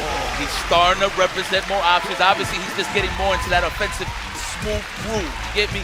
Look at the investment. Yo, of the investment's insane right now. Oh my goodness, it's a beautiful thing. Yeah, but you mentioned it, like Daigo changed kind of like his fireball pattern. He's not throwing as often. He's playing more of a close range game. But Mena, with the anti, with the big damage, every time he lands a hit, it's just a chunk and chunk. Akuma's glass cannon, man, at the end of the day. So Daigo definitely got to play even more careful. Yeah. Mena, on the other hand, is just going to go full force. Okay, so now when Mena's, like, I feel like Daigo's getting hit a lot, especially after that setup. After any combo, he does kind of whiff Blanca Ball, and I think Daigo's thinking he's going to throw me here, so let me move. But that last 3 exchanges, Mena hitting back medium kick literally 3 times in a row. And you saw right there, he did the shallow ball to try to bait out the ODDP, thinking he was going to change it up. Yep. Okay. And that's the thing about Daigo and his 5-0 patterns, right? He definitely don't want to throw those full screen. We got that Blanca ball on smash. Nice. Okay, sees the pattern. Spent the level 2 because his drive gauge is low, so I respect that. You got to recover a bit, but you still have to worry about Mena can risk kind of like 5 bars. He also is up 2 games and says, yep, there we go. I love that too. Waiting for after the normal, not doing it immediately just in case there was a delay.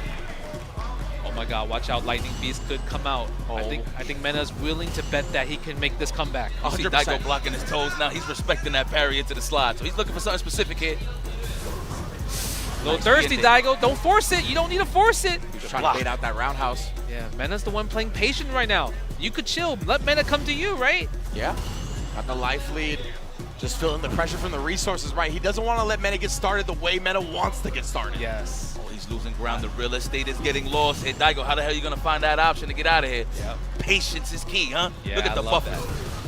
Yo, and Mena, if he gets one jump and one read, he can build level 3 and kill him from here. Doesn't even need lightning. Yeah, doesn't even need lightning beast. Look at this. All these perfect parries. His attempts. Oh, too far, but no punish on the throw. No. He's trying to hit him with that feint, the throw bait. Oh my God, don't get scratched. Oh, don't get scratched. Just chill out. 15 seconds left on the clock. He's throwing a lot of. Oh my God. I was so scared. He was risking so many fireballs. I thought he was about to get duffed. And he did mad OD fireballs too. Man.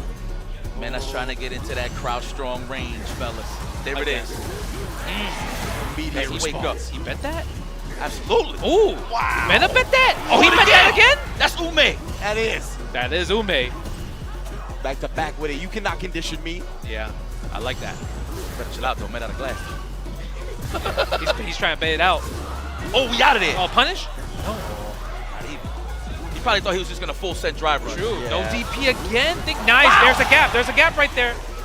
Expose that one here. Both players with so much meter, though. It's so scary on both sides. That's why the Lightning Beast is here. Attacking the drive gauge, dude. Oh, nice. We could kill here. Yes, Let's build up. What? I'm surprised he didn't go for a double drive rush combo. I like that ended it early. Yeah, you're right, Justin. Yeah, I he think would have got won enough there. damage. That is a fact. Now he's waiting. He still has to worry about Lightning Beast. Oh my Maybe God. drive impact could be a factor as well too now. Oh my God, he held parry for so long. Oh! Again, the perfect parry. He needed that. If he didn't get that, I think he would have lost in that scenario. The perfect parry was clutch. So that's how you know it's in his heart that he feels that Mena is just going to keep coming forward. Obviously, Mena could just feint the Blanca ball and just go straight down, but he is catching these reads. I'm pretty sure Mena's going to represent that a lot more. So, oh, man. But yeah, 2 same back-to-back reads in that last set, right? And they worked 4 times in a row. So, and there's another DP. They sure you. I like how Mena agreed with that one. He respects that wake up for sure. You don't want to sit there and take all of that drive gauge damage. You can hear the crowd. Nice, I love that. Instead of going for a throw, because the conditioning on that scenario goes for the shimmy. Daigo's gonna close it out easy here. Oh my God, the crowd is erupting. It's coming. They're getting heated. With each hit, the crowd wakes up. We're 1 round away from the tie set right now. With that, like I said, 10-8, fellas. You said 10-7, huh? I got 10-7. What you Ridge said? got 10-9. Ridge got 10-9. I got the full cinematic experience. I got. We want to see cinema. Yes. Nice. Yo, look how many show you. 6 in a row that Yo, works, I'm pretty sure. That's Ume. This is looking like Nice. 5. Yo, you saw the serious? standing medium punch on the back step rolling attack. Don't hold up, Mena. He can't. If he gets hit, Adamant Flame, good bait, level 2. But I think Daigo might not go for perfect parry here. Yeah, he's gonna chill out. I love the tech. Get some drive gauge back in the process. He's delaying the Blanca ball shenanigans. He's looking for that parry. Yeah. Maybe an air OD fireball possibly. Oh! Back there to bait it out. And Daigo Umehara has tied up this set. 5-0. 5-5. They are invested. Look at Fudo. Look at I never seen Bonchan that savage. Bonchan's eyes are crazy right Bucket now. out of his head. Oh my God. There's so much emotion happening. There's cheers. There's crying. I feel it in my chest right now. Whoa. Oh my God. We're going to switch sides. This is a great match. What a time to switch sides, baby. Yeah, this has been built into the set. We're going to switch sides multiple times. We're going to change up the stages multiple times. But the fact that it's happening right now at a 5-5 after the 10 games, again, now the players can also take a bathroom break if they want to. Bro, you know what's crazy? The side switch once Mena got hot. Now the side switch when Daigo got hot. Ooh, wee. Now it's going to be kind of like fresh, you're kind of ice, you got a little time to think about Yeah. stuff. What can I do different? Man, right? we had a stalemate. Man, yeah, I know, but like, what can I do different? Daigo, I think he did a really great job at understanding Mena's pattern in terms of like when he wants to jump, using a lot of the standing medium punch target combo, and also his reads with Ume Shoryu, because Mena's so confident that you're going to take the throw. So if you want to throw me, I'm going to put some risk in there and throw Ume Shoryu. So I need you to block that. And the crazy part is, I don't recall Mena blocking one Ume Shoryu yet. At least 6 hit in a row. Like from this most recent set of matches, right? I know he's hit even more in the previous set when this first started. So yeah, I mean, the Ume Shoryus, they're living up to their name right now, Yipes. I'm invested. That's all you guys I need am to know. invested. I am invested. So All the way. do you think we're going to see possibly, I mean, what Mena can go for is like more interesting Blanca-chan setups. Yeah, right? absolutely. I think the thing that Daigo has done great about that is he weathers the storm early and then does whatever he can to push Mena away from Blanca-chan, right? He'll force the drive rush cancel pressure. He'll do the OD fireball that's plus on block and then immediately follow up with a normal. He's trying to not let Mena get that off the best he can, which that's definitely credit to Daigo. But we know that's coming sooner or later. You can't stay away from that forever. Listen, the options are getting psycho. Look, that was perfect parries on the Lightning Beast Blanca ball shenanigans. So I wonder if this is actually slowing Mena down a little bit, just to look for those openings. I mean, rightfully so. He does have a lot of games to play with here to figure this out. Okay, tries to bait the ODDP in that situation right here. Again, catching Mena holding up or even pressing a button right here. I like the little walk forward too, just kind of like maybe make you flinch. That's right, go for the true blocks. You see, that's where I would love Daigo to perfect parry. After being safe, go for a perfect parry, because Mena's trying to attack that drive gauge back from how you're attacking his drive gauge. Absolutely, and out there. Blanca and Mena, he's the one that will risk the wake up. Ooh. Okay, go for the fireball with these buttons right now. Oh, the Adamant Flame as a whip punish on the roundhouse. Did I just see that? What? I think he just threw it out. It just worked out. Hey, let's see though. It's Daigo. He could lie right now. And I believe while the DP. Where you go? OD to make sure he got enough damage to kill straight up too. You see this, man? Oh you my look God. At he's a youngster. He's back taking the lead. Yo, you see how invested the players are, bro? This is amazing. He's back taking the lead. Okay, no anti-air. Mena's thinking about too much on the ground. He's probably thinking about, I need to perfect parry these fireballs, go for a slide. So his anti-air is a little bit weaker now. Yeah, that's true. He's getting away with some jump-ins. Mental stack is available. No whip punish yet from Daigo, but he's willing to play at this range, walking forward, just because Blanca's not like one of the characters that you see with low medium kick like that. And you can see it. Daigo's not immediately walking forward after the fireballs anymore, too. He's respecting the perfect parry slide option. Yeah, I like that little hop right there. Oh, that's ridiculous. Oh, we got the setup. We got setup. We going for it. Shenanigans, okay? Looks like that's the first wave. I think we're officially in wave 2 in terms of the offensive options. Yo, phase 2. Yeah. It got to get ugly. Now we got to go into the cabinet. Yes, okay. But look at this. Akuma does have level 3, so one more throw into a hit, he will win here. Oh, trade. Got that trade on the anti-air. That's huge damage. We got access to the demon now, though. Blocks this time around. Oh, that caught. Flinching. Plus frames, baby, before Sagat. Yeah, that caught right there. He really wanted to escape in that scenario. Yeah. Oh my God. I like how the family's nervous, rightfully so. This is crazy. A lot's at stake here. This round determines who's taking the lead in the latter half of the set. Yeah. You see how, even his fireball tray is like, you know what? I think perfect parry could be a factor. I'm not gonna rush after the first fireball. That's what I'm saying, yeah. Long sets. That's what you're gonna see. Adaptation, more slower gameplay, and more precise counters. Yeah, you can see right there, he just parked after the fireball. He's not trying to walk forward and get slid on anymore. Okay, that's First two throws. Throw has been established. No, I'm surprised. No, activate on the lightning beast right there, right? Yeah. Expecting the dive kick. Don't want to throw the stand roundhouse. There it is. As the counter poke. Yeah. You said that's where you want the parry from Daigo. Yeah, I feel like it's gonna happen. He's setting it up. Oh, again, that's gonna hit. Okay, goes for the knockdown here. I love the plus frames. That's mad plus. That's +5 at least right there. He went back to stand medium punch, knowing that the air ball is an option. Jump in. Okay, there we go. Mena is getting mauled. Oh Lord! Are we gonna switch sides? Yes, there it is. The throw. We might have to go for some cheeky stuff. Daigo, he tried to bait it out, but Daigo's so disciplined this time. Yeah, just walking back. Go for the parry, attacking the drive gauge. Okay, but Lightning Beast is over. Daigo can get a hit. He held up north for sure, but he's getting blessed for trying to hold up on the defensive side. There you go. Take the lead. 6-5 for MenaRD. They was feeling that one. Yeah, you can feel that like, oh, he needed that. You know, that's what they're thinking. He needed that. Ada is definitely invested. Not at this point. He's hyped. Okay, he's about to start doing the grunts. You know, the Mena grunts? He's like, ha ha. He said, ha. Yeah, he got to power him up. I like that. Go for the slide. Tries to bait out the Umeshoryu, but still doesn't have the proper read. This is kind of what Daigo's known for, where he's very unpredictable on his wake-ups, right? He's doing a great job of that. And with the tech, you know Mena likes to go for that kind of cheeky resets in general after a parry. And Daigo was so low on the drive gauge, those back-to-back techs actually got him so held. Yes. Nice, so held here, sorry. Fireball right there. 3 fireballs, no DP. Maybe a little bit too far, thought I was going to whiff. That was kind of like, Mena went for a bait on the DP, but Daigo went for the stand fist instead. That worked out. Nice punish, but no drive rush cancel. Just committed to like a 2-stringer. Yeah, I believe he was below the 3 bars when it first started, so yeah, that's true. Put himself out. Nice, go for the fireball again. Do we close out? Tries for the cheeky overhead. There you go, low forward. That's what's been getting Daigo a lot of clean hits.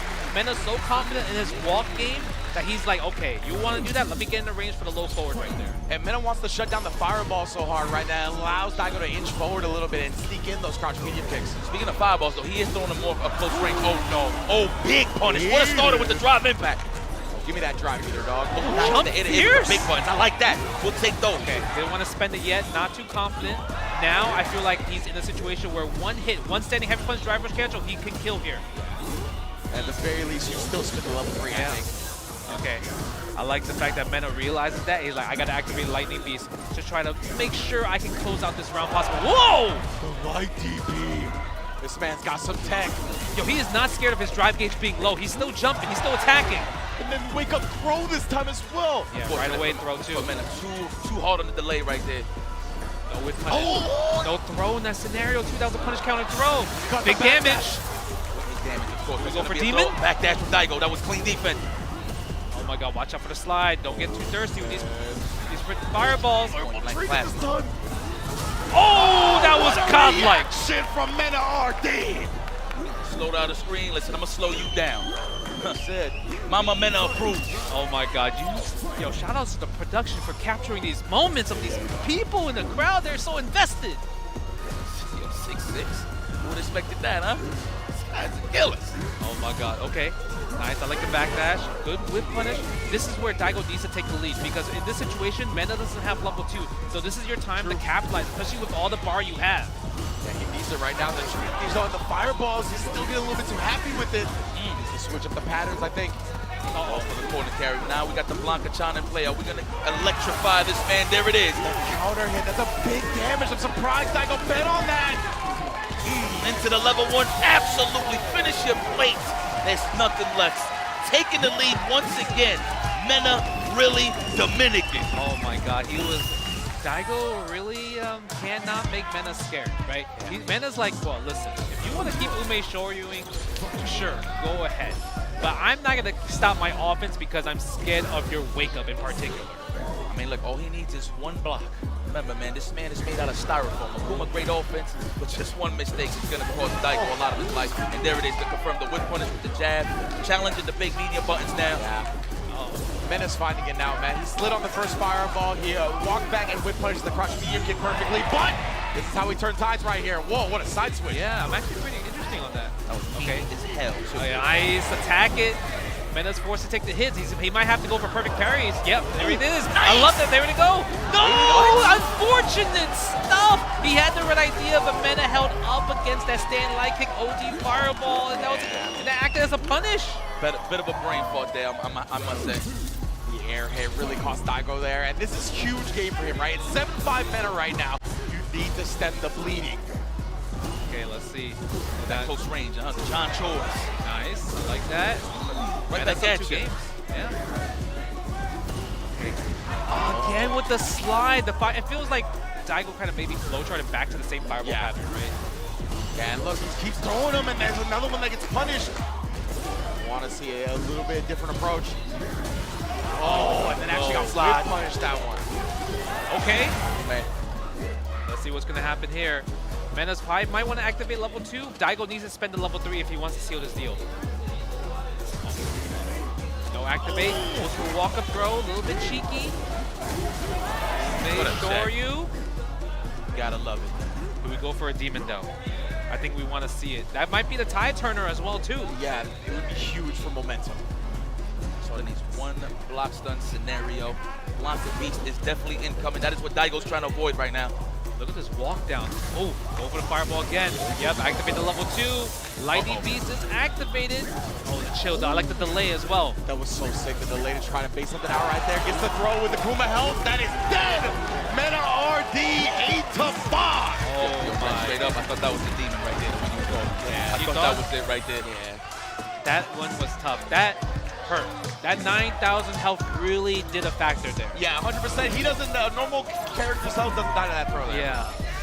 That one was really tough. And I love the fact that Daigo was like, you know what, I don't need to perk because I'm so healthy with the drive gauge. Yeah. So he was like, okay, I don't need to bet the farm, but the fact that he took the throw, that was the thing, that was the one that hurt the most. Yo, big Brian starters. Safe jump stuff, that is definitely good. Wow, what an option! And depletes the drive gauge. Oh, nice. I like to go for the throw right there, even though he's like +6 in that scenario. Go for the sweep. Oh, just laying in his face right now. That's two. Right on the disruption there on the overhead. I wonder if that was a crouching strong or he just overly committed, but regardless, either or. Possibly. Nice. I like the tech on the throw. Attack the drive gauge. I think Daigo's going to try and go for it. Make it interesting. I don't want to go home yet. Seriously. He has to make a comeback right now.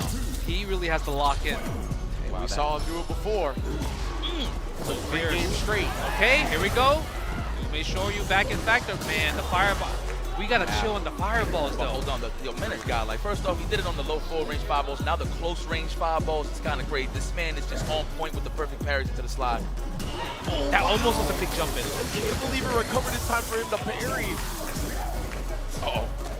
Uh-oh, conditioning with the throw. You get your munch on, Blanca. Get off of me, the delayed tech. That might be problems next time. Looking for the shimmy. Yep. Willing to just take it. Okay, again. Look at the drive gauge. You was at 5 bars. What happened? You lost 3 bars of drive gauge just from blocking Lightning Beast alone. No crazy mix, just straight block stun. I love that, right? Mena just taking what Daigo's giving him in that instance. Oh my! That was crazy. Slammed on both hands. With a chance to go to set points. Oh no. The one thing I feel like Daigo doesn't really do too much is kind of like after blocking, like let's say Mena's jumping and Mena goes for a throw, he doesn't press jab enough. Like I feel like kind of interrupting in that scenario. Notice how he's checking with the stand meter kick and advances forward. No! I like that. That's pretty good. He didn't finish the combo. Yeah, we needed to see a super combo right there to preserve his drive meter. Nice. He was too high. Yeah, maybe if you did, I think if you did stand jab, it probably would have worked. 100%. Oh. He's like trying to dash into his EP maybe. We in the corner now. We're going to play with Evo. Get this. Oh, not even. Wow, he retreats. Interesting. Yeah, that's interesting. Full screen.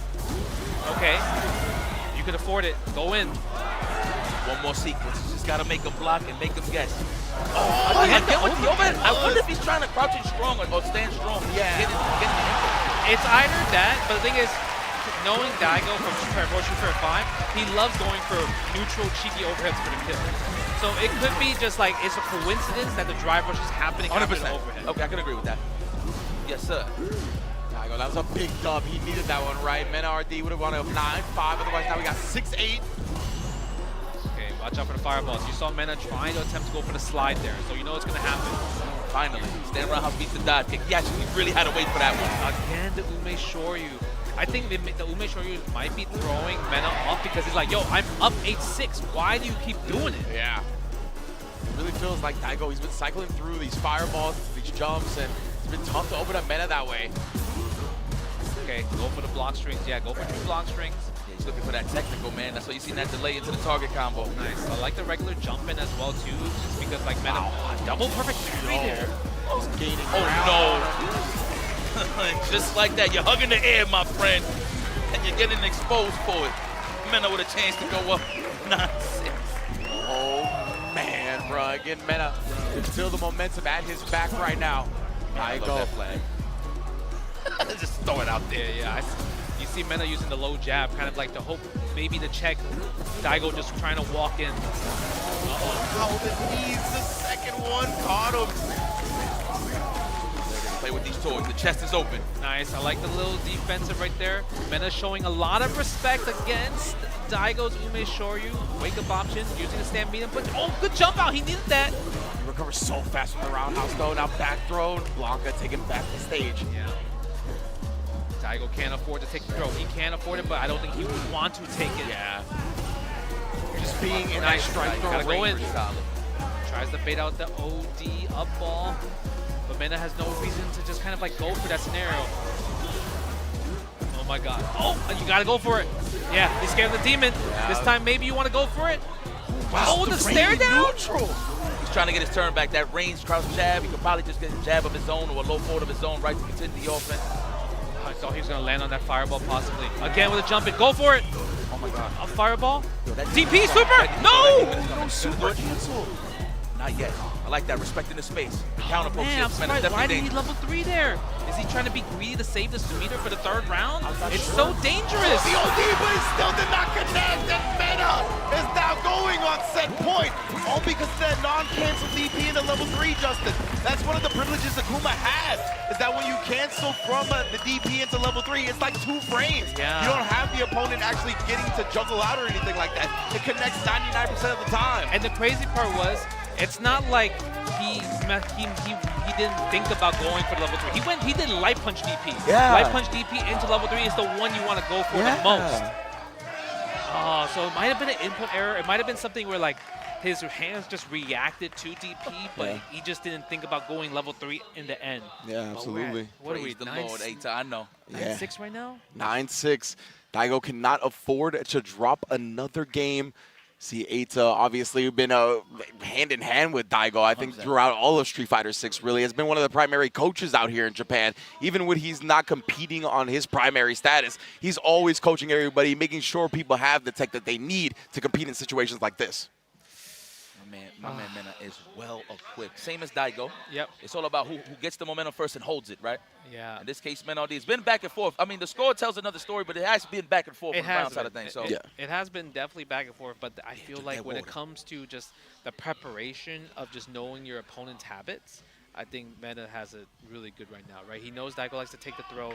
He knows Daigo likes to throw fireballs. But when you think about kind of like what Daigo's doing to counter Mena, the only thing I'm seeing is kind of like, oh yeah, I know Mena likes to kind of like hold up or go for like air OD ball, right? So he's using a lot more medium punch target combos, but that's the only thing that I'm seeing that like you're trying to counter. And when it comes to neutral, when it comes to kind of like countering like the different Blanca ball he does, he's not really doing much of that. And the stand medium punch is like a safe, a low risk type of option, right? Right now, we need a message to be sent, right? He needs to get a hard read going. Show him that this long set, I really do know what you like to do. And maybe that can start turning the momentum around a little bit if Daigo can get a big read like that.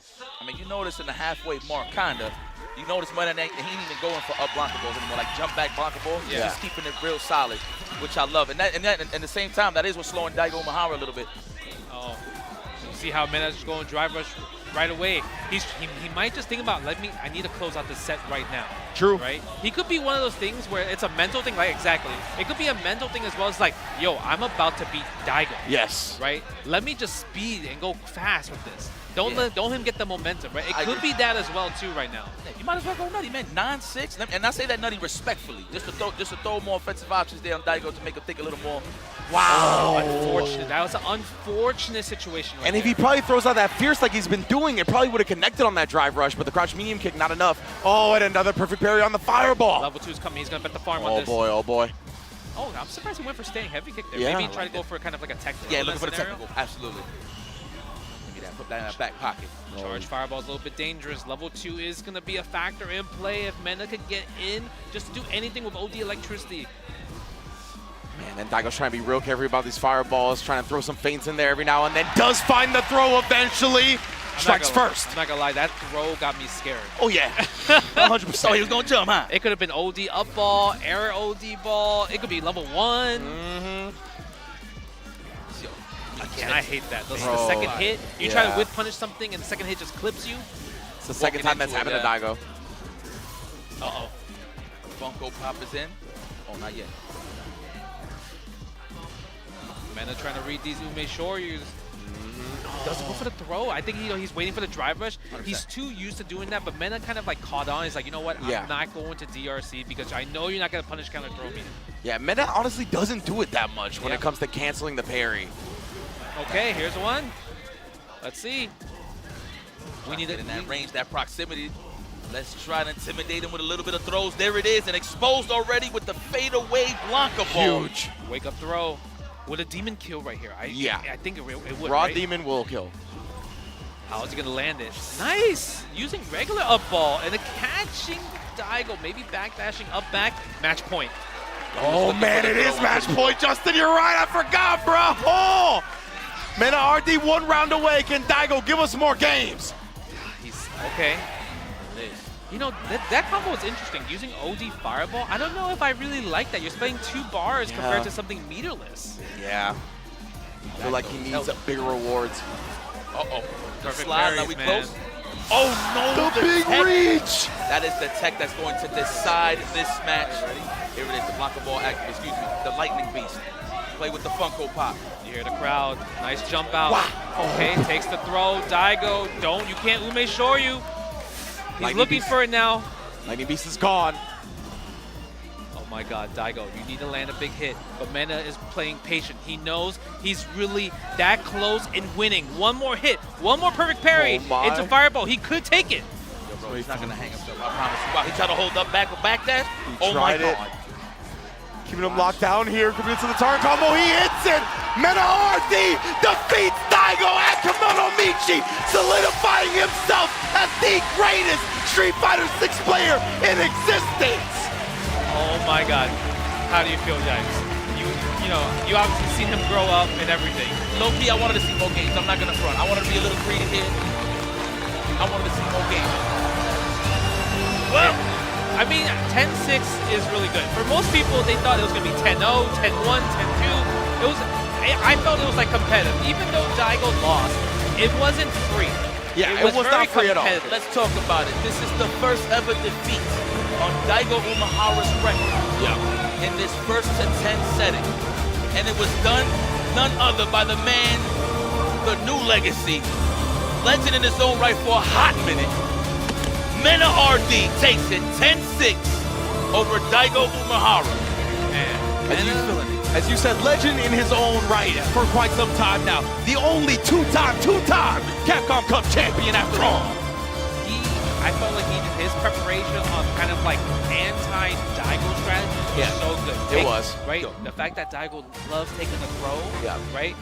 He abused that in the first set, half of the set. Yep. Then the second set, he's like, okay, Daigo's not going to take the throw anymore because I've been throwing him too much. So the conditioning of making Daigo just jump back or backdashing against like after with Blanca ball and the back medium kick, it literally worked 90% of the time. He actually stopped throwing there, right? Oh man, but let's go to Reinhardt on stage. All right, Reinhardt taking it away. とても素晴らしい試合でした。インタビューをしたいところですね。まずはメナ選手の方から格闘ゲームのラストボスを倒した気持ちを教えていただけますか。Mena, you've toppled the last boss of fighting games. It's only been seconds after your match, but can you tell me how you're feeling right now?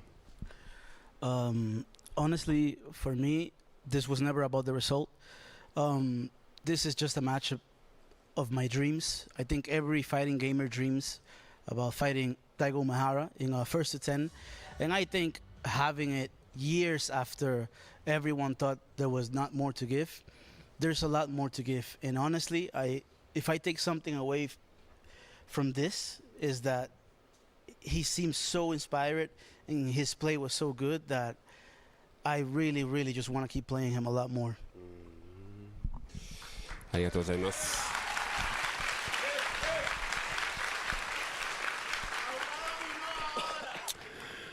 メナ選手からは結果はもっと最初から本当はどうでもよくて、やっぱりどんな格闘選手でも梅原と10先をやる夢があるので、それを果たしたかったので夢が叶ったことが現実になったと言ってました。そして梅原と実際やってみて、すごいそのやってる間なんかその梅原の情熱、そのすごいなんつうのパワー力入れてるそのパッションが漏れてるところが感じてすごい感動しましたんだって。そして皆さんも梅原選手もありがとうございます。これからもいろいろあげたいことがあるので、これからも梅原から感動されてもっと自分も頑張りたい気持ちが増えました。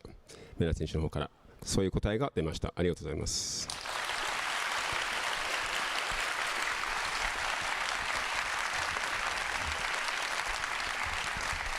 続いて梅原選手の方、メナ選手と実際10先やってみていかがでしたでしょうか。いや想定よりも強かったですね。なんかこれはできないんじゃないかなって思ってたことも実際にやってきたりとかで、でも今回本当に準備期間も長かったし、メンバーもすごい自分が声かけて集めれるメンバーの中ではベストのメンバーとずっと練習してきたんで、全く本当にもう1ミリの言い訳も余地もなく負けたなと思いましたね。そこは残念ではありますけど、本当に清々しい気持ちもありますし、本当に強いプレイヤーがこの世界に入ってきたんだなっていうのは、はい、対戦しながら感じました。はい。梅原選手ありがとうございます。So I asked Daigo, actually getting the opportunity to play MENA in a first to 10, just tell me a little bit about what that experience was like to actually feel and experience. And he said that, there were times where he didn't think he would be able to lose to MENA, but previously in their match he hadn't had as much prep time. It wasn't as long of a set and things like that. This time it was a proper first to 10, a sit down on one-on-one, no coaching. He had acquired members around him to train with, and among the people that he knows, he had trained with the very, very best partners possible to get prepared for MENA. So with everything that he had, all his power, he tried and he did his very, very best. And he's almost, he feels quite, not that he's happy that he didn't win, but it's quite nice for him to see that there are strong players growing up, coming through into the community. A lot of the young players that are also passionate and coming through, he's happy to see that.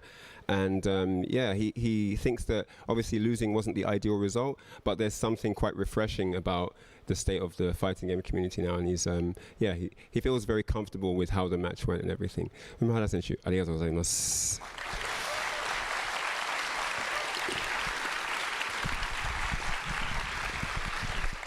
So I think we're ready for the jersey. We're ready for the jersey presentation. これからジャージーの登場です。はい、梅原選手サインしてもらえたら嬉しいです。どこでも大丈夫です。Do you want it on the back or front? Do you have a preference of where you want it? どこでも OK です。Your name. 名前ですよね。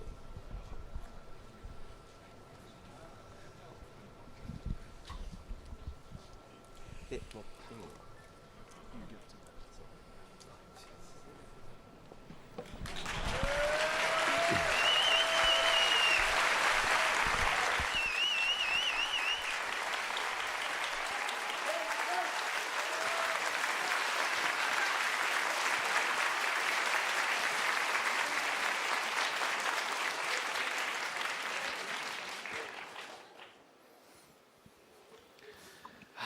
Man, bruh, what a set.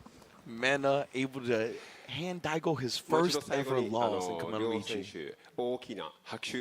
That was very emotional.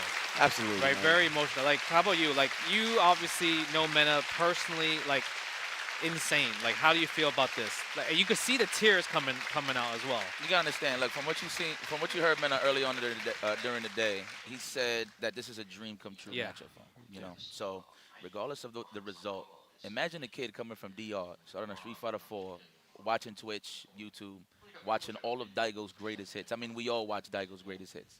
You fast forward, time flies so fast, but you don't catch yourself sometimes. So the fact that you fast forward and you grow this rapport in Street Fighter, building your legacy, and he has won so many tournaments. Yes. So for him to think that this is the mountaintop, this is something that he's been thinking about since he was a child. You know what I'm saying? And he actually accomplished it. And the fact that he's so happy, even though he won, he's so happy. You saw how he pulled the jersey. It's like, you know, the jersey swap in basketball. Yeah, right? yeah, absolutely.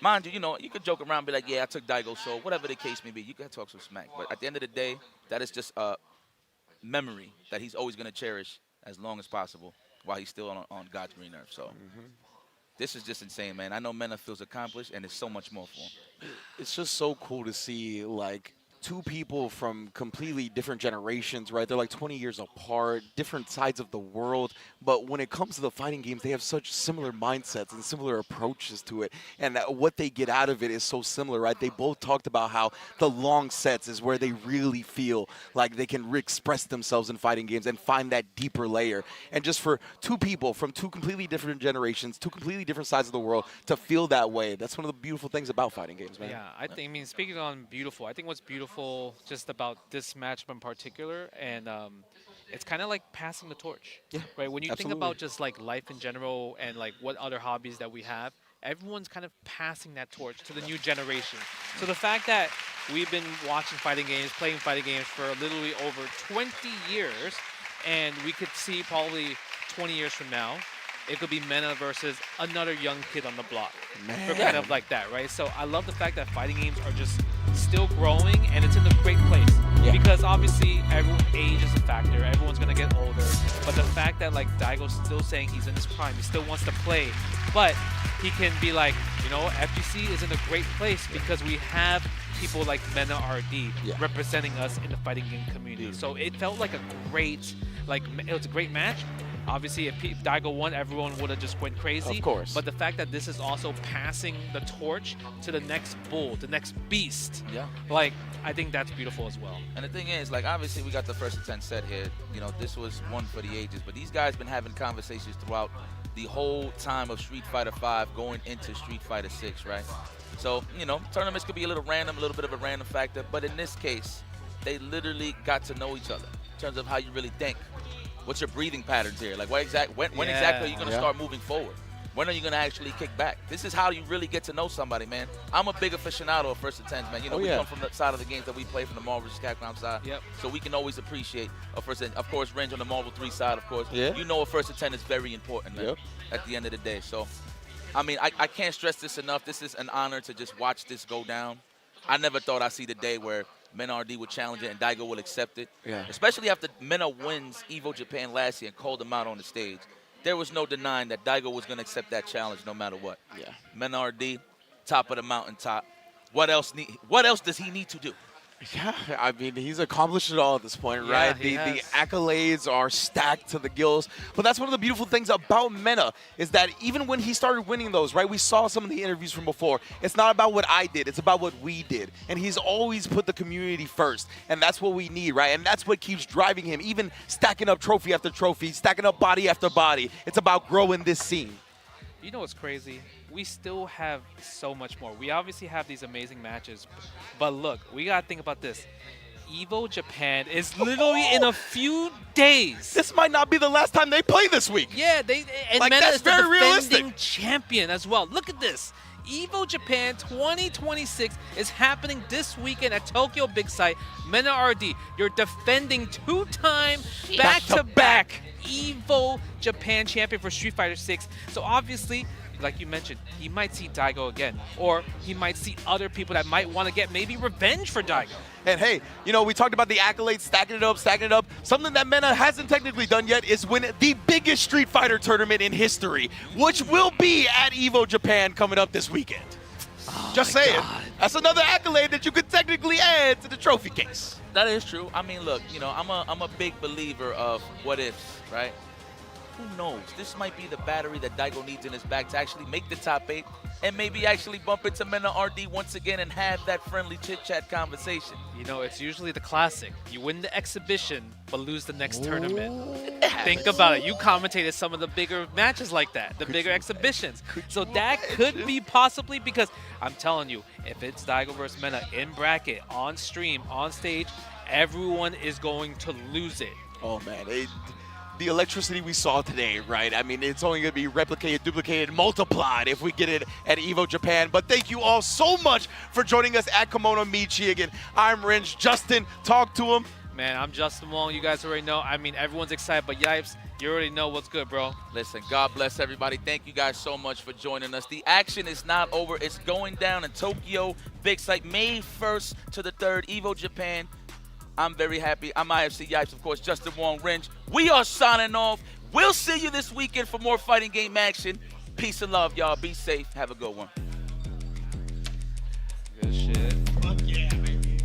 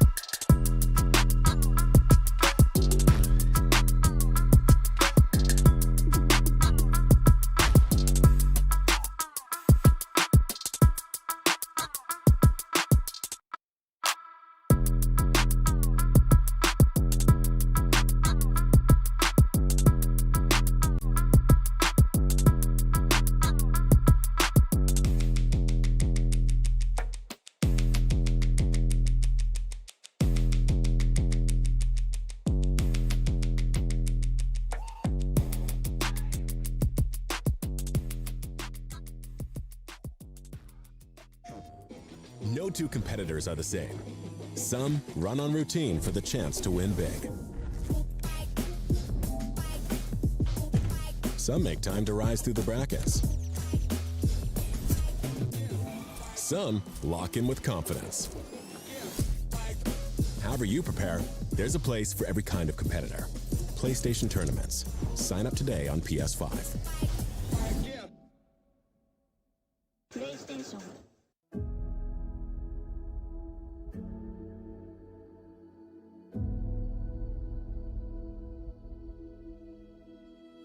Oh my god. Oh man. Creating memories forever here, man.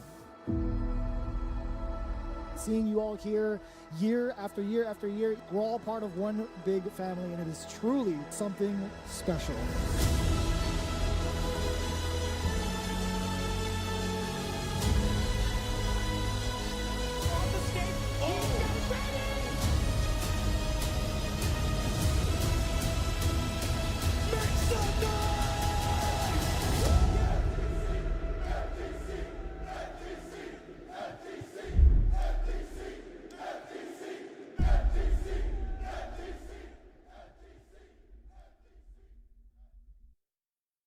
Well, Vaya is laughing right now. Look at Vaya laughing right now. Oh, he's doing a dance. What is he doing? Man, he's too ready, you know. Not today, man.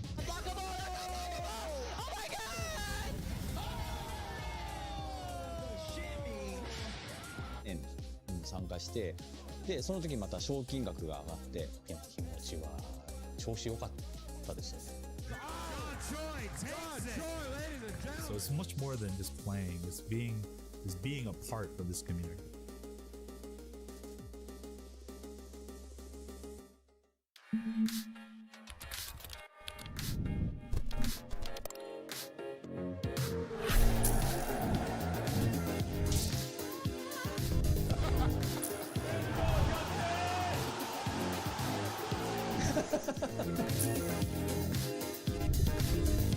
We're pumped to God. We're not dropping nothing. Stronger together.